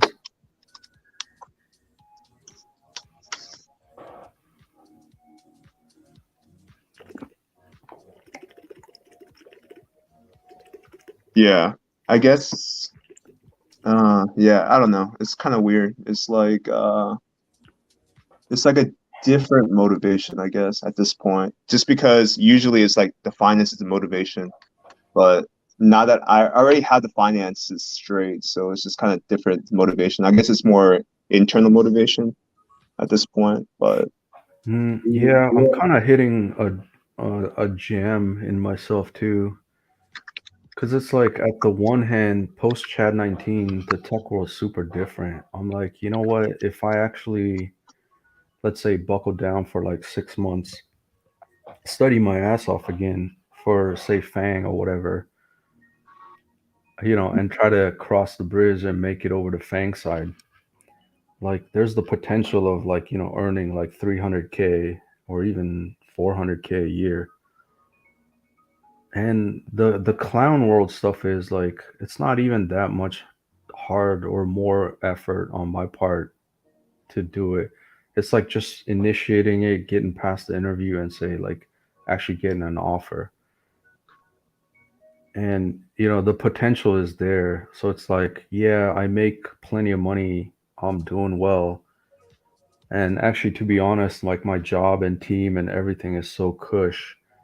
You know, it's like, yeah, even if I could make like 50K more a year, is it like really worth the effort in a sense? You know what I mean? Like if you're making $10 million and you're offered to make $12 million, it's like, yeah, why? yeah. It's like, It's like diminishing returns at a certain point. yeah, And in and your case, like you do pretty well. It seems like you do pretty well investing your own money anyways. So like it really becomes a point where like do you want to make that extra like if you're making like 180K or 200K and then like Fang's paying you 240K, it's like is it worth going there and then like suffering being part of like a more of a cog where at your company you already found a niche, everyone knows you, you already have a network, like you already know what your job entails. But if you go to Fang, you might just be put into like a bullshit position, or your manager might be asshole, Yeah, or your yeah. coworkers might be a pain or a drag. Yeah, no, I'm really enjoying like my current position right now. So it's like I know a manager, I know a friend actually. He's a manager at Amazon.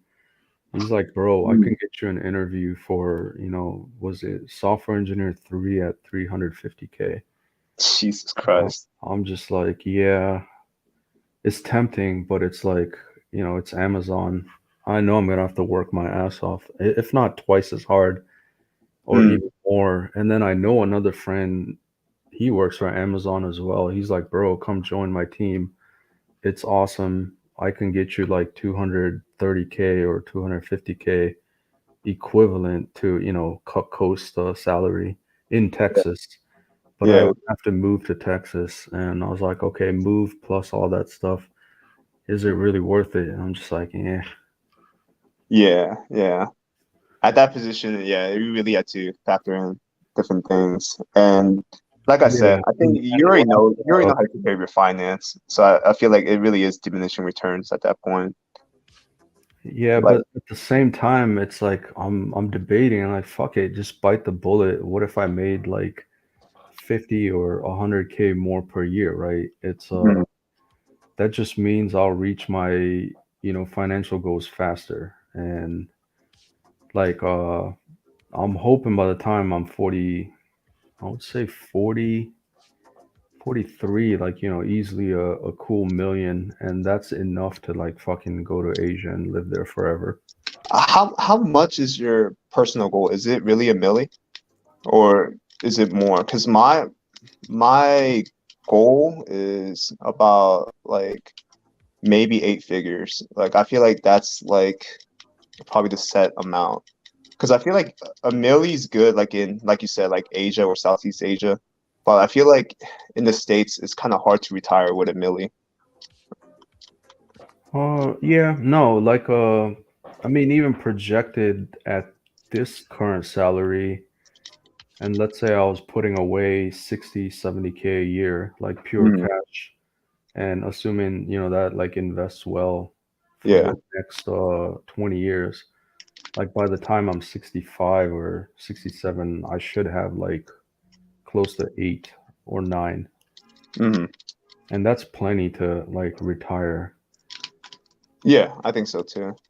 I think it would be a good opportunity for you, man. Like if you do, like you're right where it's gonna be you're gonna have to put in a lot more work, but at the same time, I think people grow under stress. Like, and another thing would be like if you do get the job at Amazon, like you're gonna have that status that you came from a fan company, and you're gonna be able to have like a better exit opportunity, you know? Yeah, and like I'm putting away 70K a year. If I go to Fang, I'd probably be able to put 100K easily. There you go. I mean, yeah. I mean, that's two incentives for you. All you got to do is put in, you're going to have to put in more work, but like, with putting in more work, you're going to become a better coder or a better, software engineer because it'll challenge you more, I guess, to think outside the box more or handle stressful situations. And on top of that, you make more pay, so you're going to retire earlier and you're going to have brand recognition. So even if you're Yeah, done with Amazon but after 2 years, you could switch technically companies. speaking, I don't really care for that shit. Like I know personally, I think I know I'm set. Like I don't like Fang is a bonus, right? Like a status bonus and all that shit. But Sure. to me, it's like, oh, you used to work at Toyota or something, or now you work for some unknown car company. It's like I'll still get a job at a car company Oh, in the I mean, future. like you might not care. I'm just saying, those corporations always give a fuck. Like I'm saying, like if you do put in the time at Amazon, and you're done with it after 2 years, like when you make that exit opportunity, you're probably gonna get paid even higher than you were getting paid at Amazon at some no brand company or startup. You probably make like probably executive level kind of salary and shit. I'm sure you know what I'm saying. Yeah, Like you just possibly. have more cash, pretty much, just because of that. Possibly, but yeah, like I think outside of Fang, there's not a lot of companies that could pay that much. Like it's Clown World because it's Fang, they can pay that much. Yeah, I guess so. But yeah, no, it's like a trade-off. It's like fuck, do I want to work harder and retire faster, or like I'm cool right now? Why go through all the stress again? Mm, Yeah, true. I know. It's fucking rich people problems. Hey, I mean, I mean, everyone has problems, right? Like, it's just the human mindset. Like, you're never gonna be happy. Like, you could work towards being content, but like, once you reach a certain level, like, that happiness is gonna fade away. You know? So I don't blame No, you, man. no, that's so true, dude. Yeah, Like my first job out of uni was 75K, and I thought I was doing hella good. Like hell yeah. yeah, You know, it's like because the most I've ever made prior to that was like 50K a year. yeah, And it's like it's kind of true. Like when you make 80 or yeah. 85 and above, it doesn't matter as much as it used to before. Mm, And then now that I'm making or then the next one was 120K a year. yeah. And then now I'm making close to 180, and it's like now I'm just like shit. I should be making a quarter mil. You know what I mean? It's fucking never ending. Yeah, I mean, Some that's. of these directors they make like 300K, 500K. I'm just like, what the fuck? I mean, that's the human condition, bro. I don't even blame you, you know? Like there will be salty people who like get upset with it, but like I mean, it's you earned your success, you grinded for those years. And at this point, like, keep making that dough, dude. Like keep making the pile over, make it work for you. You already know the finances, so you know how to handle investments and shit. Like, Yeah, no, it yeah, took like 8 years to get to where I am, so it yeah. didn't happen overnight for sure. Yeah, exactly. A lot of people always hate, but like, they don't see the grinding that it took to get that far. So that's good on you. That's kind of why I wanted your advice anyways. Like you went into it later than other people, and I just kind of wanted that perspective as someone already in the industry in a way too. But yeah, I think I might try out the Udemy courses because I'm still working the job. I'm thinking about like leaving for like applying and leaving for another job like at a better state because it is cold as hell up in the north. But yeah, like I said, as a chemist, Oh, when I'm you say getting paid. leave, are you planning on leaving to a similar job? Yeah, yeah, for now, yeah, exactly. Yeah, I Probably, mean, yeah. if you're not happy or, if there's potential for great strides forward, then I would say, Mhm. yeah, like jump ship. Yeah, I mean, like the pay isn't like that bad. It's just probably like I just want to get closer to where my family is, essentially. So but like I told you, like as a chemist, you're capped at a certain point. Like right now, I'm making like 95K, but with bonus after I mean, not including bonus, but like my cap as a scientist would probably be like around like 120, 140. Like we're not like Fang or software developers. You guys make fucking crazy exec money, honestly. Yeah, Kind no, of ridiculous.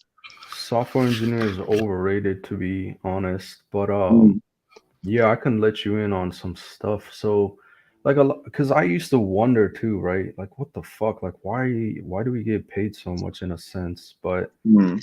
at the end of the day, it's like the world does need, I guess, people like me in a sense. And so to bring up like a specific example, right? Like, I mean, I work at a pretty big tech company, and like, I would say what, millions of users, right? Hmm. So like actual millions of users, like paying customers that use the site. I mean, I would say it's equivalent to Fang essentially. But Yeah. but think of that perspective, like, think about Facebook. They got billions of people logging onto Facebook like every day or whatever. Think about fucking Amazon.com, like millions of people logging on there.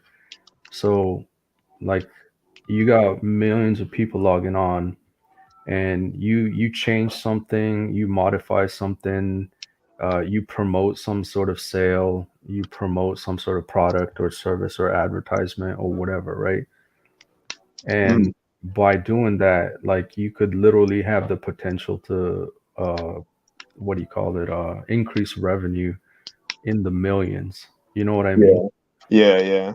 Like, let's say Amazon.com, like, buy this shitty product for $10 today only, $9.99. And if you got millions of users, there's gonna be thousands of people that will be tempted to buy that shit or whatever. And if you think of it that way, and so then, like, last year I developed some stuff. You know, I mean, it's a simple like advert banner or whatever to promote some service. And based off of that, it's like, it's increasing, or the projected growth is to increase sales by 3.5 million, right? And I literally worked on that for like a week. You know what I mean? Yeah. And so it's like, okay, like, my week's worth of effort, like, just basically netted the company like almost 3.5 million. Yeah. Yeah. But it's like, you on the web page itself, it's like some fucking advert banner, and then you click this, and you go to cart and this and that. But then it's like, you got to think it from the perspective of like the engineering standpoint. It's like, okay, I gotta go into, or I gotta call some API, retrieve the shopper account's info. If this shopper has this thing and is eligible for this product, and display this banner. If they've seen the banner before, don't display it again. Like, all of this shit no one thinks about. It's like literally just a banner from the endpoint or the Mhm. shopper's perspective. But then, it's like, oh, I'm going to the database calling this, like, are they eligible for this? Like, of these eligible items, like, blah, blah, blah. You know what I mean? Yeah. It's So, like something that they wouldn't think about, but in reality, it's super technical. But yeah, like yeah, that small tweak would probably make, like you said, millions of sales. Like like that tweak made like the company much more efficient in getting that customer's attention or so, right? Or making more user friendly. Like, exactly. yeah. So it's like, damn, that's why I get paid a lot. Yeah, Or not me, but software engineers in general get paid a lot. yeah, for sure. It's the value added to the company, honestly. Like, I mean, as a chemist, like it takes years to make something that's actually profitable for the company. Whereas software engineering, like you can make like changes that net the company millions or billions, so it's just the magnitude, I guess. And I'm kind of, I don't know how it's gonna be. Like right now, I feel like there's like a open market where a lot of companies are trying to recruit a lot of software engineers. And I don't know what it's gonna be like when the market kind of pops in the coming years or so. Like it'll be kind of interesting. I'm sure a lot of talented software engineers will still stay, but like I really wonder like what's gonna happen towards the broader economy. Just because like every kid has been going into comp sci since like what, like 2013, 2014. So I don't know. Do you see it like ever changing, like in terms of like supply and demand? Because like I think in the 90s, like chemistry and science was kind of paying really well, but then everyone went into chemistry and biology, and now like it really doesn't pay well because so many graduates have the STEM degree. So I'm just kind of wondering, or do you think there's like a what do you say, like a some kind of ceiling where there's not as many good developers out there, even if there's people with degrees? Like, You think there's something to that? Like, there's only a Yeah. certain amount of good programmers. So I would say like yeah, like the oversaturation is probably a problem right now for sure. And then you know, if you're like the up and coming noob, like you got an uphill struggle Yeah, for sure. Like yeah, for you're sure. competing against all other noobs, and technically speaking, you're competing against, you know, all the seniors. So I see like getting in now is probably even much more difficult. Or actually, I don't know. It's like post Chad pre and post Chad 19 like really shifted the dynamic. So like if you're definitely competent, you will find a job, like regardless. It might not be Fang or whatever, but I think it's actually easier now to get a job as a programmer. Mm. But at the same time, like the bar has been lowered, right? Like Yeah, the it's so hard to find like actual good talent now. true, true. And then I think going forward, like it's like a interesting dynamic. I think it's one of those careers that, like, you know, give me like 5 years, right? And let's say I had like or there is that potential of like I have 2 million in the bank. I could just say fuck it, I'm completely done with CS or whatever, and you know, uproot and become farmer hydraulics or something, right? Yeah, You know what I mean? It's like, yeah, so the shelf life of a developer isn't necessarily like, oh, I'm gonna be a dev for like, you know, lifelong career or whatever. mm, In fact, I think more devs eventually quit when they get to a point of like, okay, I'm done enough. I have enough money. Like, fuck this shit.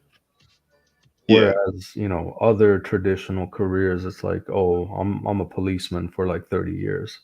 They don't have that luxury of like, I'm just gonna up and quit. You know what I mean? yeah. That's very true. So there's that aspect. So the old ones are gonna definitely retire. Though the ones that get fed up are gonna quit soon. So I feel like there's always, you know, room for the new ones, but I think the turnover rate is actually pretty high too. I think even some devs that quote unquote make it, they don't make it another 5 years or so, and they end up you know, switching to something else. Yeah, And that's typical of like Void developers too. Like all they want to do is get in, maybe work a year as a coder and say that they have the experience, and then, you know, become like a technical PM or some fucking UI designer or some bullshit. or start making YouTube videos talking about their job as Fang. Yeah, yeah. Yeah, even though they got washed out. Yeah, I can see that. Or Yeah, they make thank you for or the they info. make Well, yeah, I or feel, they make more money off the YouTube than being a dev. yeah, probably. And I feel bad, Mystery. Like I didn't want to like come in and take over the stream or anything. So if you That's want, cool, if you bro. guys wanna Cool. go back to like any other topic, like that's cool too. Yeah, Did you watch last week's stream? yeah, yeah. I was What do you think watching of that last week. shit? I was commenting. Yeah, yeah. What do I you think make of the oofy doofy theory? the oofy doofy theory, like I always noticed it, but I noticed that a lot of black pillars, it's kind of hard for them to come to terms with it. Well, But like I think it's what is oofy doofy? like just like the average kind of guy, or like maybe even sub-average kind of Yeah, getting but like a that's not decent what the girlfriend. actual definition says, though. What's the definition then? I believe it says like they're attracted to men who are like ugly. So like a 5 out of 10, is that considered ugly now? Is that the normal? I think it's just normal guys. I don't think it's like super ugly guys. Wait, I think it's let me look it up one more time again. yeah. You can look it up. I'm saying like in general, what I see in Oofy public. doofy. There we go. Oofy doofy. Let's see. Oofy doofy theory is a theory which claims that women prefer to date and have relationships with men who are ugly. Yeah, it says ugly. Ugly. Most incels disagree with the theory and believe women prefer to be around beautiful men. I think it's somewhere kind of in between. I wouldn't say like they're attracted to ugly dudes, I think maybe like Well, like, average. what I think is happening here is that aren't these women just at the end of the CC? That too. Like maybe they're Like, looking for they might be beta bucks. done writing the CC. They're like, okay, I'm ready to settle down. Let me figure it out. Like, there's nothing wrong with that per se, but well, there's something wrong with that, but you know what I mean. Like, you know, like at the end of the day, like they're gonna do what they're gonna do now. So Yeah. yeah. Another thing I noticed is like one of the girls that I dated, like she literally told me that she usually goes and dates more average or maybe even slightly unattractive guys compared to her looks level just for the security aspect. Like so they know Yeah. like the guy's not gonna leave in a way. Let me ask you a question. Do you think Oofy Doofy is a personality type as well? Because like that's what we appear to be getting at in that conversation. We were like, we got down to like he kept saying like, oh, the Oofy Doofy guy's gonna behave in such a way. He kept talking about this guy being demeaned by his wife in a car. He kept trying to like, extrapolate that to like saying like, oh, well, that means that their relationship is like one sided, and it's like that's not true. You don't know that. Yeah. I don't really know about that. Maybe it's more like normal theory. Like you should be like kind of like Well, like the NPC normal. I noticed that I see a lot of looks matched couples though. Like the Yeah. Oofy Doofy theory actually states, I believe, it that like beautiful women are attracted to ugly men, like beautiful women, not like normal average women, but beautiful women. So like, it's not even Oofy Doofy theory. It's basically just like, oh, go for your a look match after she's been smashed through the CC theory. Yeah, I don't know. That's kind of tough. I don't really see a lot of like beautiful women with ugly guys though. Like that's the thing. Like Yeah, maybe that's why the theory is so weird. Because like, okay, like the theory yeah, states that, but he argued it from like some of this weird like behaviorism thing, where it's like, oh, but if you behave a certain way and you behave like an oofy doofy, I'm like, well, what does behaving like an oofy doofy have to do with it? Like, in theory, the chick would probably be attracted to you anyway if she was if you were just attractive, if you're an attractive dude, she's gonna be attracted to you anyway. It doesn't matter what you do from a personality standpoint, in my opinion. yeah, I think so too. Yeah. I think a lot of the thing that's goes on in the black pill spirit is I think people don't really like nuances. So I think they see an idea and then they just kind of run with it. So like I think they just take it to the extremes usually. Because I don't think oofy doofy theory is gonna be like everything. I don't think like I think looksism is like a good basis for theories, but like I don't think it's the end all be all. I think there's a lot of nuance when it comes to a lot of these situations and dating in general. So like, give me an example of the nuance. So like in my opinion, I think looksism is the basis, right? But I think I'll get fucking speared for this, but I think red pill in terms of social dynamics is crucial for guys who's maybe like 6.5 looks and up. Like I might even halfway agree with you actually, truth be told. Like I think there's like nuance to it. Like I don't think just learn game, bro. Like if Yeah, you're I mean, if you're a I said this it's not before, gonna but work. I said this before, but really like the men who need the most help are the men who are like, 3, 2, and 1 out of 10 men. But those men are already exceedingly rare to begin with. So like, Yeah. but if you like talk about like the average man, like a 7 out of 10, a 6 out of 10, even a 5 out of 10, like these guys are not objectively ugly, at least by any measure of the word. Yeah, In theory, like some level of like, okay, maybe they just need some polish. Who knows? Like, who knows what's going to cause them to ascend? But like, these men will possibly ascend at some point. But they aren't objectively that ugly though. Like, whereas like the 3 or 2 or 1, they're obviously very ugly. So like, their problem is obviously going to be a lookism. Anybody in the middle of the curve though is going to have really really like complex problems that can't be solved just by fixing one thing oftentimes. So yeah, pretty much. ugly dudes with money is a curse, designed as a blessing. To be honest, I've seen ugly dudes in Mexico with decent chicks. No, not much in the U.S.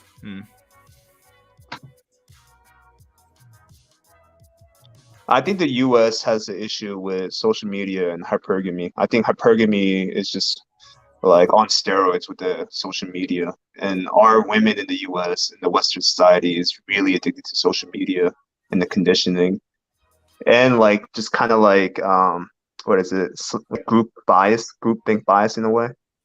Like whereas like maybe places in Mexico or maybe places like Southeast Asia, they're not really caught up with that kind of age yet. Like if you notice, like in South Korea, hypergamy is on steroids because all South Koreans are addicted to social media and just the hypergamy and like the looksism in general, I guess. Yo, Big Mac, are you Korean descent? Yeah.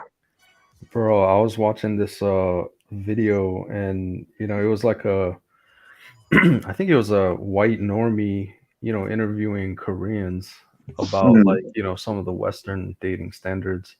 Hmm. It's like men have to pay, and the idea of like, splitting the bill is like unfathomable to like a Korean foid. It's like, what? Like, you're a man, you have to pay. And the guy's like, well, why? Why does a man have to pay? And she couldn't come up with any arguments. It's just like, no, you're a man. Like, you have to pay. Like, that's what you have to do. And he's like, why? So No, it's true. I It's was very just like, true. yeah, I was just like, man, like it's like feminism is built in. You know what I mean? It's like that's the norm. Yeah, yeah. In Asia, it's really like that. It's like that's why feminism got such a big backlash in South Korea as well, if you notice. Um, like Yeah. feminism was like heating up hella heavy, but like apparently this election, I think Mystery talked about it too, with like the incel revolution with the president and all that. It's because like traditionally, like Korea is a very traditional country, but I think with social media and all the propaganda, it's been trying to deal with all that. So like you said, Drawlix, it's like it's expected for the man to pay the bill. It's expected like for the elders to pay the bill. Like if you're an older brother, you're called like Hyung, and you're supposed to be paying the bill. Oh, Like yeah. yeah, That's another aspect. It was like, the elder has to pay. yeah, And I kind of get it in terms of like the respect factor. mm, And then, when the young cell becomes the old cell, like pay it forward. And, as the older cell now, you got to pay for the young cell kind of shit. But yeah, I was like, man, it's kind of detriment because every young cell generation doesn't have money as well. yeah, yeah. Essentially. Yeah, especially nowadays in Korea, it's just so fucking competitive. You see like dudes who graduated like with 4.0s in college who's serving up Starbucks or like holding the door open for the boomers. It's so fucked, bro. Or they're working cafe jobs and shit. Yeah, the other one was what was it? Oh, right, like what she said was kind of telling, and I was like amazing. She was like, "So you mean in the West, like guys have to, or I mean, girls pay for dates too?" And he was like, "Yeah, sometimes." She's like, "Holy shit, that very idea never even crossed my mind." It's like she couldn't even think like women could pay. It's like literally they're entitled, as in, Yeah, air. hella, I was like, hella. what the fuck? Was this is a straight off like Korean, right? Just from like South Korea, not like a Western Korean. No, no, straight up born and raised Korean Foyd. Yeah, yeah, yeah, yeah. The tradition is pretty set. Yeah, and I would say there's also like I don't understand. Maybe it's also nah, I wouldn't say it's in Japan, but like this fucking fascination with keeping up with the trend. Mm, You know what I mean? Like yeah, if suddenly wearing a yellow t-shirt is popular, like you would yeah. see literally everyone wearing a yellow t-shirt. And It- and then if you're wearing a red shirt, you'd be like the outcast, like, oh my god, that guy's wearing a red shirt. Like, what's wrong with them? yeah. You know what I mean? No, no, I know exactly what you mean. When I went to Korea, like I literally saw like everyone wearing the same fucking jacket that was in the latest drama and shit. Like poofy. Oh yeah, the black fuckers. the long puffy jacket. Yeah, like everyone looks like fucking penguins and shit. It's ridiculous. But like, I think it's because of one, like Koreans traditionally had a deep ties to community and brotherhood and all that. So they like really stick with the community and do what the community does. And it's like very important to have like a good standing culture, like good standing with the social dynamics in a way. So couple that up with social media, yeah, it's a recipe for disaster pretty much. Groupthink on steroids pretty much. No way. No, I think in a way like Korea was destined to fail in this regards. Yeah, yeah. I see Korea as like a social experiment between the USSR, China, and the US. Like one is like a demonstration of capitalism gone on steroids, and one is like socialism and communism on steroids. Like North and South Korea is just like a giant experiment. North and South Korea. It's fucking sad, bro. Like we're fucked on both sides, essentially. It's fucking tragic. Yeah, I don't know, man. Like I after that video I was like I finally understand why so many Korean boyos like off themselves. It's like if you don't fit in, it's over. Like it's literally over. Dude, yeah. Isn't it draws, there's so much more than that too though. It's like say like that's very true, right? You got to fit into society and what society wants to do. But another factor on top of that is like imagine competing with everyone in a small fucking peninsula with millions of citizens and millions of kids who are told the same thing by their parents that they have to study, they go to school, come back, go to tutor lessons, come back, do homework, and then go to sleep and repeat and recycle. And you do that for 18 years. And then if you don't get to a top 3 university, you can't get into a good business. So that's why there's a lot of suicides because you studied 18 years and if you can't get into a top 3 university, harder to get in than like, some Ivy League schools in the US, like you're fucked. And even when you get in, it's not guaranteed that you're gonna get a good job because there's only a few good corporations in a small peninsula. Mhm. So it's like even if you don't fit in, like economically, you're fucked. Like I said, like you see these top grads who are holding doors open for boomers or working at Starbucks. No, I watched that Black Dog on Netflix. If you've heard of it, it's definitely a K drama about the teachers in Korea. No, I haven't seen it.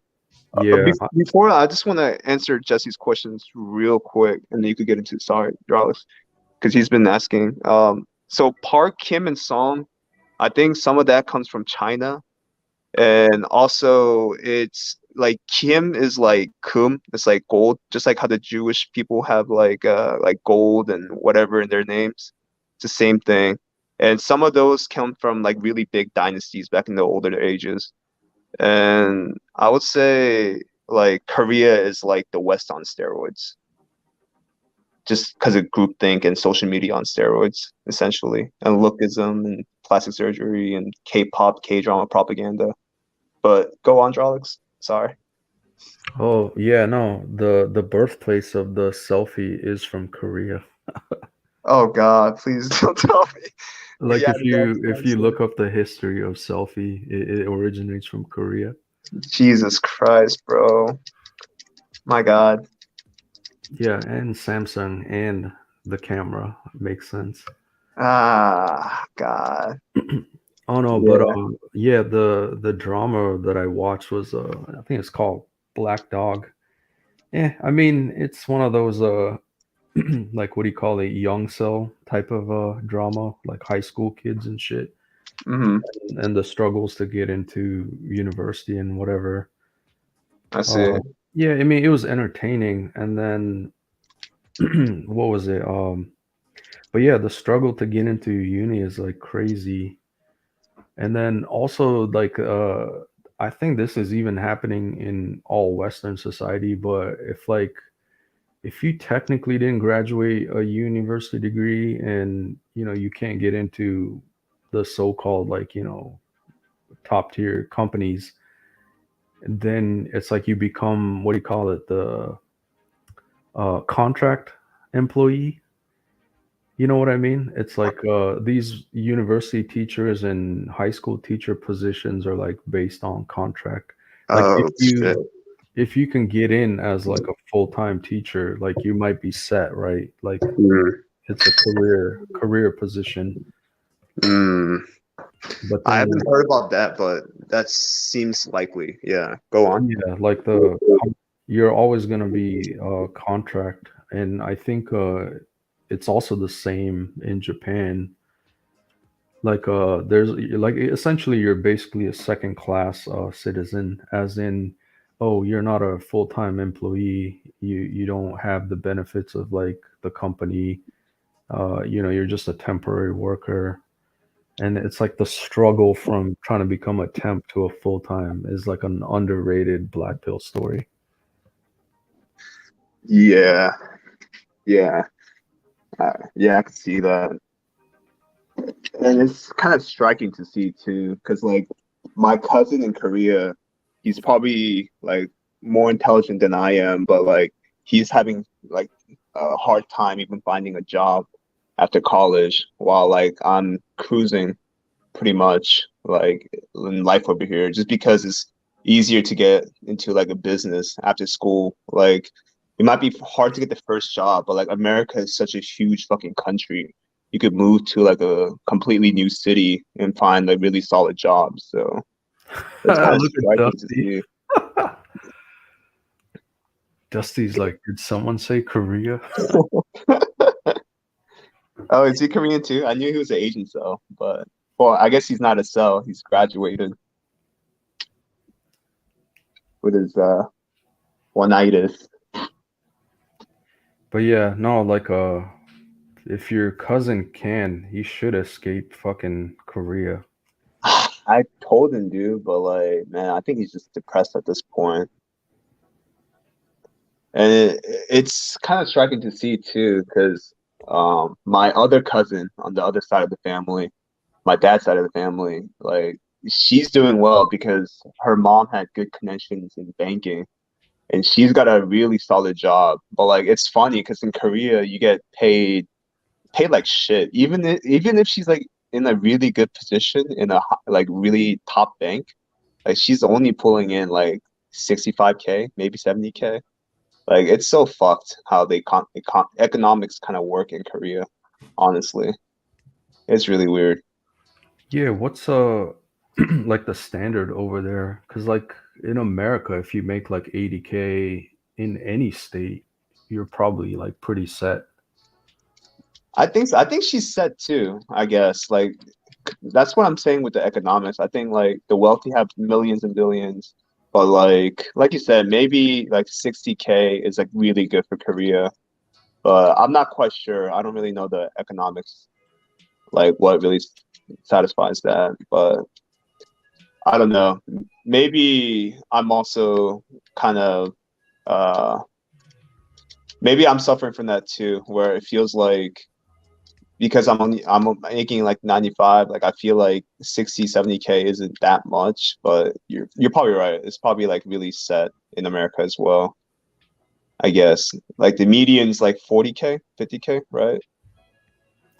Like for single, it's like 35 or no 38. So like 38.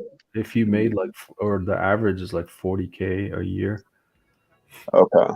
And I think even for couples, it's like 66K or something. So yeah, like,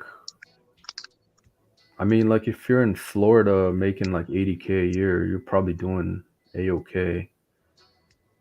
But 80K in like California is probably not good enough. Yeah, hell no, man. I'm never moving to Cali. Fuck that. I think the only place that's really nice in Cali is probably like San Diego or Malibu. Like I went there, like I did like a similar thing where I took a road trip from the East Coast to the West Coast just to see what America is really like. And Dude, Cali is kind of a shithole. Maybe it was because like it was kind of during the Corona epidemic, but like, what the hell, man?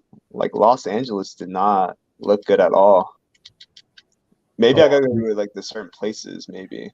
no, I'm telling you, I live in the Cup Coast. Like, it's fucking terrible. Yeah, it's not like what it's made up to be, right? Yeah, no, like my family's moving towards the East Coast and not necessarily like New York, like I think it's Florida area.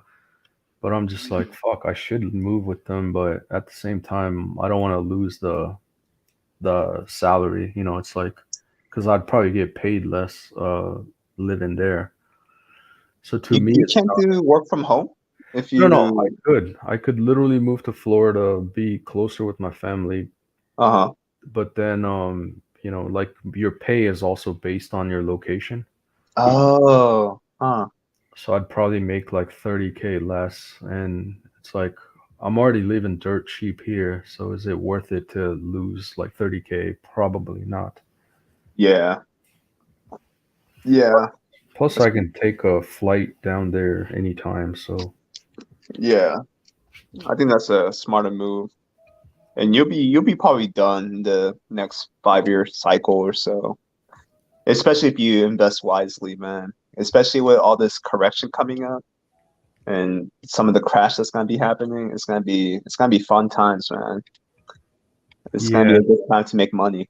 I'm kind of worried actually because you know that meme? I think it was from the Pirates of the Caribbean or something. Hmm. The guy's about to get hanged, and I guess the meme is like, "Oh, is this your first time?" Yeah. As in, yeah, I'm probably experiencing my first downturn in the stock market.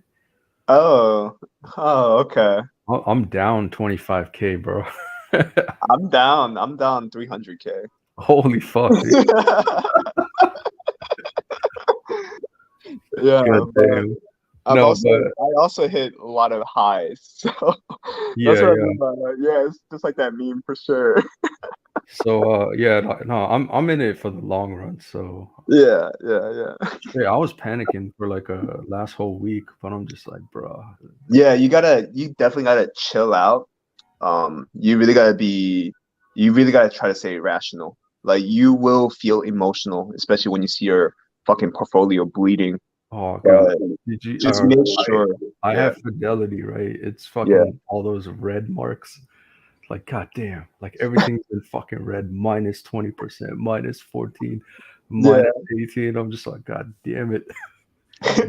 Do you make investments like fundamentally? Like, do you look at discounted cash flows, or do you look at like the like 10Q, Uh, 10K and shit I'm like that? I'm I'm still new to this whole stuff, so it's all about like just safe shit, putting Okay, into okay, put into S&P 500, put it into Nasdaq, and just put it and forget okay. it kind of thing.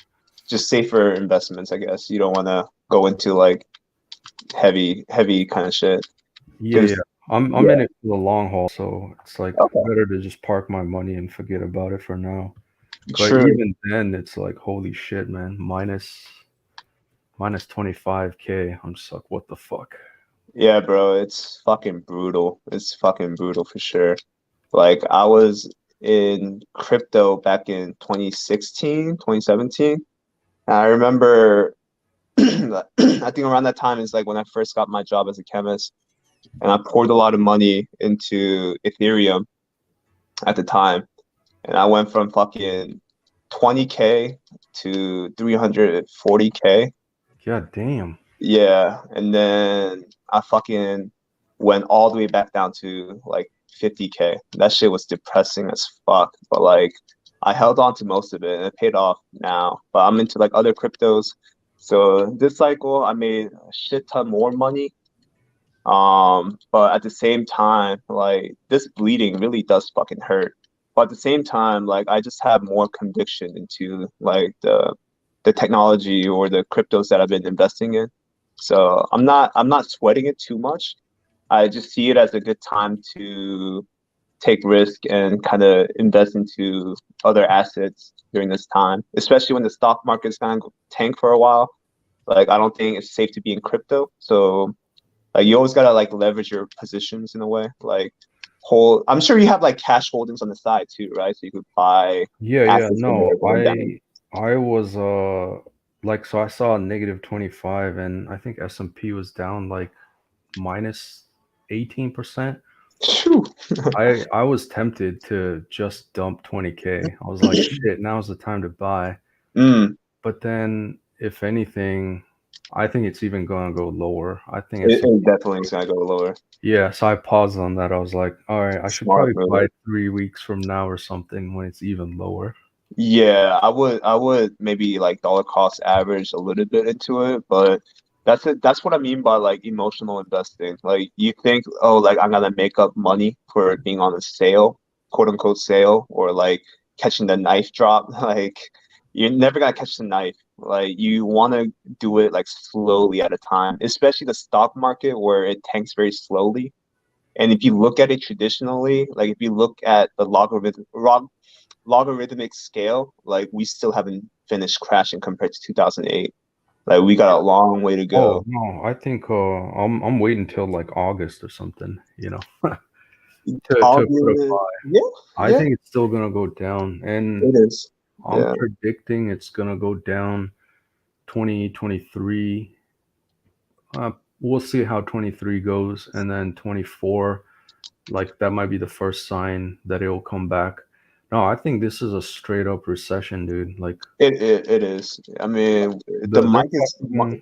yeah, they're It's lying been saying it's a downturn or whatever. They're just trying to hold on to bullshit. no, Yeah, it's that's true. it's been fucked up. Like if you've been paying attention, you would notice how they've been talking about the whole economy as a whole for a while now. Like like it's kind of funny. Like people on like my autistic investment discords or like even like places like on biz finance and like a lot of dumb shit like that, like we've been calling for like this inflation that's been out of control for a while now with the Fed just printing money like crazy, and like Oh all the yeah, media it's articles were saying like, oh, there's nothing to worry about, there's no inflation, like the money printing's okay. And then they were like, oh, like maybe it's a good thing, like inflation is a good thing. And now like markets are like correcting, like the Fed doesn't know what to do. Like I don't know, it's just funny when I see like media articles. It's just yeah, I don't know, I think they're no, just always trying to pacify the public.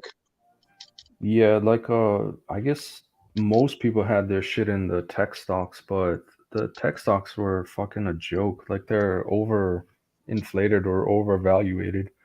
Yeah, Like yeah. so Netflix lost like what 40% or something like that recently. Oh yeah, And it's yeah, like, yeah, that's actually probably more right. Like yeah, yeah. All right, my dude. Well, we're at 5 hours now, so some last words real quick in the stream. We'll get on and going for lives, right? Let's see. Big Mac, my dude. Last words, my dude. Yeah. It's gonna be a fun couple of months coming up, so prepare for the bear market. Yeah. Start investing. Good luck, guys. All right, buddy. Thanks for Thanks coming for on, my the dude. advice, Alex, by the way, and thanks, Mystery. Yeah. Peace. Peace out, my dude. Drawix, my dude. Last words. keep stacking bread and get the hell out when you can. There you go, buddy. Thanks for coming on, my dude.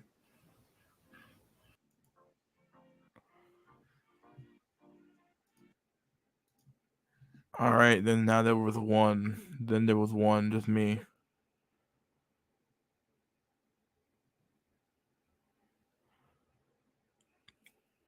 I don't know how the fuck I do this shit anymore. My God. 22 people still watching this shit. Oh my God. Good stream. Enjoyed it. Yeah, it was a very chill stream. It wasn't nearly as hectic as the pyramid streams are, which is good. Felt pretty chill, laid back, able to kind of get stuff done. Yeah, it's a good, really good chill stream. The debate with what Vosh and what if all it is was cringe. It was horrible. It was fucking horrible. Either way, guys, I will see you guys on the flip side. Peace out, my dudes. See you guys on episode 95. God, we're almost at episode 100, my dudes. Almost to episode 100. Almost there. That's sweet 100. We're almost there, my dudes. All right, my dudes. Peace out. And I will see you guys on the flip side.